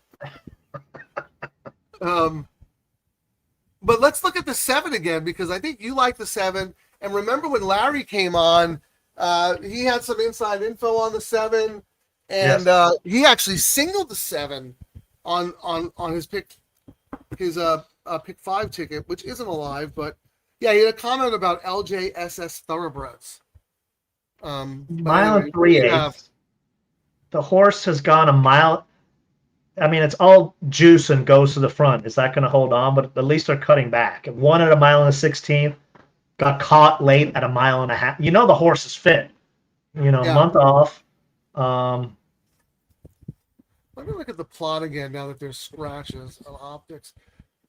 Because I thought there would be enough, not that there would be a fast pace at the long distance, but I thought a couple of horses would kind of push each other, I like the 9. When I first ran our AI thing this morning, Frank, 9 kept coming up as the sneaky horse. When the scratches came in, it changed it a little. Yeah. I will say that 6, very connected. I loved it with Irad on. Who's on? Saez is on now. Yeah, that's what, Saez. Blinkers off. Never gone this far. I think I would do, I'll probably do something with the 9. I don't disagree with you, actually. Let me look at what I have, because I actually don't write-ups for all. I have the 9 as an 8. Number 9 is not my top play. No, not my type of play, but I think this one has ability, and I think he can run all day based on that fantastic maiden breaker going 10 furlongs at Colonial. Yes, he's a 3-year-old facing older winners for the first time, and that's a concern, but that's why he should be good value. And if I think a turf horse has class and a strong closing time in the previous race, I'm fine with that. I have that horse as an A. What price? 7-1 now, right? Well, I think we're both going to do a win bet on that horse. So I'm looking at the imputed odds in the double on optics. They have Capital Partner as the favorite, 3.69, and then number 4, who we haven't talked about yet, Versailles Road. Yeah, I like that one. Yeah. 99. And really, and then it's 7. And then everybody else is kind of up there in odds. Yeah, because I was thinking of doing an exacta 9 over 247, and the pays on that are 46, 49, 70. Actually, the pays are good enough that if we think the 9 is good, Frank, the lowest pay we're getting is 46 for 9 to all. That's with the 9 on top. 9 on top, all on bottom. $8. Lowest pay is 46 bucks. To the 2, 46 bucks. I'll see that, and I'll raise it to $5. Okay. Exacta 9 all. And then I'm going to put that horse underneath my other A's in case the horse runs second. I mean, I guess I could do all 9 as well, just for less money. Yeah, well, all 9 is Yeah, what's that? 34, 41. Not as high. Yeah, well, I'll do it for $3. It'll turn out that I spent more money. It would have been more simple to just bet the horse. Doing the win bet. Yeah, exactly. Actually, if we stay at this, it's a good exercise. Actually, if we stay at this, I'm doing a win bet, and I'm only doing. I'm sure he's still in the room. I was nice earlier, but I gotta. Oh my God! Please, can I have your autographs, Frank and Kieran? This cabbage is great. $5 is lots of bucks, is what we're gonna do. $5 win on number 9. $5 is no bucks. Well, here's the $5 thing. is lots of bucks. My exactas cost. What was that 8? Oh, hold on. I gotta do it again. I thought I did it for $3, but I just did it for 1. So, because I'm gonna tell you, we're gonna do an exercise to see how wasteful I'm being when I should just probably bet the horse to win. But let's see. All with 9. Okay. So 16 plus 8 is what? 24? Yep. Plus 40? 64. Let's say the horse goes off at 7-1. What's 64 times 7? 400, 380, something like that. All right, let's say like the 380. We can do the math. So I have $5 exactas with that horse on top and $3 exactas with the horse on bottom. I need to clear 380. I probably don't if the favorites win. If the low ones win, you're looking at the 200s. You make money with 5, 6, and 10. And 5, 6, 10, and 11 breaks you even versus the win bet. Yeah, that's not great. So that's what if you don't know what we're doing. Sometimes just doing a straight up win bet on your choice that you like pays more than doing all these funky bets underneath. Sometimes the easiest thing. Funky with an N, just to make Funky. sure. Sometimes the simplest thing is the easiest way to make money. Dan H. thinks 6 and 11 are interesting bombs in the Saratoga nightcap. I agree with you, Kieran, but this will be a good exercise putting into practice. We practice what we preach, and we try to learn something new on every show. If you're 6-11, what do you got? Well, we talked about Very Connected. Yeah. And yeah, I like the 11. I had the 11 as an A. That last race was good. Frank, you've said that about 9 horses in a 9-horse field. How many A's do you have in here? Yeah, I told you. But here's what I have in the matrix. My A's 1, 2, 4, 9, 11. But I like the 1 the best. The 1 was going to be my key horse. And then my B's are 3, 12, 10. So the 1 scratches. And the 11 got in off the AE right. list. So it's worth doing 9 over 11 and 9 over, like a box would be good. Because what is that exacta? 9 over 11 is paying. And Jose Ortiz is riding, by the way. So he picks up a good jock there. Does Gaffalione have a first call in the body of the race? Yeah, who did he go with then? If Gaff's not on. Oh, he went on. He stayed with the 9. Yeah. So versus he rides a lot for Brendan Walsh, so I'm not. Yeah, I mean that's why it was that's his go-to guy right there. But you get Jose, so that horse is live. Yes. I'm putting Jose up as a pickup mount if the horse isn't live, right? Yeah, I mean, yeah. Oh, I'm sorry, guys. We don't get Gaff. We get Jose. Are you okay with this, owners? Right. Oh no, we want. That's funny. No, they're still coming. We still got like 30 seconds, Frank. Yeah, like if I was ever to name a horse, I would name it Pratt by default. Because when we won the Del Mar handicap a couple of years ago, I was like texting Billy. I was like, oh my God, we got Pratt. And then he goes, don't read much into it. We got him by default. Yeah, right. Yeah, they threw in Otani as a bonus player in the trade. Yeah, All right. by default. Well, Good real luck quick with the though, track. NFT. We'll address this when we get back to Del Mar. But thank you for joining us. Good luck, everybody. Right there at the gate. Kieran, let's get the 9 home.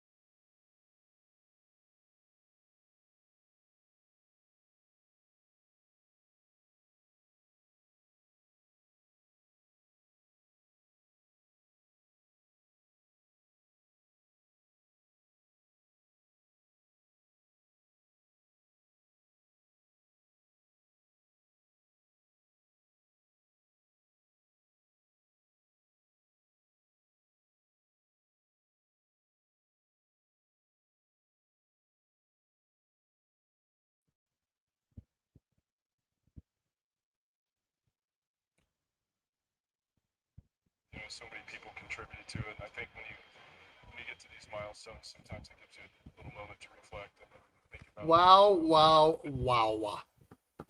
6,000 wins for Todd Pletcher. Unbelievable. I'm firing the DTL crew. They should have told us. Did you guys know he's on 5999? And I would have gone all in on that one. Last race on Whitney Day, race 14. Yeah. He stuck around. Big stuff. Where was that stat earlier? Jeez. See, Huron, we talk about this all the time. Circuit knowledge. Yes. Very, very important. When jockeys get close to milestones, you bet them all the time because more times than not, they win on a price when they actually cross the milestone. They're on the big, they're because they're getting all they want a mount in every race. Wow, we got our feet wet a little bit. I mean, I thought there was some great discussion. Started off strong, then kind of fizzled out, but we learned a lot. Yep. And can't thank Adelphi enough. You know, I said scan the QR code. I'm going to scan. Oh, please scan it. We need you guys. We need your help to scan. We need to show them that West Coast guys are interested. I mean, if it means anything, the next horse I buy will be with these guys. So, and it's Terry mentioned something in the chat that Larry mentioned earlier. You said you always wanted to name a horse. Well, they let you can throw your name in the hat and they'll vote for it. How cool is that? Yep, very, very cool.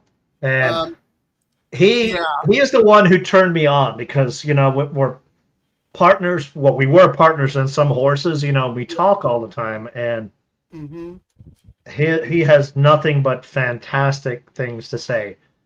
And, you know, you can buy into some of these other ones, and I won't discourage anyone from jumping in those $100, $200. Oh yeah, the little. These ones are the real. There's something for everybody. We don't discredit anything, but if it's not for you, it's not for you. These are the real deal experience. Like if you like going on the big race days and having your horse race on the big race days, and from everything Larry told me, they roll the red carpet out for the guys. Like I keep looking at their site. No offerings upcoming. I'm gonna have to bug Matt. I need to get in on something. No, and you know, Larry's got a lot of skin in the game. Not just as an owner, but he fires away. He's got a group of friends. They fire away.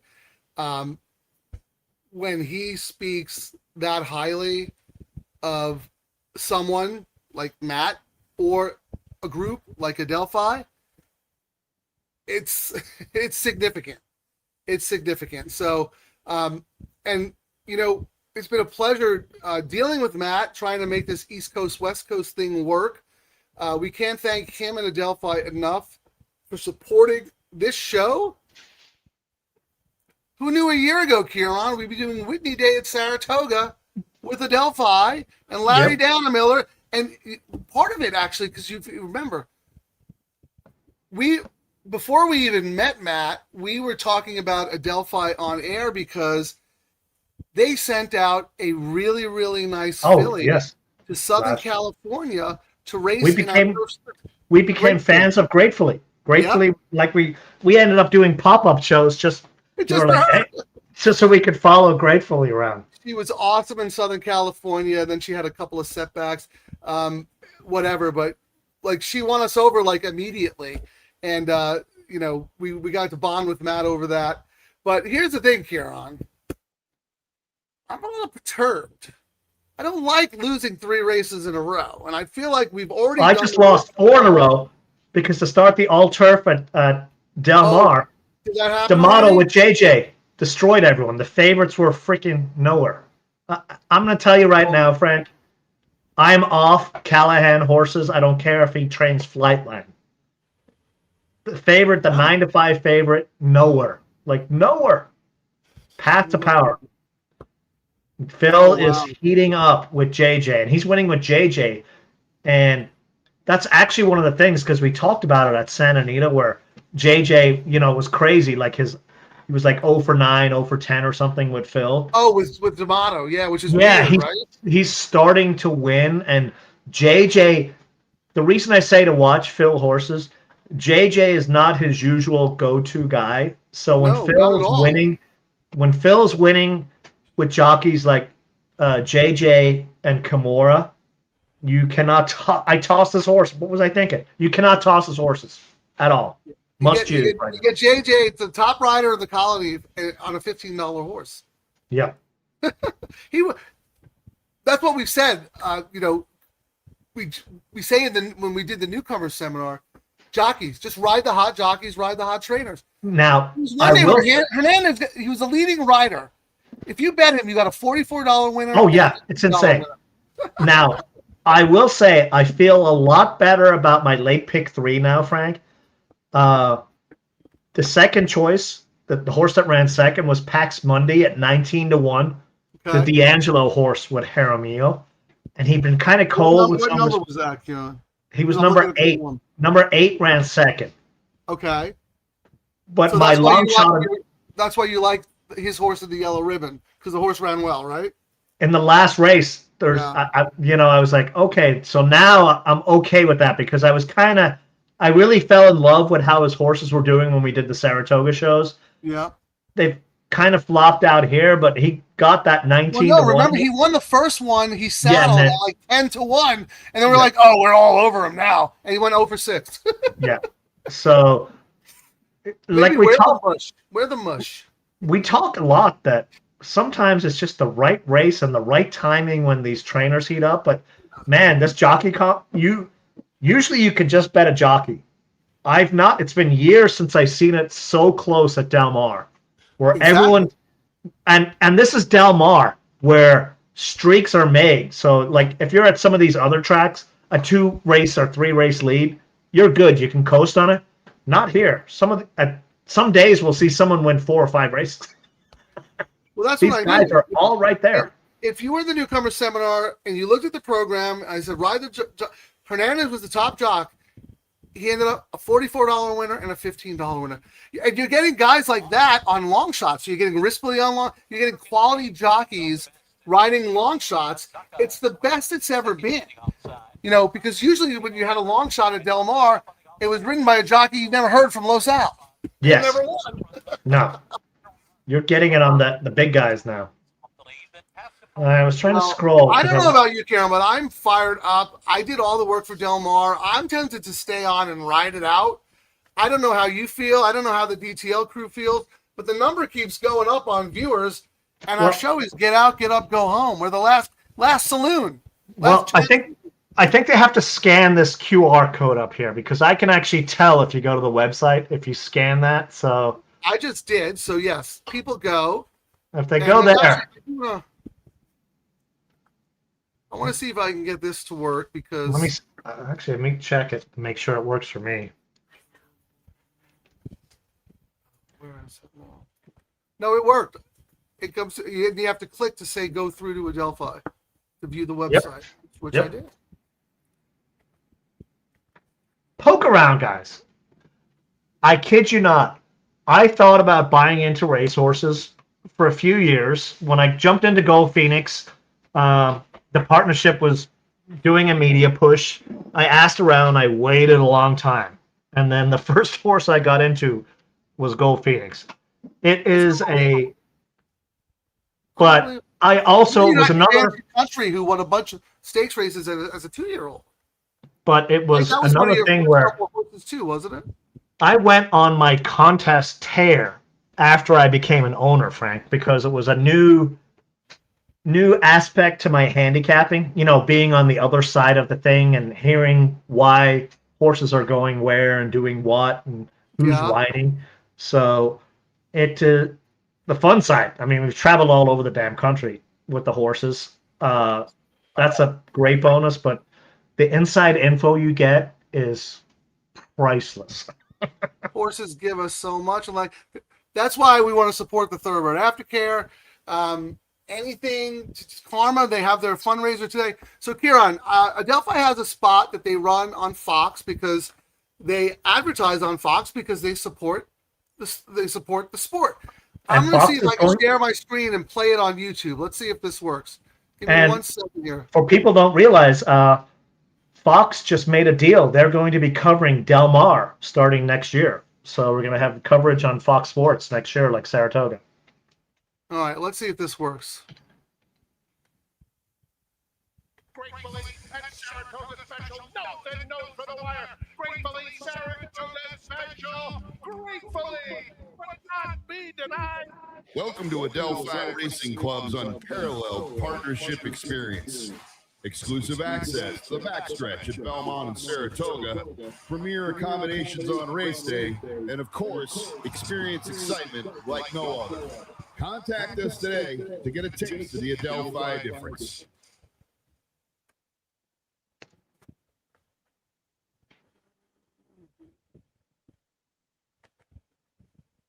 I like that. The Adelphi difference. Yep. That's like the Double Trouble Live. We have a dramatic difference. Our show is unlike any other. There is a difference.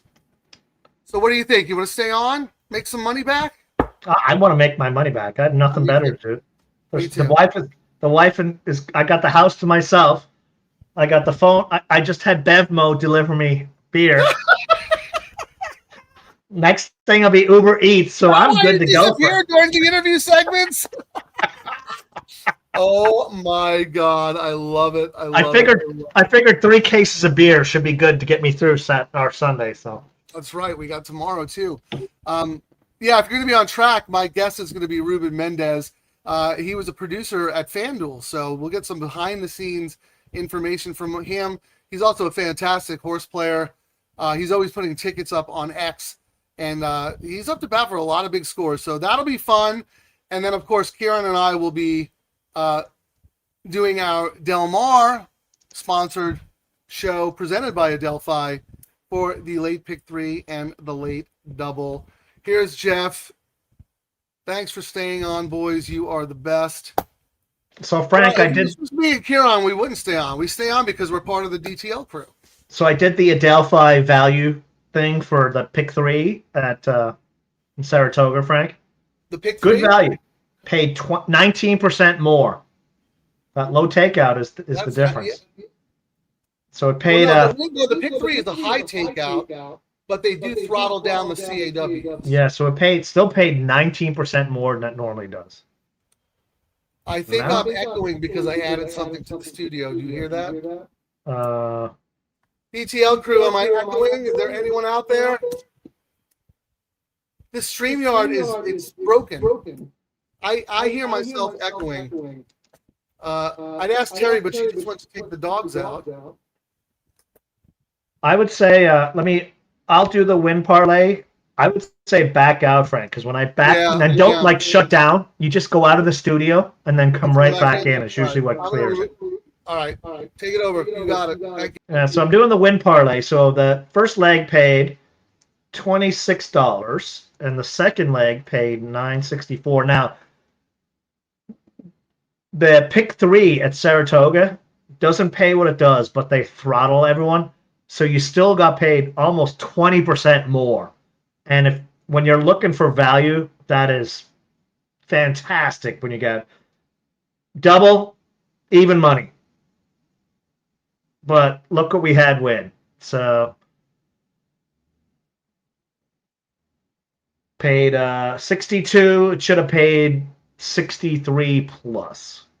But Del Mar, this is the start of the pick 4. I did a ticket for it, but I don't know if you guys want it. Let me actually anyone have Del Mar picks they want to put up now? We may as well stay on. We should have the bingo card. Where's the bingo card?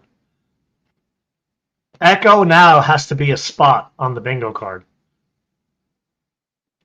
Now, Frank used that thing to go get his own Uber Eats order right now.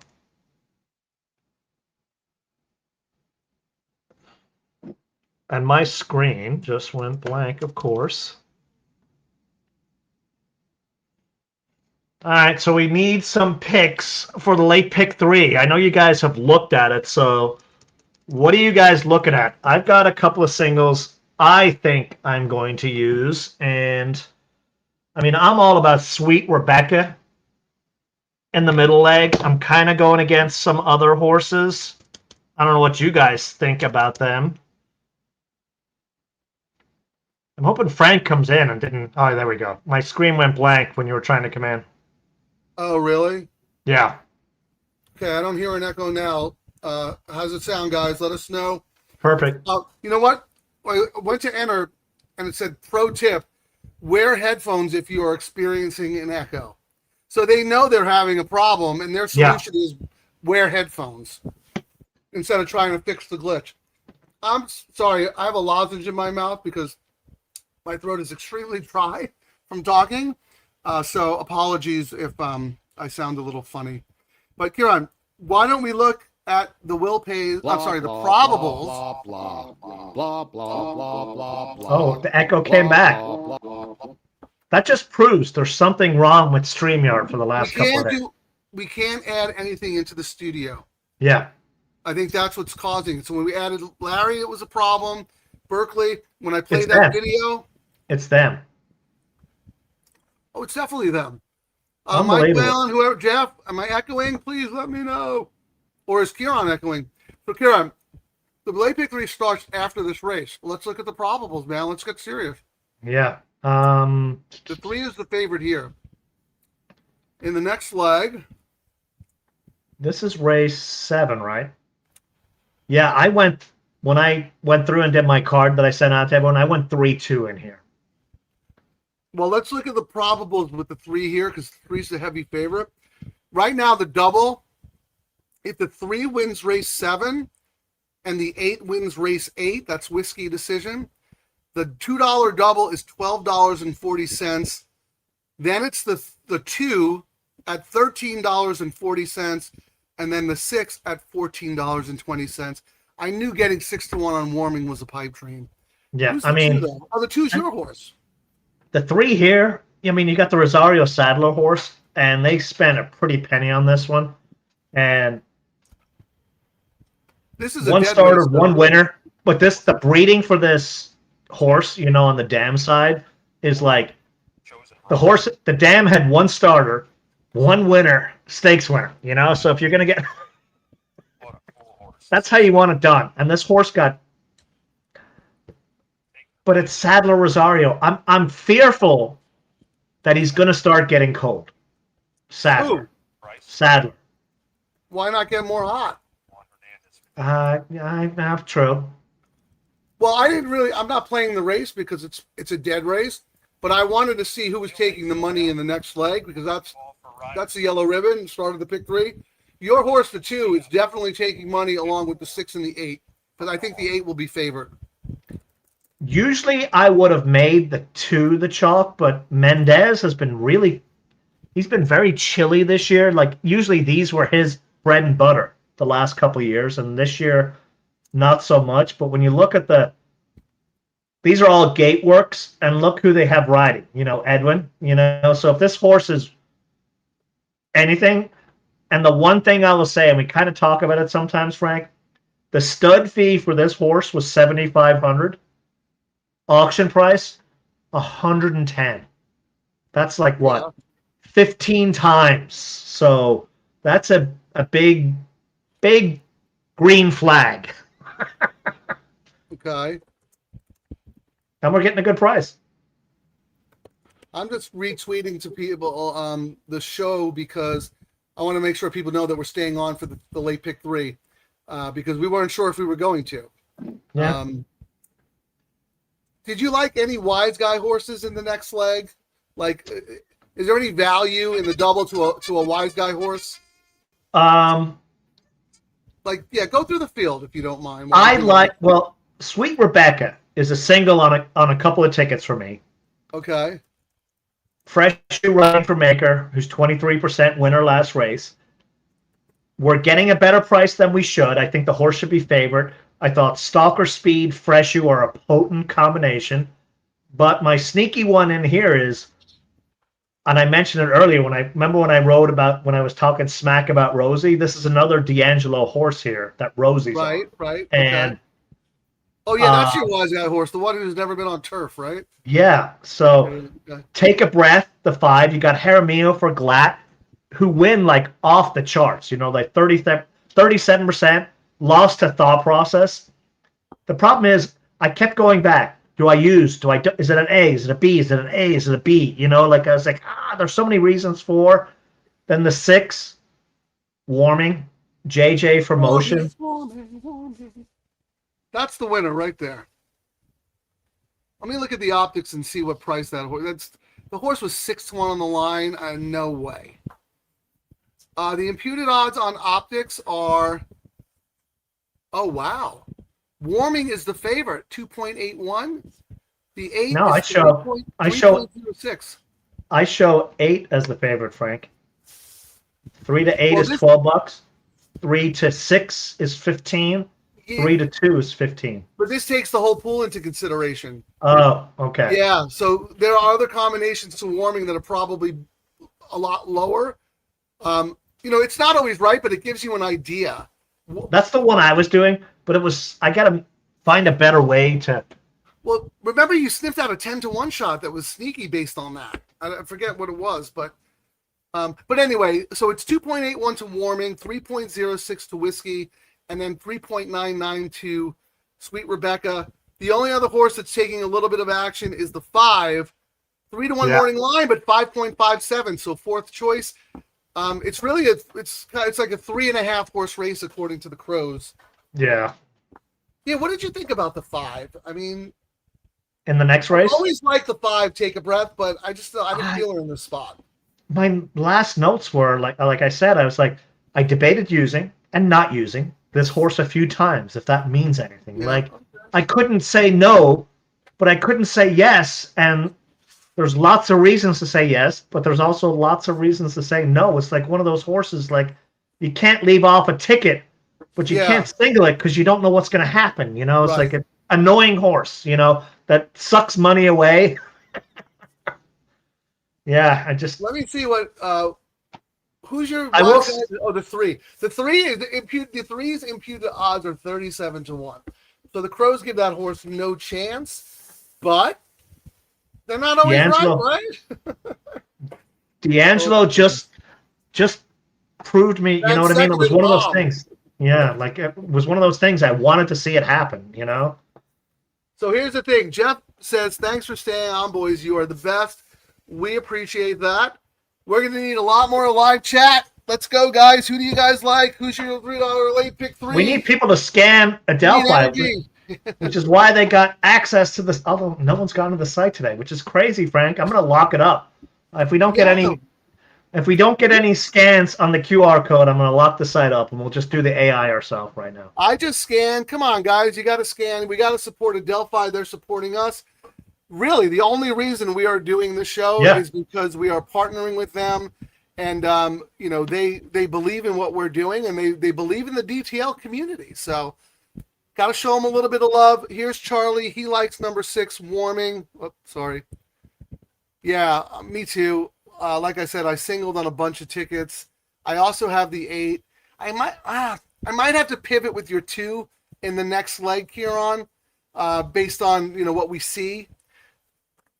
Because those are really the 3. MFT, welcome. I printed out all your picks. You printed out. Okay, so I guess you. Oh, actually, I'm glad. I'm actually going to send myself an email. So excuse me. It was something I had on the site and I lost it, but it was gone today. I need to make it where you can go to the AI. You can print out the sheets so you can see it. So I forgot to do that. I had it on there. And you can print out my PDF matrix and your notes? Yeah, they can print it out. I need to just make it where they can do it easily, without having to fuss and whatnot. Give them the option to do it. Oh, that's great. Because it makes it a lot easy when you're on the phone and you can just have it saved to the phone and you can bring it up. Shout out to MFT. He said from the site. So. All right, let me see. MFT, by any chance, do you know a person named Susan? Very, very good horse player. And if you do, then you're also a very, very good horse player. I've heard a lot of good things about you. So thank you for contributing. If you're not that person, we welcome you anyway. I think he might be. Ha, ha, ha. You can't, with the DTL crew, man, we got feelers out everywhere. We know where the lurkers are, the snitches. We got 4 minutes to post, Frank. And let's see what our... Well, yeah, he says just click on those tabs and it's very easy. Well, great. That's a great feature, Kieran. John, if you look at the top right of the screen on both the mobile and the landscape, you will see a QR code right above my head right now. It's right there. You're going to scan that QR code. It's going to take you to our site, and you have to just click through for Adelphi, which takes you to their site. Show them a little bit of love. You don't have to browse now, but at some point, browse the site just to get used to it. But it's right there, like Terry said. I'm sorry, Kieran. Go ahead. I cut you off. No, I was just looking. Our AI says 8 should win this race. The JJ Lewis horse. What price? 7-1. So I just did a win bet on it. Yeah, It's actually saying. Does the 3 deserve to be 6-5 here, Kieran? No. Oh, justify. Wow. If we could bet one horse, it says 8 is the horse to bet, and the bomb alert is the 1. But Caroline, I don't know how strong the knowledge is on first-time starters, right? There's a lot of first-time starters in here, so it's a lot of first-time starters, but it's also what's programmed in too, which is actually it's not surprising to me, and I forget it a lot of times. Mm-hmm. I've upgraded the post position for the winning posts historically, and that's been actually a huge driver on some of the upgrades for some of the long shots that I've kind of tossed and then went back, and I was like, oh, the post is a big... I'm gonna bet the 8. I'm gonna bet the 8. You suck me in. No, I'm looking at it. It's a second-time starter. The horse was favored in the debut. Whatever, had a wide trip, ran okay. Now it's the second-time start, which Lewis is much better at. Not greatest with blinkers, but he's average. And JJ sticks around. Yes. So, I mean, I would take a second-time starter over a first-time starter any day. And Tom Quigley and I do some notes. Our horse note on this is a full to the horse Curlin's Chaos, who won $278,000 and won a big race here at Del Mar. So I am betting that horse at 7-1. Thank you. Yeah, they've got one where they're like trifecta is 8 over 110.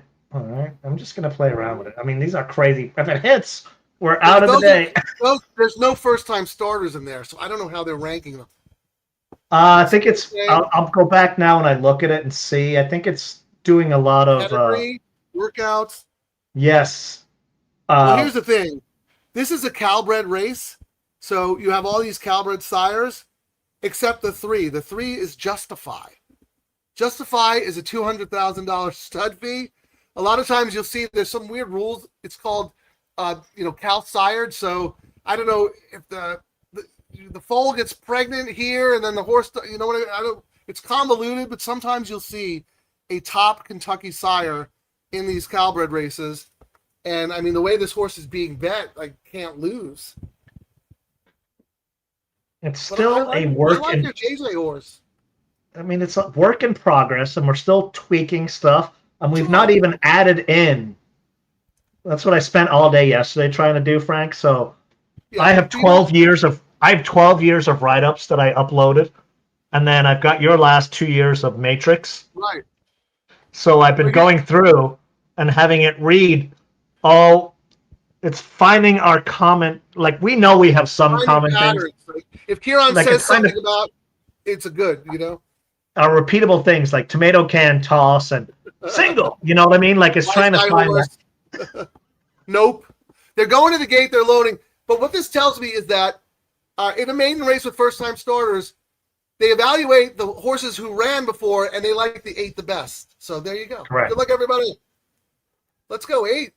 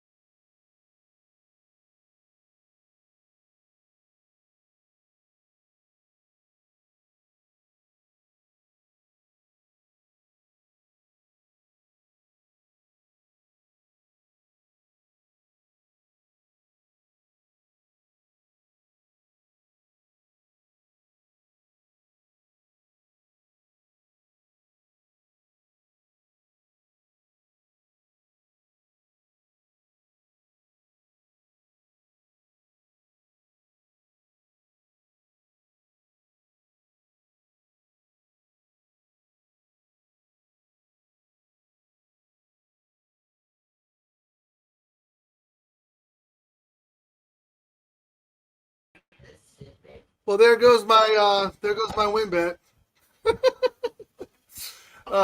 They're probably scratching because they know they can't beat the Justify horse.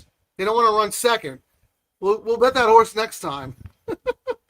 Actually, remind me to do that.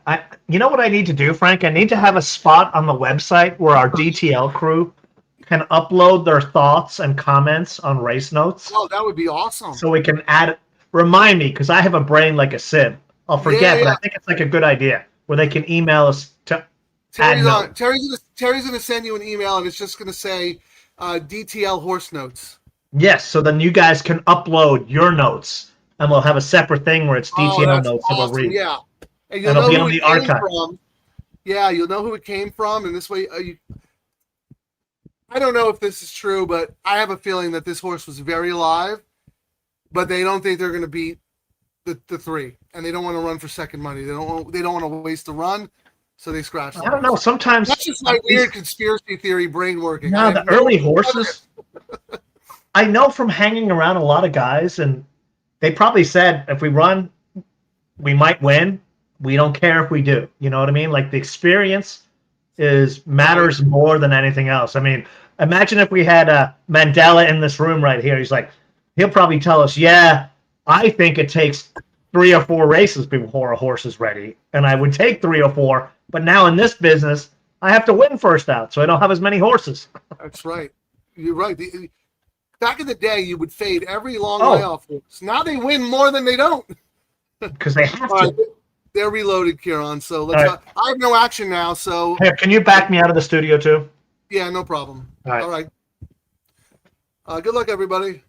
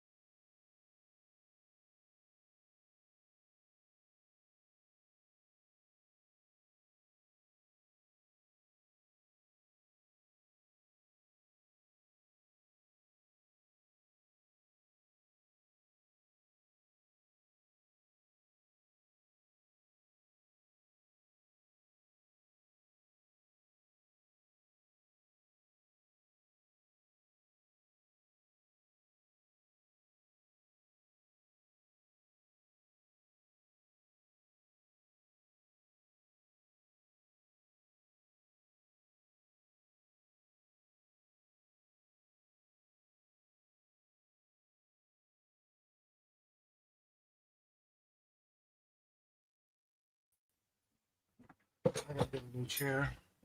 Sinking. Yeah, your guy's winning nothing, Frank. If Sadler goes cold, Rosario's gonna. If I could fade him in the jockey title. You're gonna blame Rosario for that? Yes. The horse ran second. The winner was a monster. But if he's winning because he's been on monsters. If he has to jockey, he's not winning. I'm gonna fade him. Well, whatever. That's fine. You can fade him all day long. I went to look at the pedigree to see if there was anything. Yeah. Yeah. I'm on Formulator. So the dam, unraced, her first foal. Yeah. Fire was Go Zapper. Her dam was Peppermint Lounge, and she was actually a decent horse. She ran second in a stakes race at Hollywood Park. Her synthetic and turf. This horse could probably run on the turf too. That was an impressive performance, Karen, because Paula Gaines does not win first out. That's not her jam. No, she's starting to get better. She's 11% now.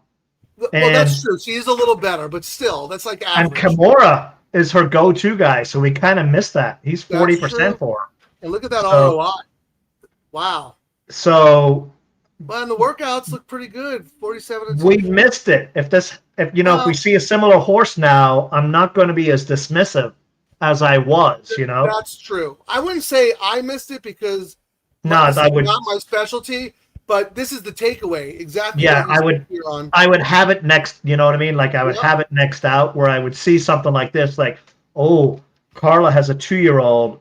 Oh, and Kimura's on. Okay, wink, wink, and a sharp work.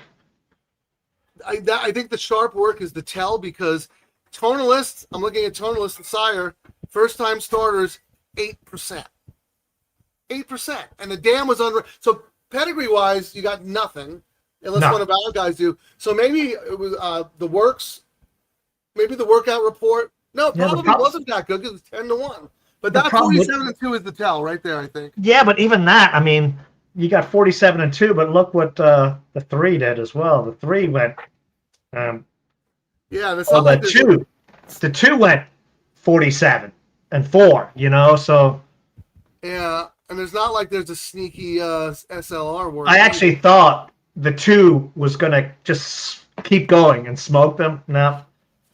Mendez horses just aren't what they used to be. At least this crop that's been coming through for the last year. Yeah, he was usually like all the time, in this. He was a rock solid dude in these types of races. Well, not so much. 2-year-old 5.5 furlongs all day long, but speed has not been good. I'll tell you, I thought the Justify colt ran fantastic. The way that horse kept trying after getting passed, was stuck on the inside, which is dead. I thought that horse ran really, really well in defeat. I think the 9's a stakes horse. I absolutely think the 9's a stakes horse. That was dominant. Yes. Dominant. Especially for someone, Carla does usually not win. Never. First out like that, I mean, you said she's a little better, which I agree with you. Yeah, but she's another one that's always got her second time start. And her ownership, the people who give her horses know that it's like, we'll take the jumps to get to the big thing. They're very patient. They don't want that. Show me the money. They usually breed horses who go long on the turf. Yep. So for this horse to win with breeding that, you wouldn't gravitate to win the way that she did, and knowing that there's some turf in the pedigree, and that's what the Williamson Racing does, that is the stakes horse. We got to put that in the horse notes. DTL Crew. I was just looking. I was looking at the Will Pays on the double, Frank. Yeah. The favorite is the 6, $60. We knew that was a trash morning line, but the 2 is the second choice at 75, and the 8 is and we kind of thought that the 8 should not have been the price it was. Pick 3 is where we find our info. 8 is the favorite in the pick 3. The second choice is the 2. 8 is 116. 2 is 135. 6 is 148. I think my 2 is live can be based on. Yeah, I agree. That was my third. She's my third choice. But I like the other 2 much better. Here's the thing that you had a good stat about Michael McCarthy. I forget what it was, but it wasn't the one that I called out.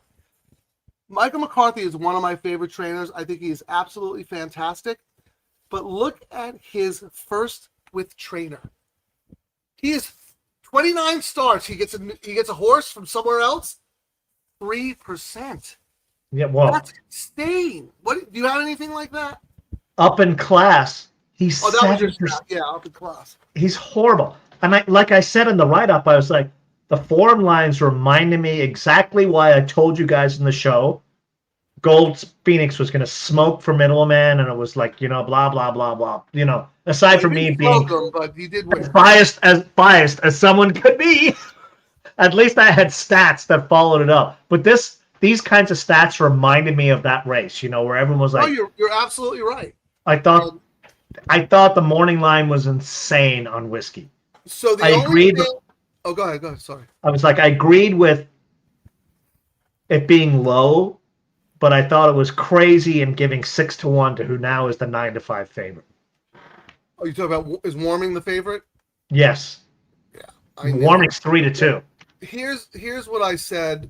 I won't read the whole thing because I wrote a novel because I love this stakes race.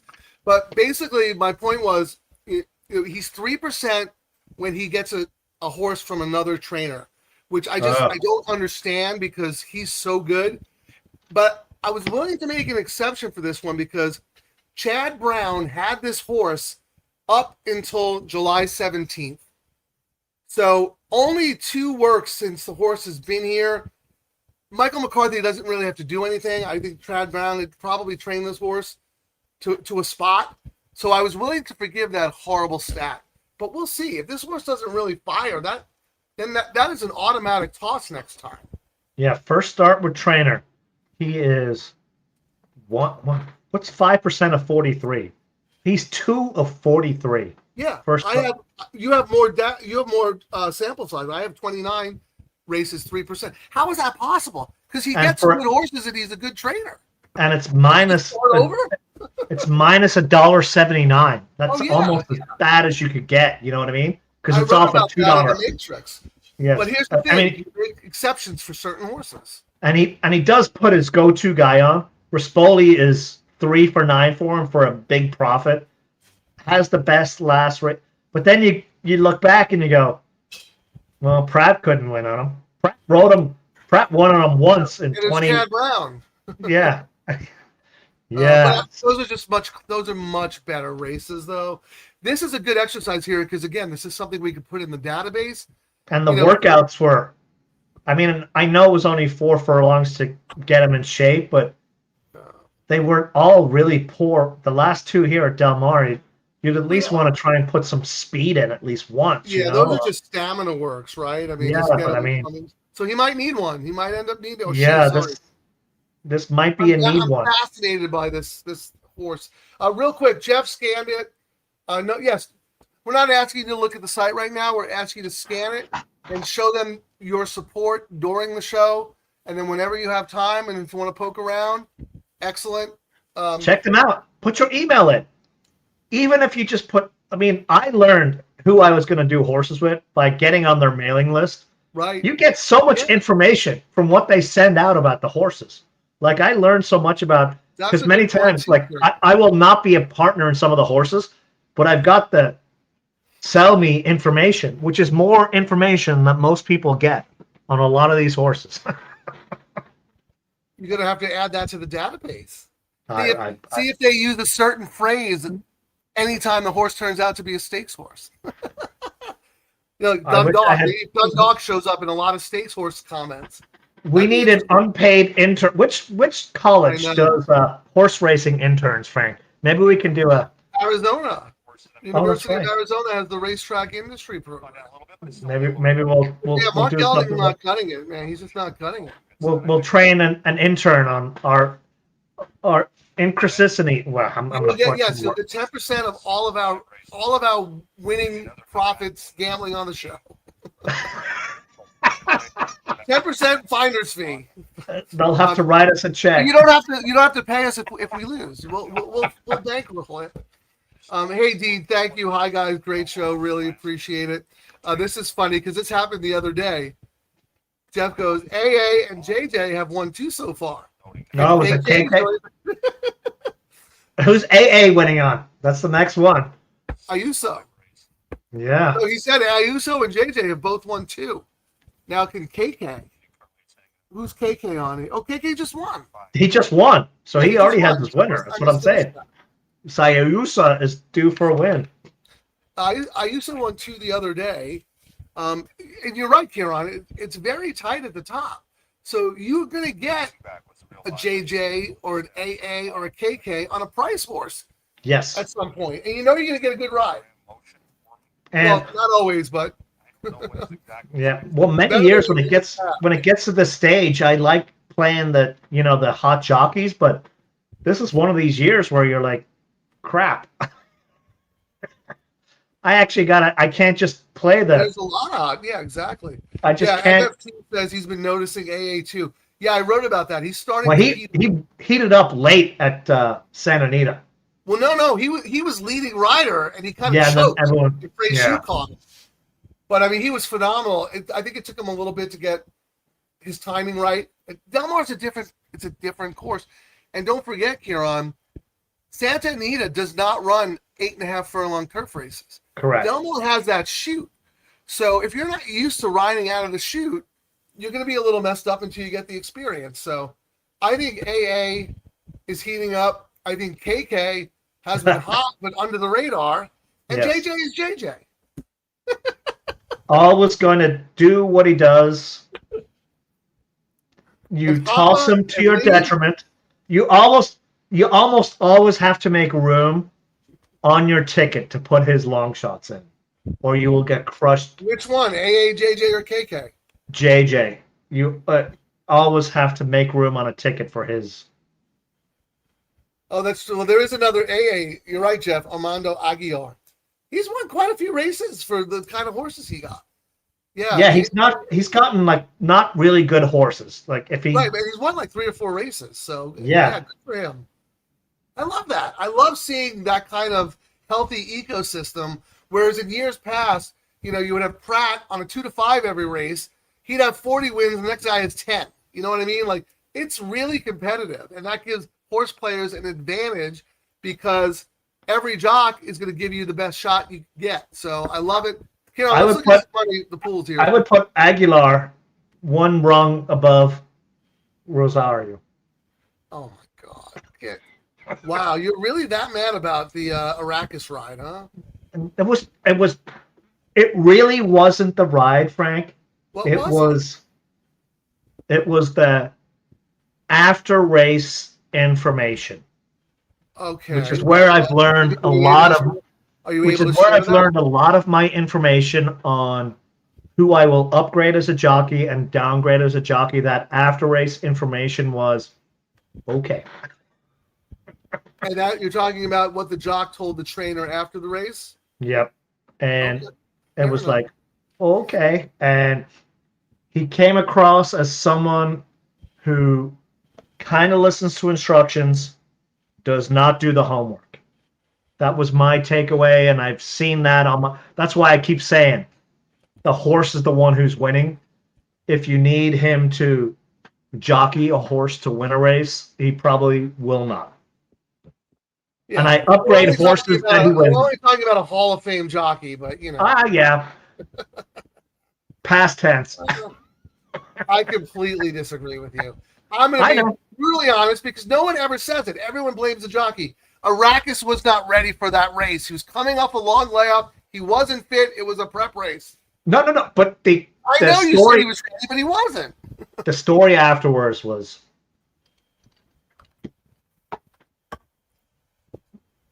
For once, I would like a trainer to say, you know what? Yeah, I wasn't pleased with the ride, but the horse was a little short. I was there when they were talking, and I know, but I'm allowed to have my opinion. That's all right. No. But I disagree with you on Rosario not being good. I mean, come on. He's the second leading rider. Yeah, we'll see where that stays. And I'm saying this from when we were doing Saratoga. What did I say? I was betting every horse he was on because I was like, he's coming out here. He's going to smoke everyone when he gets out here. Well, Santa Anita, remember, he almost won the riding title, and he missed like the first 5 weeks. He's the best jock in the collie, hands down. When he's on, forget it. There's no one better. He is elite. We have a lot of very good jockeys here, but they go to New York, they'll be 10th. You got Pratt, you got the Ortiz brothers, you got Manny Franco. We should probably throw up. Oh, you already threw your. I forgot to put my pick 3 ticket up. So. All right. Well, let me talk through mine real quick. I love the 6, but I do have a ticket with the 6-8. But I come back and I single the 6 with my other A's. So I need the 6 or the 8 to get out of here, preferably the 6. I also made a $100 win bet on the 6 for one of Adelphi's charities. Why don't you do it for show, Frank? At least I'll get some money out of it. Come on. Place or show. Do 50 win, 50 show, 50 win. Win bet. That's it. This horse is going to smoke them. There's 9 to 5.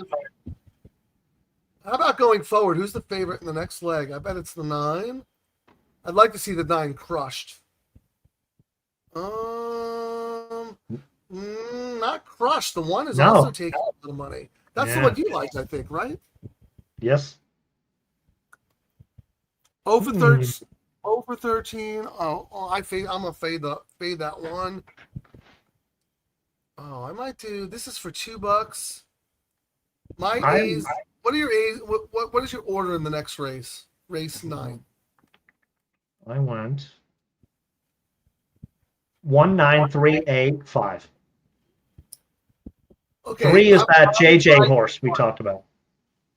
I'm 9, 5, 8, 1. So we have all the same horses except you have the 3. Oh, that's the Brendan Galvin horse, though. You made a the one that JJ hopped off Special Club, right? You know what, Kieran? I'm actually going to pivot. I'm going to play another pick 3. Thanks for reminding me. And then the other horse that's a sneaky one in there, Frank, is the number 8, Stay the Boom. I have the 8 already. Lost by a neck. Off the claim from Phil. And we know, like, Phil cleans a stable out, but sometimes these small stables, the sharp eye guys, maybe they get the wink from Phil. Hey, our owners want it gone. You put it in the right place, you'll start winning. I thought the 8 was that kind of clear the ball and make some money, and on to the next one. Yeah, I thought this was the kind of horse that fit for this race. I agree. I already have that horse, but here, Kieran, what I just did, I'm pivoting, ladies and gentlemen, as we do on the show, because Kieran made an excellent case for the 3 in the next race. I am singling my 6. I am singling the 3, and then I went all in the last. And I have a bunch of others too. So I am using your. If you're right about your 3 and I'm right about my 6, I'm hitting the pick 3. Are you doing anything different? Put your play up. There you go. I'm making another bet. So just talk it through. Oh, I put it up there, right there. There it is. Yeah, we'll talk it through. So I thought Rebecca. I thought we get Freshu. Nothing more I can say. I kind of went around him, but I also liked the 6. I couldn't toss it. But I thought this was a race where a lot of these horses had a big chance. So that's why I ended up spreading. Race 9, the Special Club race. Who did you use? Do you 2, in this first 2? I've got 2. 1, 2, 3, 6, 8. You have. No, I've got 2, 3, 5, 6, 8 in this first leg on multiple tickets. 2. I want to write this down. You really think it's that wide open? 2, 5, 6. I thought it was either going to be my horse or your horse or crazy. Yeah. So that's why I did what I did. But the second race, Frank, the race 9, prices have won that race 60% of the time. Which is why I ended up going as deep as I did in that race versus singling the 1 or the 9. Like, it could be the 1 or 9, but when they don't win, the favorite's 27%. Outside of that, hey, go shopping for prices. Yeah, no, that's why I used your 3. I thought you made a very good case. And then my whole stance in that race is I'm fading the 1. The inside is horrendous. 0 for 13 at this distance. And you made the case where Hernandez doesn't ride through the claim, and he ends up on a Galvin horse who's been off for a year. I'm fading the 1. And if I'm wrong, I'm wrong. And then the last race, It's speed on speed on speed, next to speed with outside speed. And then I went through and I was like, I really did not have Dr. Filkins the 7 on my I like radar. Did not have that horse on my radar. But after I went through it, I was like, okay, I got to go back with an eye for a closer. Now, if Jaramillo is the Jaramillo, he'll let the 5 duel with the outside horses. And the 6, and he's looking good. If there's a battle, the best closer is Dr. Filkins, and you got Ayusu AA due for his run. So that's why I had to throw that one in. I agree. Total pace play. Plus this horse is very honest. Always runs well. Is always competitive. I think he gets the best trip, and the race shape absolutely favors him. But that's why I like someone else too. Actually, no, I took a shot also on the 3 maiden special weight dropper, newly gelded. Horse has some issues, but they ran the horse in maiden special weights. I think that horse is sneaky. The drop, to me, is very significant because a lot of others in here have already run for the 50 level and haven't won yet. So, I'm just guessing really, but I've done really well with these kinds of horses before. And, Dan Blacker, he pops at a price every now and again. I was looking to see what our race flow thing was saying for this one. There's a lot of speed for sure. I mean, the 5, the 6, right there, boom. Number 4. Who's number 4 in here? Oh, in here, I thought you were looking at the next race. No, I was looking at this race right here. Yeah, Princess Moche. She could dictate the pace if she wants. Yeah, it was like the lone speed, and that was the horse. Yeah. This is how open it was. Only 97 it had the top out of 250 race simulations. It was the top, but only at 97, and its average finish was 2.3. I don't think I liked her comeback race. She went off form, freshened up. I liked her comeback race. I don't know if she's good enough to wire this field. That was my concern. But if she goes slow, she has a pace advantage. No doubt about it, Kieran. Well, our robot says if they had one horse to bet, it would be the 5. Well, yeah. I mean, lone F, right? Yeah. Will anyone else go with this one? I mean, with the 4? Well, KK might go from the rail. I mean, the horse has tactical speed. I'm going to do a $5 win bet on the 5. No, the 4 you mean. You mean the 4? No, take a breath. Number 5. You just talked about Princess Moshe having the advantage. I know, but I went back. I scrolled down and it said, if you could only bet one horse, our race IQ says bet the 5. Take a breath. Oh, I thought it said bet the 4. I missed that. Sorry. No, but it had that as the bomb alert. Reason? Number 4 is the bomb alert in this race. You're getting 12-1 too. That's not bad. So what is the 5? Why do they? Is that a? Oh, it's the strongest overall field stats. Okay. Will stay within the striking range of a potentially soft pace. I don't think it's going to be soft. We'll see. No, it's definitely going to be soft. Princess and then that upgrades to 5 is what it said. I don't know. I mean, the 5's a nice horse. All right. Well, they're loading. I'm all about the 6, but look, the 6 just got whacked to 9-5 again. The 6 is the crow horse. I hope they're right. My whole day is built around the 6. Caw, caw, caw. Caw, caw. Good luck, everybody. For those of you guys who don't realize, when you read our notes, when we say the crow horse, caw, that's why we call him the crow.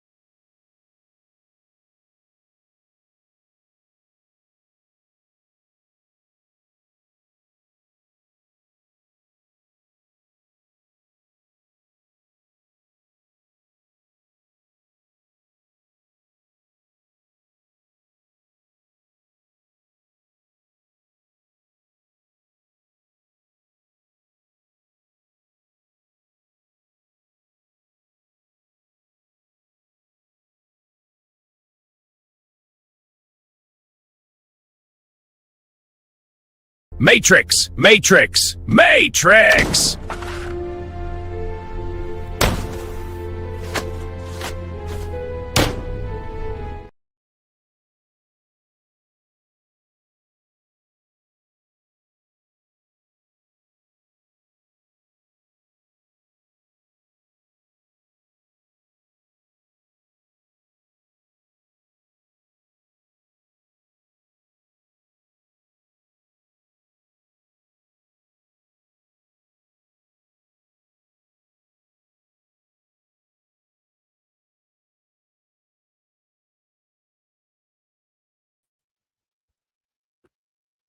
Cue Billy Joel. Easy, easy, brother. I told you she was gonna smoke them. Smoke them. I thought, but for a second though, Kieran, I thought it was gonna be Goldfoot all over again. That It wide looked move like into the lane. It looked like it was going to be, yes. I Yeah. thought Princess ran a big race. Ran but great. Yeah, she Yeah, ran but great. Now, not enough. here's the thing. Look, I'm not going to brag because the horse was 9-5, but the horse was 6-1 morning line. But here's a little nugget going forward, and you would get this if you subscribe to Mark Gelding. You get all of Kieran's notes, all of my matrix notes and letter grades. I'm going to just share. Number 6, Warming. She is as consistent as they come. 4 wins and 2/3 in 9 turf tries. She's a road warrior, wins at 4 different tracks, won the autumn miss at Santa Anita, won for fun, beat the next out winner. But here's the thing. I don't think there's Eclipse Thoroughbreds does a fantastic job with fillies, and they win a lot of the filly and mare stakes races out at Del Mar because they point to them. You know, they had Anazette, they had the one that won the one last year at like 30-1 in the grade 1. So anytime you see an Eclipse Thoroughbred filly or mare in a quality race, just pay attention. Again, and we've also said, 5, like whatever. if there's one thing to take away from Del Mar this meet, upgrade class. Class, we talked about that. Especially in the crappy races. Class really does matter. Even off the bench, doesn't matter. Class is probably it's probably one of the first years, and I'm not really. I mean, I am a class guy, but it's not like up there on my things. Frank is a lot of like a lot of his stuff is class. I will say this is the first year in a while where it's really jumped out where you have to massively upgrade class at Del Mar right now. Well, Kieran, that is an excellent point, and I know exactly why. Because of Northern California closing, they write lower level races now, that's true. So that before this, the horse population wasn't so great. So like a $20,000 claimer was not that much different than a $10,000 claimer. Class was starting to really not matter. Now it matters because we have a lot more conditions. And we talk about that, Kieran. You have to read the conditions. Certain races are written for certain horses. Was it yesterday? There was a race with the Rosario horse, the 65K thing. Was that yesterday? Or is that today? Oh yeah, and I was like, it was written for that horse. Yeah, it was like exactly the amount, like 150,000. I don't remember the race though. I've never seen a 65 written, and I was like, I know exactly. What? And I was like, oh my god, it's Rosario on it. Yeah, well, I got to use it, but. But that horse. So I looked up the chart because that horse had one race, and I think it was at Churchill. Yeah, but the auction. That was a Churchill condition. Yeah. Same thing, and Del Mar copied it to write it for that horse. So you have to. What was that horse? We've said it over and over. If you're not reading to the conditions, you're losing out. Because sometimes you'll read a condition book, and they write it for one specific horse. You're like, it'd be like non-winners are like 3 or 4. You know, like some nonsense. Like last year, remember Gold had the issue and we couldn't get into a race, and it's very hard to get races for those kinds of horses. So they ripped the condition for Gold to get. Like he didn't win the race; it was a prep. But you have to. Sometimes they do, like they write it for these horses, and they're getting very. It used to be the boring same conditions over and over and over again. The last year plus, it's gotten very. You actually now cannot you'll read the first line and go, I know what this one is. No, you got to read 4 lines down because then they're going to say, unless you've done X, Y, Z, and did X as well. And then also at Oaklawn, remember they wrote the weight conditions, and there was a horse who looked just like the other horses, but was getting 10 pounds, carried 10 pounds less. And won. And ended up winning the race. Because it was like, if you haven't raced in the last 3 months, you get a 5-pound weight allowance. It's crazy, but it starts to, it really matters now. So pick 3, Frank. 9 is $74. 1 is 96. Not a whole lot of. Turf, right?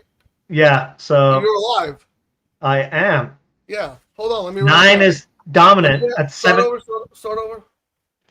So on the pick 3, the all turf. 9 is paying 74. Okay. 1 is paying 96. Okay. Everyone else is like 200 plus. The 5 is the next closest. What are you alive to? I am alive. The all turf. I'm alive to.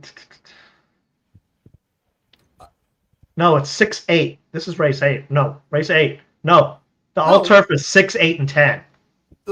Yeah, they just ran race 8, so you should have will pays for race 10. Oh, I didn't look. Unless it takes a while for the all turf. Yeah, it takes a while for the. On the double, I'm alive. What do you have at the all turf? I just want to write it down. I've got 5 as my single in the last leg. Okay, so the all turf, you're alive to the 5. Oh, that's good. Well, let's look. Let's do some market analysis here. Who is the favorite? On my go ahead. On my pick 3, I'm alive to 1-9 with 5, 6, 7. And on my single ticket with the 6, I'm alive to 1-9-3 with 12-10. And the reason I did this setup is because I singled the 5 in the last. So I really handicapped my bets. And today was the first time I did it where I was spending a lot more on my all turfs, and now I'm spending a lot less, and I'm covering different angles and you know what I mean? Trying to handicap it a little bit better. Yeah, I am alive to 8-9-3-5 multiple times with the 8 and multiple times with the 9. And I have 6 with 8-9 to all, 6 with 3 to all. That's your 3, the Galvin horse. And then I have the ones that I put out on the show. So I got 4 things cooking. This is a critical race though, Kira, because I set up a phase 1. Yeah, and I'm putting I didn't put my double up earlier, so let me put it up now. I had one where I was like, if I was alive in the pick 3, I didn't have to do it because it was a lot more. Like, I'm trying to plan stuff out, if that makes sense, where if I'm alive and not alive, and do I need to chase stuff? So, well, yeah, why don't you put something up? Because the 9, right now I'm looking forward from this race to the next, just to see who the favorite will probably be. Right now, the favorite double combo from this race to the last race is the 9-6, and it's paying $67.50 for $5. What's the 9-5 pay? 9-5 is 89, and that is the co-second choice with the 9. Yeah, 9-9 and 9-5.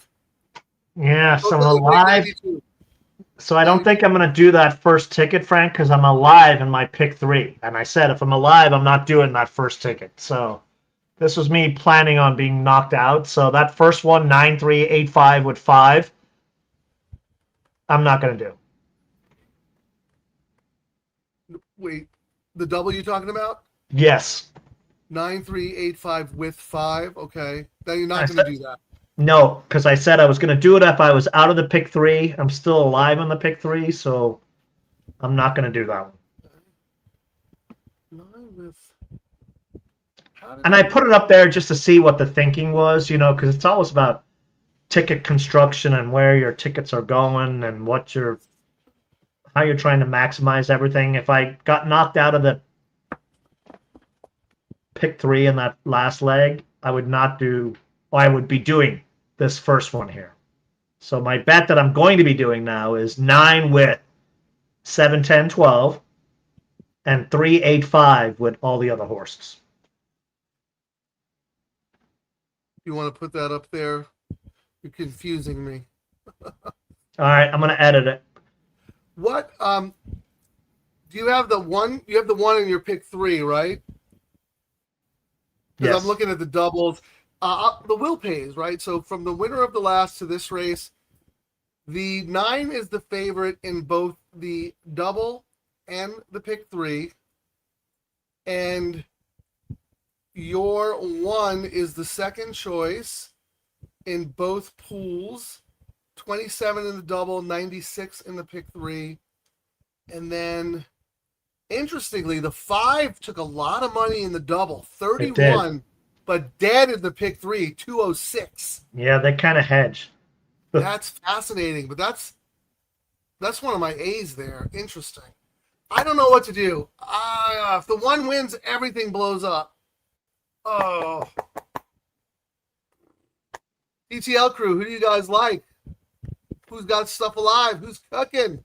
I'm alive on my pick 3, Frank. I'm alive on the pick 3 on 2 tickets. I'm alive to 1-9 on 1 ticket and 1-9-3 on the second. And then with the 1-9, I'm alive to 5-6-7. And on the other ticket, it was my chaos ticket, if you know what I mean. Like, I really was all about the 2. So the reason I did the ticket I did, I actually thought I did my ticket, and I've been kind of crap on my tickets lately. So I made a focus to get my Well, yeah, ticket. you had the winners, but not in the right combos. So I was all about the 2. So you can, like, I had a single with the 2, but then I had 2-6 with 1-9 with 5-6-7. And then if you see the very last ticket, I was like, all right, if my second choice wins, so I'm alive on the very last ticket. I have the same 1-9, but I threw my JJ long shot in, and I threw in my 12-10, the other side of it. So I've got 5-6-7, 12-10 if the 1 or 9 win. If the 3 wins, I've got it on doubles. So that was kind of the thinking I did. It makes sense. It made sense this morning. Made sense at the time when he was sober. Now that he's drunk and seeing clearly, it's very confusing because I'm confused. You give me the blah, blah, blah, blah, blah. But here's the thing. I knew Matt at 5 would be the favorite. If this were Peter Biller 3, 4, 5 years ago, this horse would have opened at 6-5. Yeah. And the horse is 2-1, and that worries me. And we've said it on the show many times when they know, they know. Even though Barrios is his guy, Rosario bailed, and he's been kind of winning a lot for Miller. So it's like, another race with 5 positives. Right. Here's right. 4.5 negatives. Yeah, you said long shots win this race. So, hey, Hockey 17, welcome.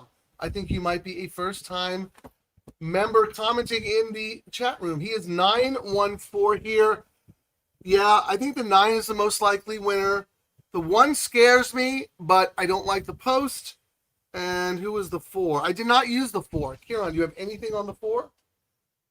AA for Tamayo. Rides through the claim. Did I write anything? Supernal. Number 4, Supernal. 5-1. Let's see what I did not. I just wrote about I only wrote about 5, 6, 7, 10, 12. Okay. Oh, wait. That's right. Sorry. 4. No, I didn't write. I went 1, 9, 3, 8, space, 5. So no 4 at all. I did not use the 4 either. I do think the 4 is going to get a good trip. The trainer is a little cold because, he got. Yeah.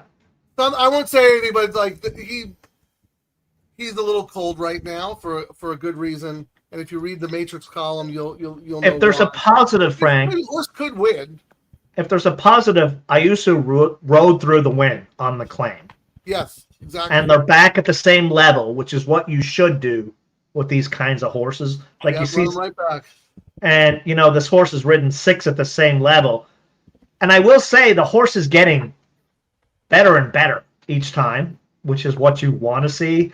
And Doug gave this horse away in his cold streak before he heated up at Del Mar. Like this was before he started. Del too, right? So that was one of those like Oh, yeah, he was starting to heat up, but he needed to get some wins, so Yeah. it should be an upgrade.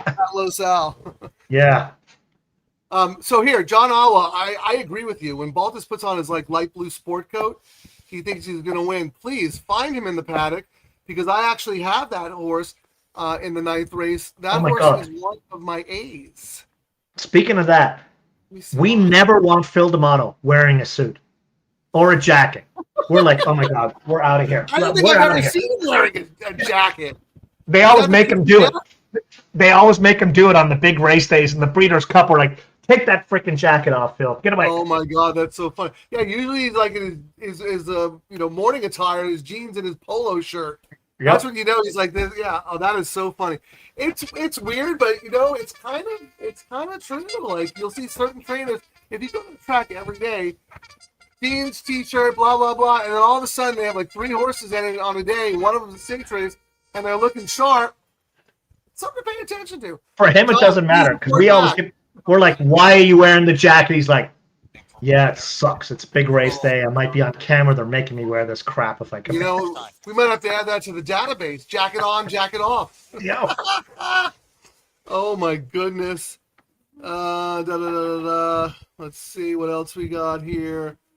I chickened out, Kieran. I did a little hedge because you like the 1 a lot, and the market signals were all about the 1 as well. I did do a 1 to a bunch of horses in the double just to get some money back if the 1 does win.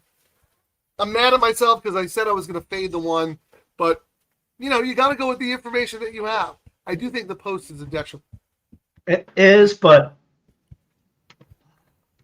even I'm using Powell horses, but for 99, and it's one of those things. But if it's a small stable, yeah, they're going to probably keep going. But when it's someone like these big guys, when they go cold, yeah, you just need to be on them when they go hot. And those first couple of times they start heating up, that's when you get paid the good money, because everyone's, he's cold. I'm not betting him. Well, the 9 just ticked down to 9-5, and it's 4 minutes to post. They cut it off at 2. I would love to see this horse go off at 7-5. That would be a strong market signal for me. The 1 is the second choice at 3-1. Excellent. The 5, which is the Baltus horse, who is my other A. My A's were the 5, the 8, and the 9, is 4-1. And Kieran, your horse, your sneaky one, Miss Joe's Colonel, was 8-1 on the line, 7-1 on the tote. So taking the money. Can you read off my doubles? 1, 3, 5, 8, 9 to the 5. What's the lowest pay? Okay, the probables. So 1 to the what? 1 to the everything to the 5. 1, 3, 8, 5, 9 to the 5. What's the lowest? 1, 5 is 107. What's the next one? 3. 3, oh no, 9 to the 5. 9-5 is 102. 3-5. 3-5. That's the one you want. 427. 8-5. Oh, I take it back. This is the one you want. 8-5 is 553. And 5-5. 5-5, 151. And for those who are new to the show, what we're doing is we're looking at the probable pays and to see if certain combos are worth playing based on the action we have already. All right, here's my other one, if you don't mind, Frank. 9 to 7, 9 to 7, 10, 12. Okay, 9-7 is 91. 9-10 is 110. And 9-12 is 301.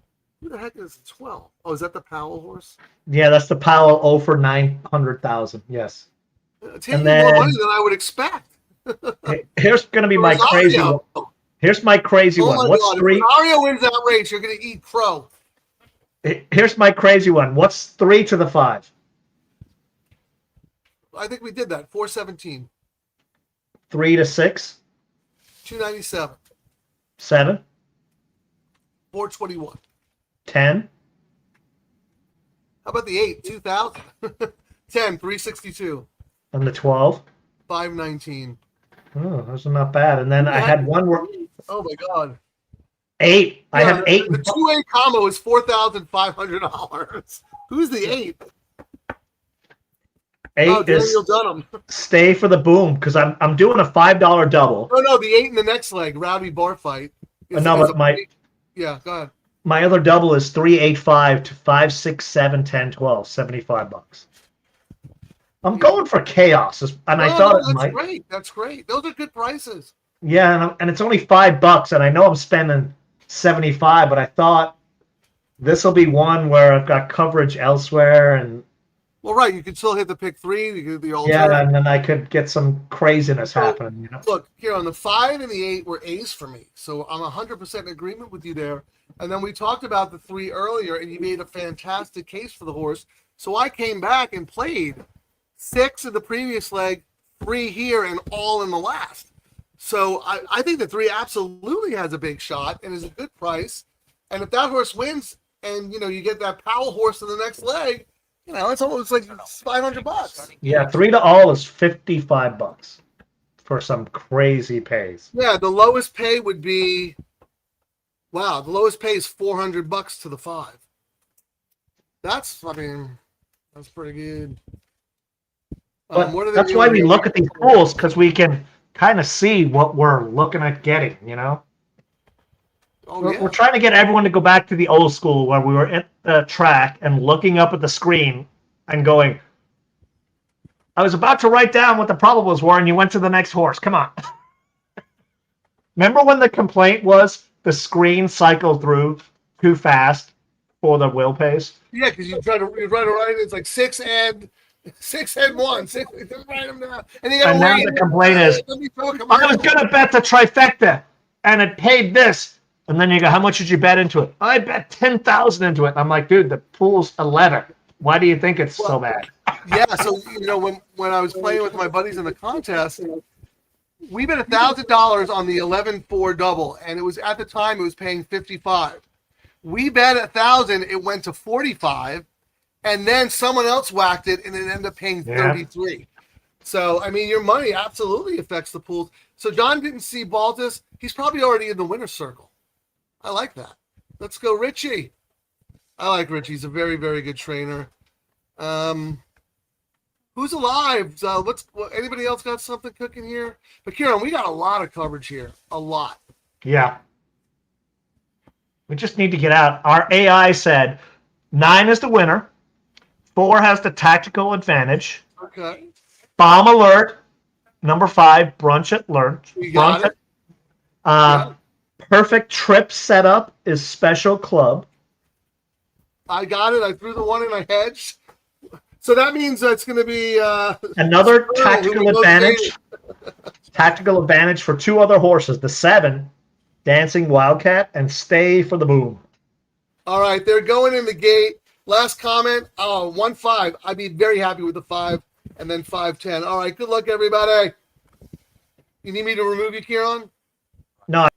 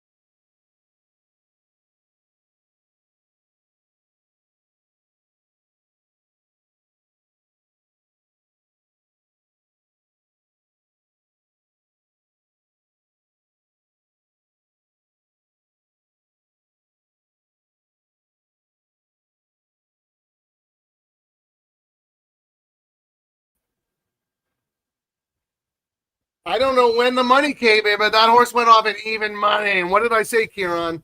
I said I would love to see that horse at 2 minutes to post get whacked down to 7-5. Well, they whacked the horse even more. Even money. Yeah. Horse goes 44 and change, and never in doubt. Never in doubt. Wow. Upgrade. Barrios upgrade. Well, yeah, he likes it. Yeah. That's the thing. Like I said, with Peter Miller, I was like, why is it the horse opened at 2-1? I thought the horse would have been 6-5. And you said, well, it's early. Let's wait and see. I must have blinked, and I looked up, and he was even money. Did anyone see at 2 minutes to post that horse at even money? Because they're supposed to shut down the wagering at 2 minutes to post. I'm not saying anything happened, but I was just like, wow.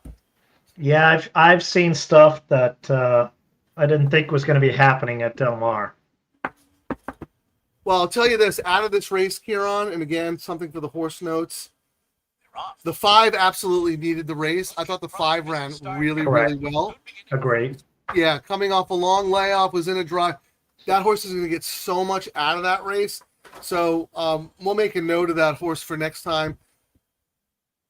And I would like to see 6.5 or 7 furlongs or a mile.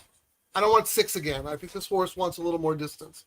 But And the horse just wanted Barrios back. It was like, I don't want Rosie on. Give me a jockey. Give me a good jockey. Well, Barrios was his jockey. I know. Rosario did what he was told to do: give the horse a workout, darken the form. So I was looking at anybody. the pick 3, Frank. 137. 137 for the 6. 155 for the 5. Okay. And then the 7. Dr. Filkins is 189 on the pick 3. What's the highest? Because I have all. 5,200 for the 8. Really? Rowdy bar fight. That's only me after an open bar. That's me after an open bar. I actually, you know the song, it's called The Bar Song by Shabuzi. I go, yeah. Hold on. Someone pour me out another shot of whiskey, because me and Mark Gelding got a history.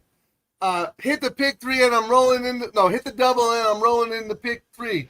Everybody at the track's got a tip sheet. Shabuzi, that's me. 6 is paying 62 Wait, hold on, bucks. Kieran, do you have anything on the 7? The only thing is that it's a maiden special weight dropper. That's it. Who? Dr. Filkins? No, Rowdy bar fight. Can this horse win? Can I win $5,000 with this horse? I did not do anything on it. I'm Yeah. going to bet a win bet so it doesn't happen. Sorry, dude. I will say that this is the type of race that Daniel Dunham wins. Turf races, drop in class. And look who's riding, Valdivia. He's back. And he used to be look at money this.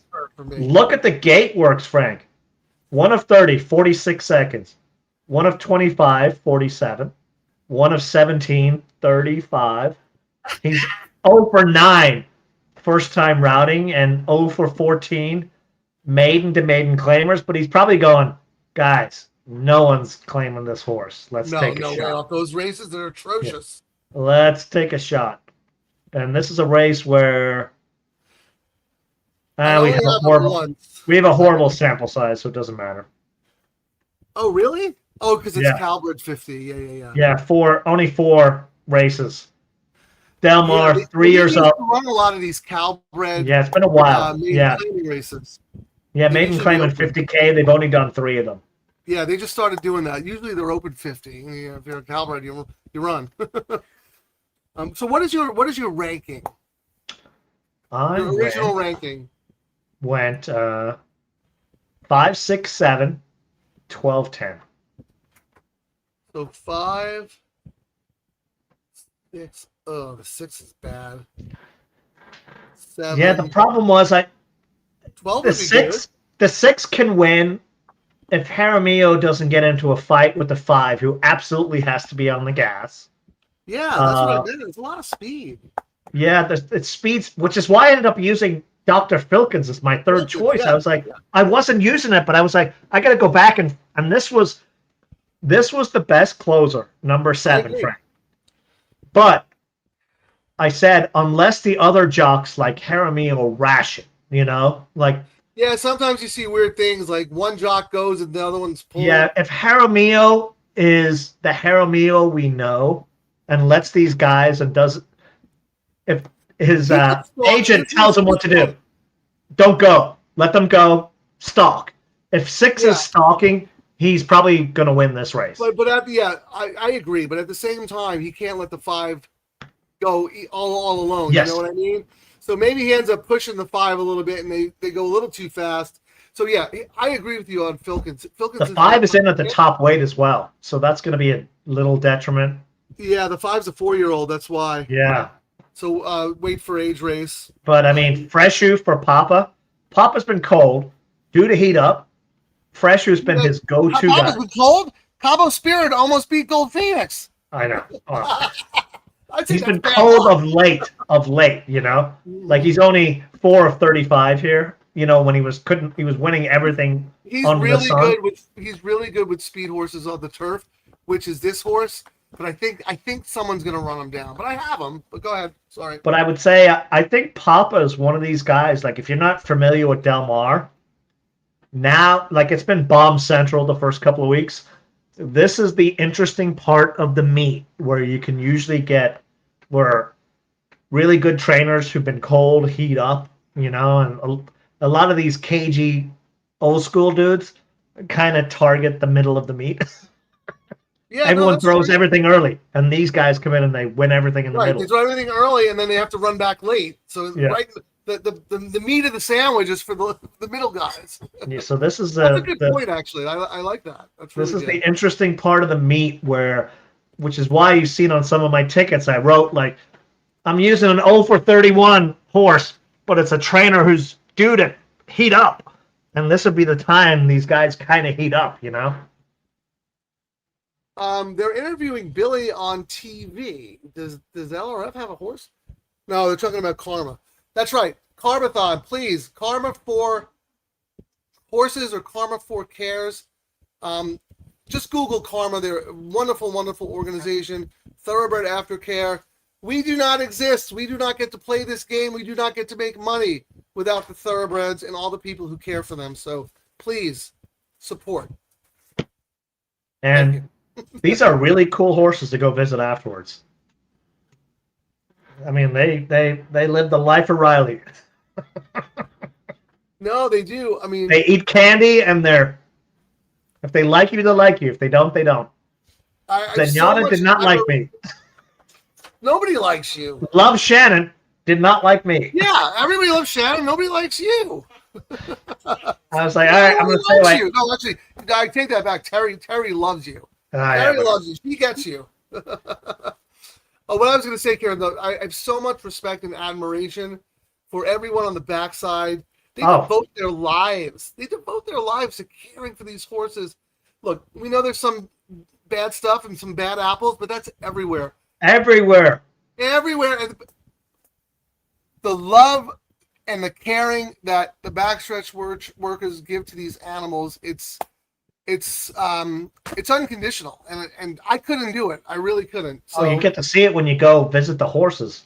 It's like a 24/7 job. Like people think it's like, 9 to 5. No, they need caring all the time. It is 24/7. And the other thing is, like, you talk about the connection. My buddy Jerry Wesselow. He's Flawless Racing with a couple of his buddies. He campaigned Brando the bartender several years ago.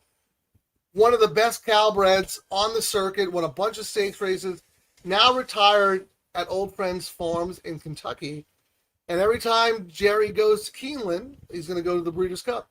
He stops by and he visits. And that bond and connection, it's just amazing. So hats off to the owners, the grooms, the trainers, everybody who takes care of our precious animals, our athletes. All right, Kieran. Well, we're all alive to stuff. It's just about I'm starting to get really. I'm looking at some of these will pays, and I'm going really. Like pick 3 to the 5 is 155. What is this? Oh, here, look at this. We were wrong. The 2 is paying $7,000. Oh man, let's go 2. Who is the 2? a mission. She almost won with a bomb the other day. I got nothing. I got nothing. Does AI have anything? Yeah, what does the AI read of this race, if you don't mind? Phil can beat this horse by 10. Well, the last race it had. What was the order of finish in the last? It went 9-1. It said. Yeah, I agree. Georgie P heated up. He won a couple of races, I think. Yeah, it went 9 was the bet to put the win money on for this one. It's saying. Yeah. Let's have a look. See here. Tell me about the 2. So you're saying there's a chance? It went. Oh, these other horse. It's my bad. I didn't go in and correct it for the scratch horses. I should have done it earlier. It kind of screws up the pace, if you know what I mean, because we were doing Saratoga. Because it takes into account. Oh, yeah. Okay. So I made it take into account the AEs. You know what I mean? Because you always want to know. It said here, which one, 2 you want to find out about, right? Yeah, the 2 and the 8 are carryover horses. I'm still scrolling. Yeah, I mean, they're bombs. It actually, what? It got an okay score because of the post. The 2? Yeah. Ooh. Those are 18 going a mile. That sounds good to me. Yeah, you're gonna even love it more. It looks like it's won 7 of 45 for a 187% ROI. So when it hits, it's bombs. 7 for 45. I wonder what percentage that is. I wonder what odds that is. That would be great to convert that into odds. Yeah, but 187% ROI. That means it's mega bombs, Frank. Win from that post. Right. So and they've won. What, 7 and 45 chance, you said? Yeah. That's pretty good. Yeah. Let me see. That's like still scrolling. That's all the way. It's all the way at the bottom. It's like it's going like take a picture with it. Well, let me tell you this, Karen. They just added this to the will pays on ExpressBet. The $2 pick 10. I'm assuming that's the place pick all. That's their place pick, yeah. Yeah, so they're starting to show the will pays on that, which is interesting. The pick 6, which had a double carryover, I said carries to the 2 and the 8. 890,000 was bet into the pick 6, Kieran, because of the carryover. Not bet into it. Started with 145, I think. The total was 890. 456 in the $3 pick 3. 456. Wow. 456. Well, our show days, the pools are up. We told them they'd be monstrous, Frank. I'm gonna pull because we track everything. Like we're actually a gambling show, so we actually pay attention to what people are doing. Just amazing. I mean, these payouts are. I mean, we'll see what the value is on the double and the pick 3.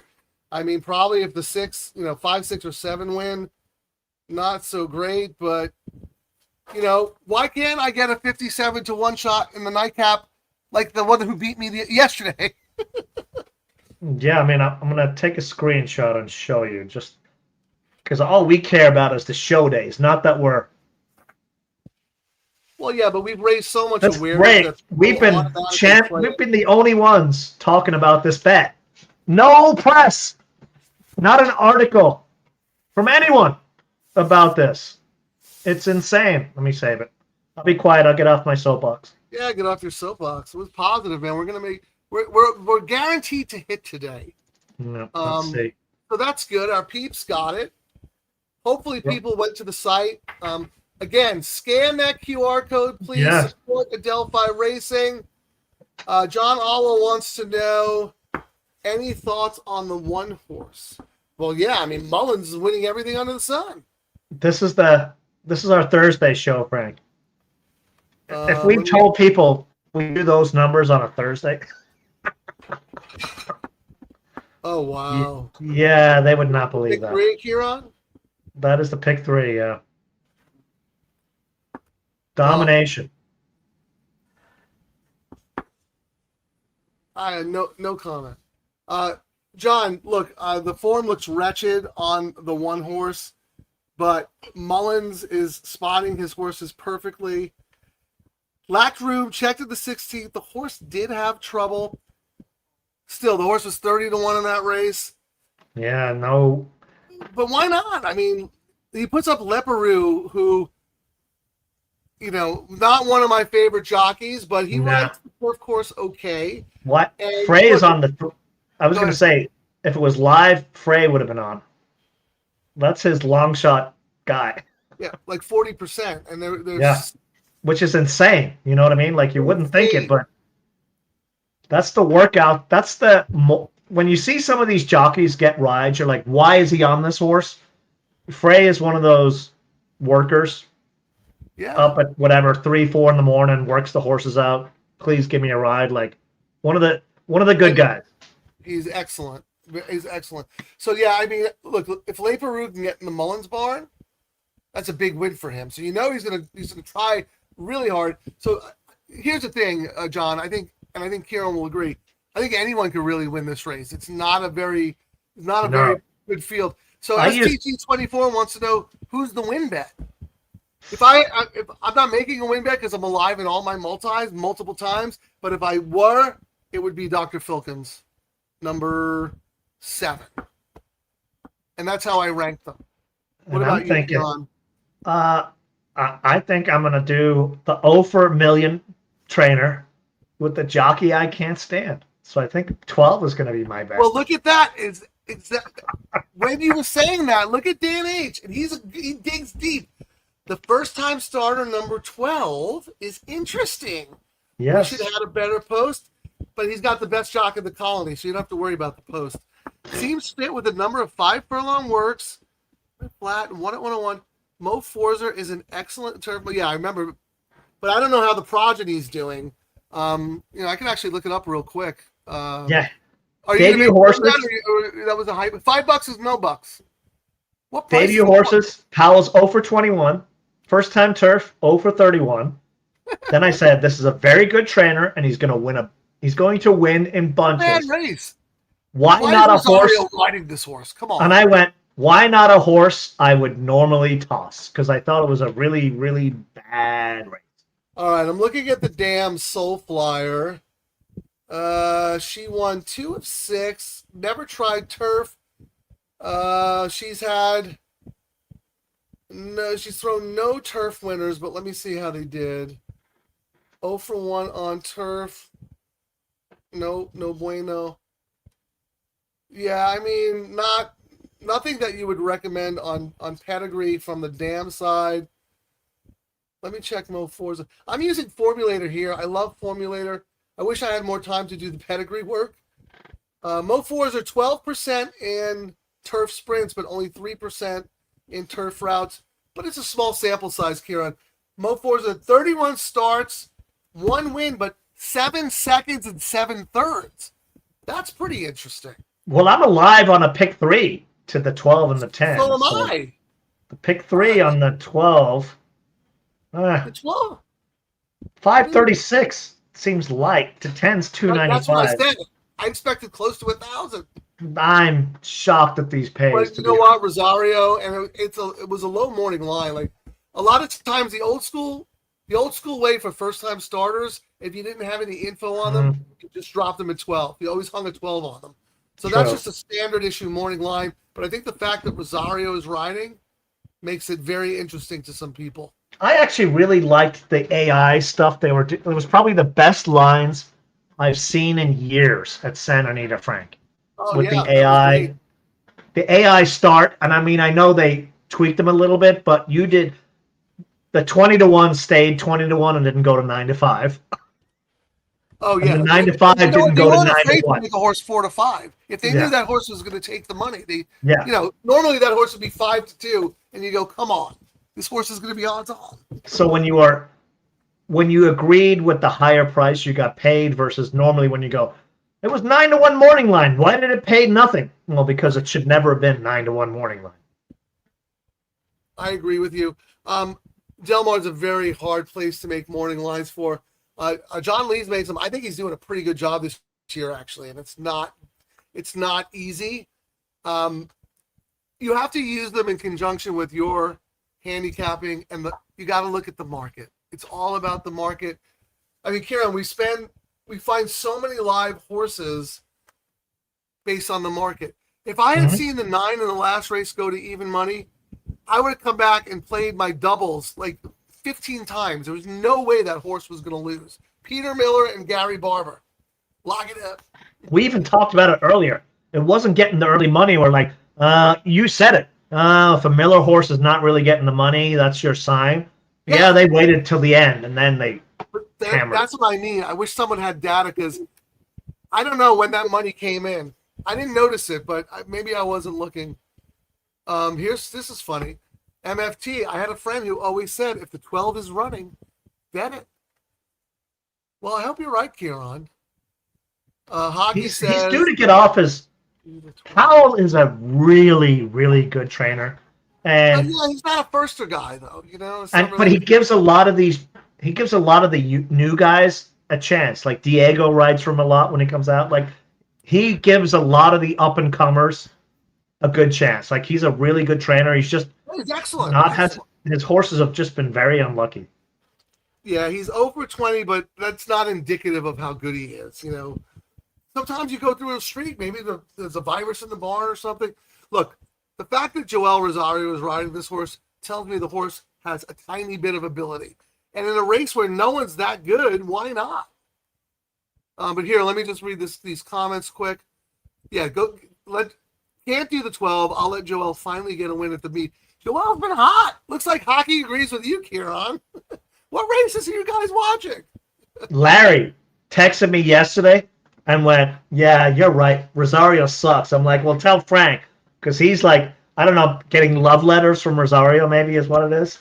He's winning. If the 12 wins, you're gonna have to bow down and kiss his ring. It'll be because Powell has a monster horse, not because of anything. Cowboy 50,000, the monster. Yeah, right.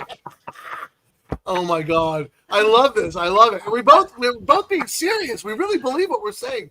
STG 24 alive to the Matrix double for $25. Small win bets on 7-10. Let's go. I want whatever pays best for both me and Kieran because I have one ticket that's all, and then I have 2 tickets that have my A's and B's mixed in. So I would just like to collect a ticket. But what is your best pay? 12 would be great. 12 would be great. All right, they're loading. Good luck, everybody. It's Joel Rosario's world. We just live in it.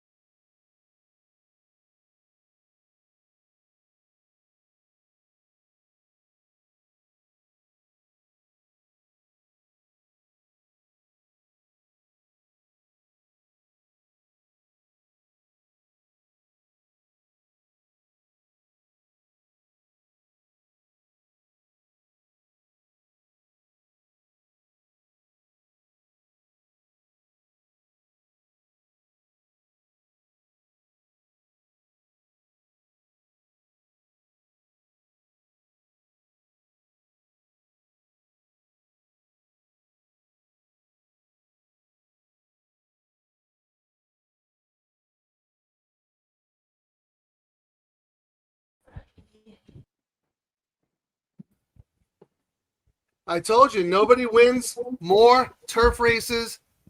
I posted it on Twitter, and Georgie P retweeted it. The dude, I've never seen a trainer win more turf races wire to wire than this guy, and went off at 4-1. It was 6-1 when the gates opened, Frank. Yeah. Well, Kieran, let me tell you this: that one round massive race. Oh my God! Just too far back. Yeah. And then Leopard. Jockey. If Frey was on that horse, might have won. Frey would have won on that horse. You're right. Not this dude. Not this dude. Le Peru is just so horrendous, lackadaisical. Yeah. It's like when Florent Giroux came out. The French riders, except they just la la la la. That horse had a kick. You don't see Calbred 59 claimers close like that. And the Frey horse came third. Oh, really? Yeah. It was one of my A's. Take the 5 down. Any inquiry? What happened? Come on. I mean, the 5-1 wire to wire. That only happens if I'm alive to stacks. My losing streak, when I was at the SDFC game, Frank, and I'm like, oh my God, I just won 10 G's. Then I look back, I'm like, inquiry. That scratch, remember the DQ a few weeks ago? That was a 10K pick 3 and double for me. Oh, yeah. That was a contest day. And since then, that was so bad, Kieran. I don't even want to talk about it. I hit it 3 times. So 155 times 3, and then the win bet on the 6. I mean, not a bad day, not a bad day at all. I mean, a lot of people made money. I'm glad we stuck around because we got cold at Toga. But I mean, you hit it, right? You had the 5. I did. That was my single on the all turf. Oh, nice. That was my single, but I thought other people would have went with him. They let him go. Fresh, you got away with it. I thought he was going to stalk, and he's like, "Nah, come catch." We said Jaramillo was going to push him, and he didn't. No. If Jaramillo pushes him, the 1 might win that race. Yes. What happened correct. to Filkins? Filkins was nowhere, right? Yeah. That was dud. The 2 was in a good spot, but just too cheap. And the 8 made a nice little move around the turn and flattened out. But the horse to take out of that race is the 1 by far. Agreed. I would say, right? You agree with that? Yes. Let me look at your all. Let's see if I can find an all. We'll pay for your all turf. Summer. What the heck is a summer sweet pick 5? So the pick 3 paid 155. I'm gonna go do the. Yeah, I have that 3 times. I think. Here's the Del Mar. I'll check it out. So you have the 5? Yeah, that was my singly single. All right, well, so pick 3. What are the pick 3 paid? 155, right? 155 something. Dude, are you kidding me? I think the all turf paid 700. That's it.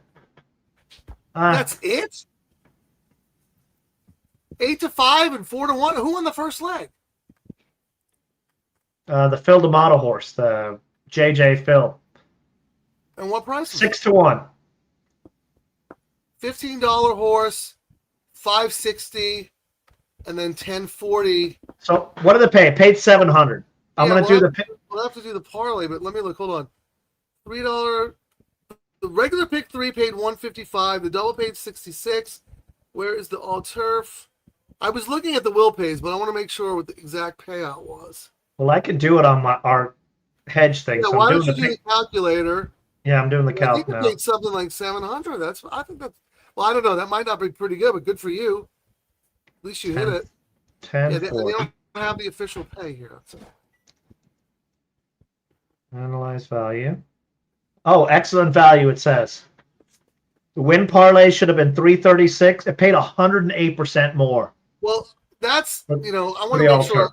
I want to see what I'm looking at now is the will pays. The will pays. So I'm assuming it's okay. 703. No, it paid 100% more, Frank. No, I just did the numbers. $703 it paid. Oh, so it paid even more. I did it off 700. So it paid exponentially. It's paid exponentially more than it should have. No, it paid 100%. And the pick 3 paid. you had that. That was and you singled the 5. So what was your ticket? Because I know you put it up on the show. So you spread in the first leg.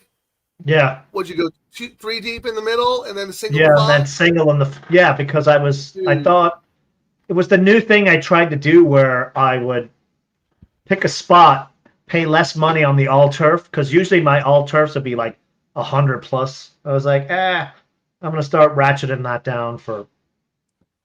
I don't understand why ExpressBet doesn't have like the actual pay. So race 1 on the pick 3 paid $560. Yeah. Leg 2 on the pick 3 paid $4. And leg 3 paid $10.40. Calculate value. Excellent value. 78% more, Frank, than we should have gotten. What did the win parlay pay? Win parlay $87. It paid $155.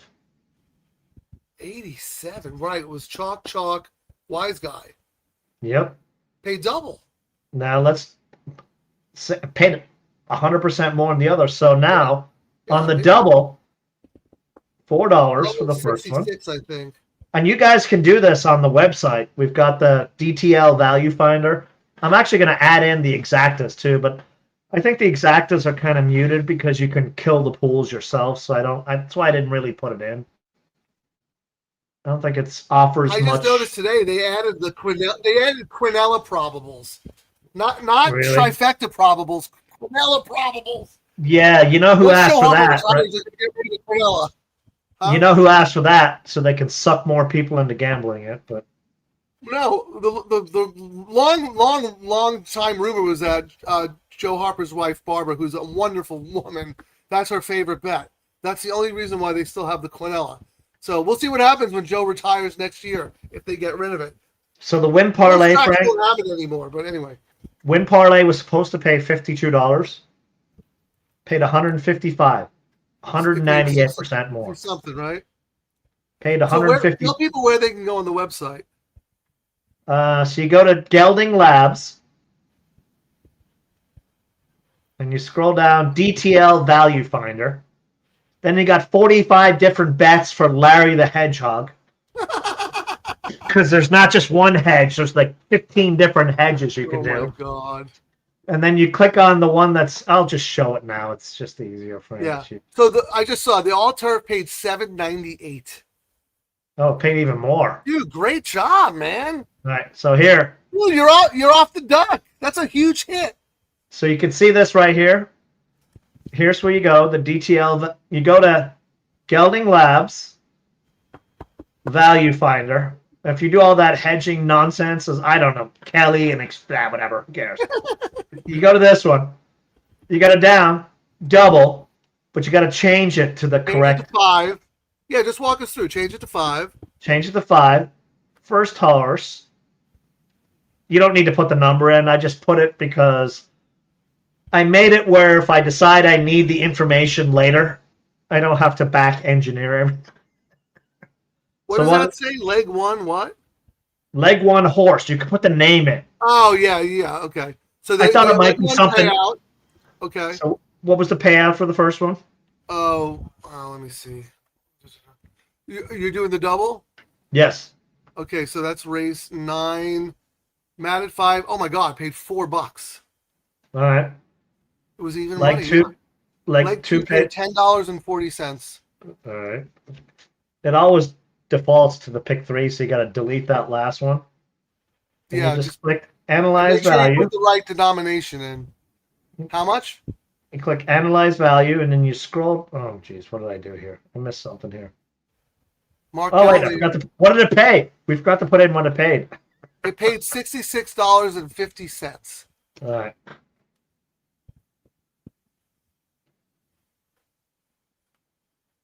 There we go. 28% more. Unbelievable. Pick 3 was even more. And this sponsored by Adelphi. Click that QR code, guys. They're our partners, man. We're doing some great stuff in the industry, and what Kieran's done, the tools that are available, these are tools made for horse players. He's created them as we're doing the show because it comes up during the show. So we're like, we're in an AI world. So let's build our own AI that's based on Frank and I talking smack to each other and being opposite on everything. I mean, I didn't even do it. You know what we should have done? I didn't even put the ticket doctor in because I usually have it analyze our tickets. Let me actually go back. Gelding Labs, where is it? There's a community one. We've not done that one yet. Oh yeah, we were going to do that, but we need people. Here it is. We've got a consensus ticket builder in here. I load Frank's A's and B's and my A's and B's, and we have no balls gelding, balls to the wall, and smart gelding, and we just click build tickets. You guys can do this yourself. Is this what is this? The late pick 3? The late. So this is the late pick 3. No balls ticket. Who won the first leg? That was the 6. Who won the second? 9. All right. Who won the third? 5. $4 ticket. Yeah, those were all my A's and all your top picks. $4 ticket paid $155. Yeah. So. Wow, $4 ticket. You could have gone more. I mean, we give it a budget, and this is why it ranked the horses. It goes.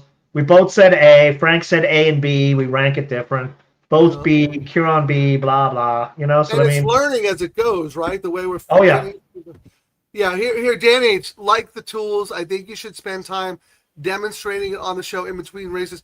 You're absolutely right. That's my fault because I haven't reviewed. Kieran put together a quick start, so I want to review that, and I'll do that this week. And then maybe Kieran next week on Thursday, maybe we'll go on a race earlier and just demonstrate the tools before we do the late pick 3. Because what you're doing is phenomenal, and this is for the DTL crew. Yeah. I mean, we are. You got to embrace the future, and the future is AI. I've had all these. I've done this stuff before. Oh, there goes the sound again. It is StreamYard, Frank. Anytime we add something, the echo comes. Oh, you're right. You just showed the screen, so I'm gonna back out. We're gonna have to call customer service or something. This is unacceptable. I'll be back in. Pay for the service. All right, Kieran's gone. Oh, I guess I'll end the stream, but I don't have a song to play, so I'll just say. Adelphi, thank you very much. Oh, you're back. I was just going to wrap it up. I didn't know you were coming back. No, I was just going out to go in to see if it ended, and it totally ends, so they know what's going on. Well, we are going to end it soon because I didn't pack a lunch, and I'm starving. And how many hours have we been on? We've done longer. No, that was great. But I'm going to say my piece here. DTL crew, we cannot thank you enough. We're so happy to be doing what we're doing. We're making money. We're learning as we go along. Kieran is creating tools to battle the and Adelphi. Wonderful Whitney day. Great racing.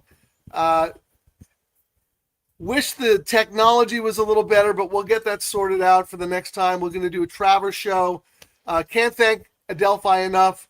This was a special Saturday Saratoga show for them, and we stuck around for Del Mar for the DTL crew. We ended up making money. So thank you guys. Check out their website. Just scan it and go. Check it out. Even if you've just been like they say, Zillow makes all their money with people just looking at $1 million homes. Go check their site out. Eventually, you'll buy one of the horses. Yeah, you never know. I mean, they have good stock. When a horse sings to you, it sings to you, and your first purchase is usually the best one. I mean, Kieran's being so nonchalant about hitting the all-turf pick 3. I thought he'd be insufferable. Yeah. That was phenomenal. And look, if you're using the ticket builder, it's a $4 ticket. What if you play a $50 ticket and it pays, what'd you say, it paid 100% more than it should have? All the tickets hit today. And the reason I built this was you and I kept being 2 out of 3 and missing different legs. That's true. Which is why you would have the winner in the leg that I missed and vice versa. All the tickets hit today, Frank. The $30, the $50, the $32. So that's the whole idea. And the AI is kind of taking our opinions on stuff, and you like class more, I like closing more. You know, we read the race flow. Yeah, you have those stats like, favorites win, chaos. best late speed, et best road cetera, speed. et I do a cetera. lot of pace analysis too, but we approach it from slightly different ways. So that's why those are all A's for us. Yes. And $4. Oh my God, this is so great. And You got the other thing, if you're take us out. and for you guys who are in there, I actually grade us at the end of the show. So when I put the results in the next day, Right. I have you can go back. So when you click on the current race date, you can go back and look at the last race day, and it will actually grade. I sent an email yesterday, Frank, because I put it in. Yeah. And it grades us. And yesterday we got a B. We had an Really? A, a B, an A, a B, B, B, C, A, C. So that is fascinating because I don't think my ticket structure was all that great. It was pretty simple. So can you imagine if you got an F and still won? If you could be more efficient, how much more money would you get if it's an A? You know what I mean? Yeah, like our top 3 places were 6 of 8 yesterday, and that was with some chaos, if you know what I mean. Well, we had the winner of the last until the. How many times do we get stuck behind a horse at the rail and we can't get through? Oh, it's getting annoying. This horse goes right through. But dude, today was a great day. We got to celebrate Adelphi. We had LD come on, talk about his experiences. We had Berkeley Headley. This guy is racetrack royalty. I mean, his grandfather. Yeah, we got to apologize. You're breaking up. Hold on. Kieran, you froze. But anyway, thank you to Berkeley. Thank you to Larry. Thank you to Matt at Adelphi and all his partners and all of his team members and all of his clients. You froze, Kieran. What were you going to say about Berkeley? I was going to say he got screwed by StreamYard with our crappy connection today, you know? We're going to have him back because I was going to ask him. They have a very nice horse called Smooth Cruisin', who actually won his debut and beat journalism. Really? And he's a really good horse. And the horse was came off a layoff and ran a very, very good race. Look for that horse next time. I was going to ask him about that, his turf horse. He was giving me smack for not. Anyway, we'll have him back. We'll have LD back. Live show tomorrow. Do you know what time it is tomorrow, Frank? I don't, but I can check in 2 seconds here. And I got Ruben Mendez coming to the seminar. He's fantastic. Maybe he can come on late because I'm going to have to leave the show early tomorrow. No, I'm talking about the on-track seminar. Oh, I was going to say we can have need to get a guest for tomorrow? Late. I'm going to leave for the last race. What are you doing? Soccer. Oh, okay. Early game. All right. So the late pick 3, late pick 3 starts in race 7, so race 6 is at 4:40. We can go live at 4:50, and the last race is 6:10. All right, so I got to get someone for the last race. Like what time? What time do you have to leave? I'll leave at 6. I'll put my double in and I'll hit the road. Yeah, right before the last race. I might not need anybody because if you're going to be there for the last race. Anyway, we'll figure it out. Terry and I will both be on track tomorrow, 105, with my guest, Ruben Mendez. We'll have his selections up on the site so you can follow along. The dude is legit, and he did a lot of production work behind the scenes for FanDuel. So we want to support all of our friends over there. What a great show. Thank you, Adelphi. Thank you, Larry. Thank you, Berkeley. Thank you, Kieran, Chief Gambling Officer. Take us out.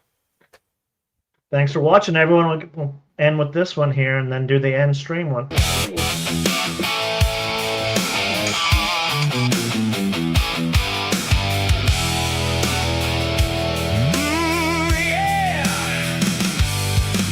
Whitney Day at Saratoga. The crowd is ready to play.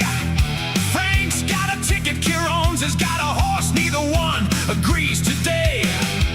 Double Trouble Live, we're back again. Picking winners, well, at least now and then. Long shots flying, favorites fried. Frank says single, Kieran goes 5 wide. Double Trouble Live.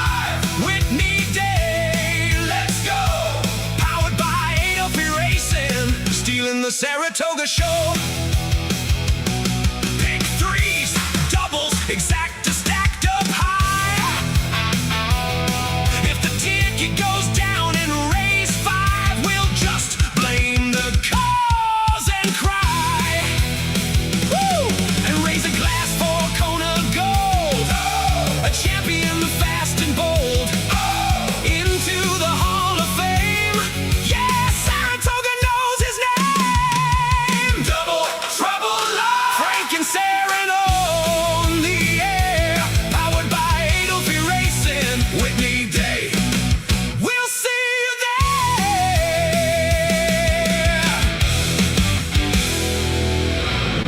Thanks for watching, everyone. Remember to like and subscribe to Double Trouble Live on YouTube. Get out, get up, get paid.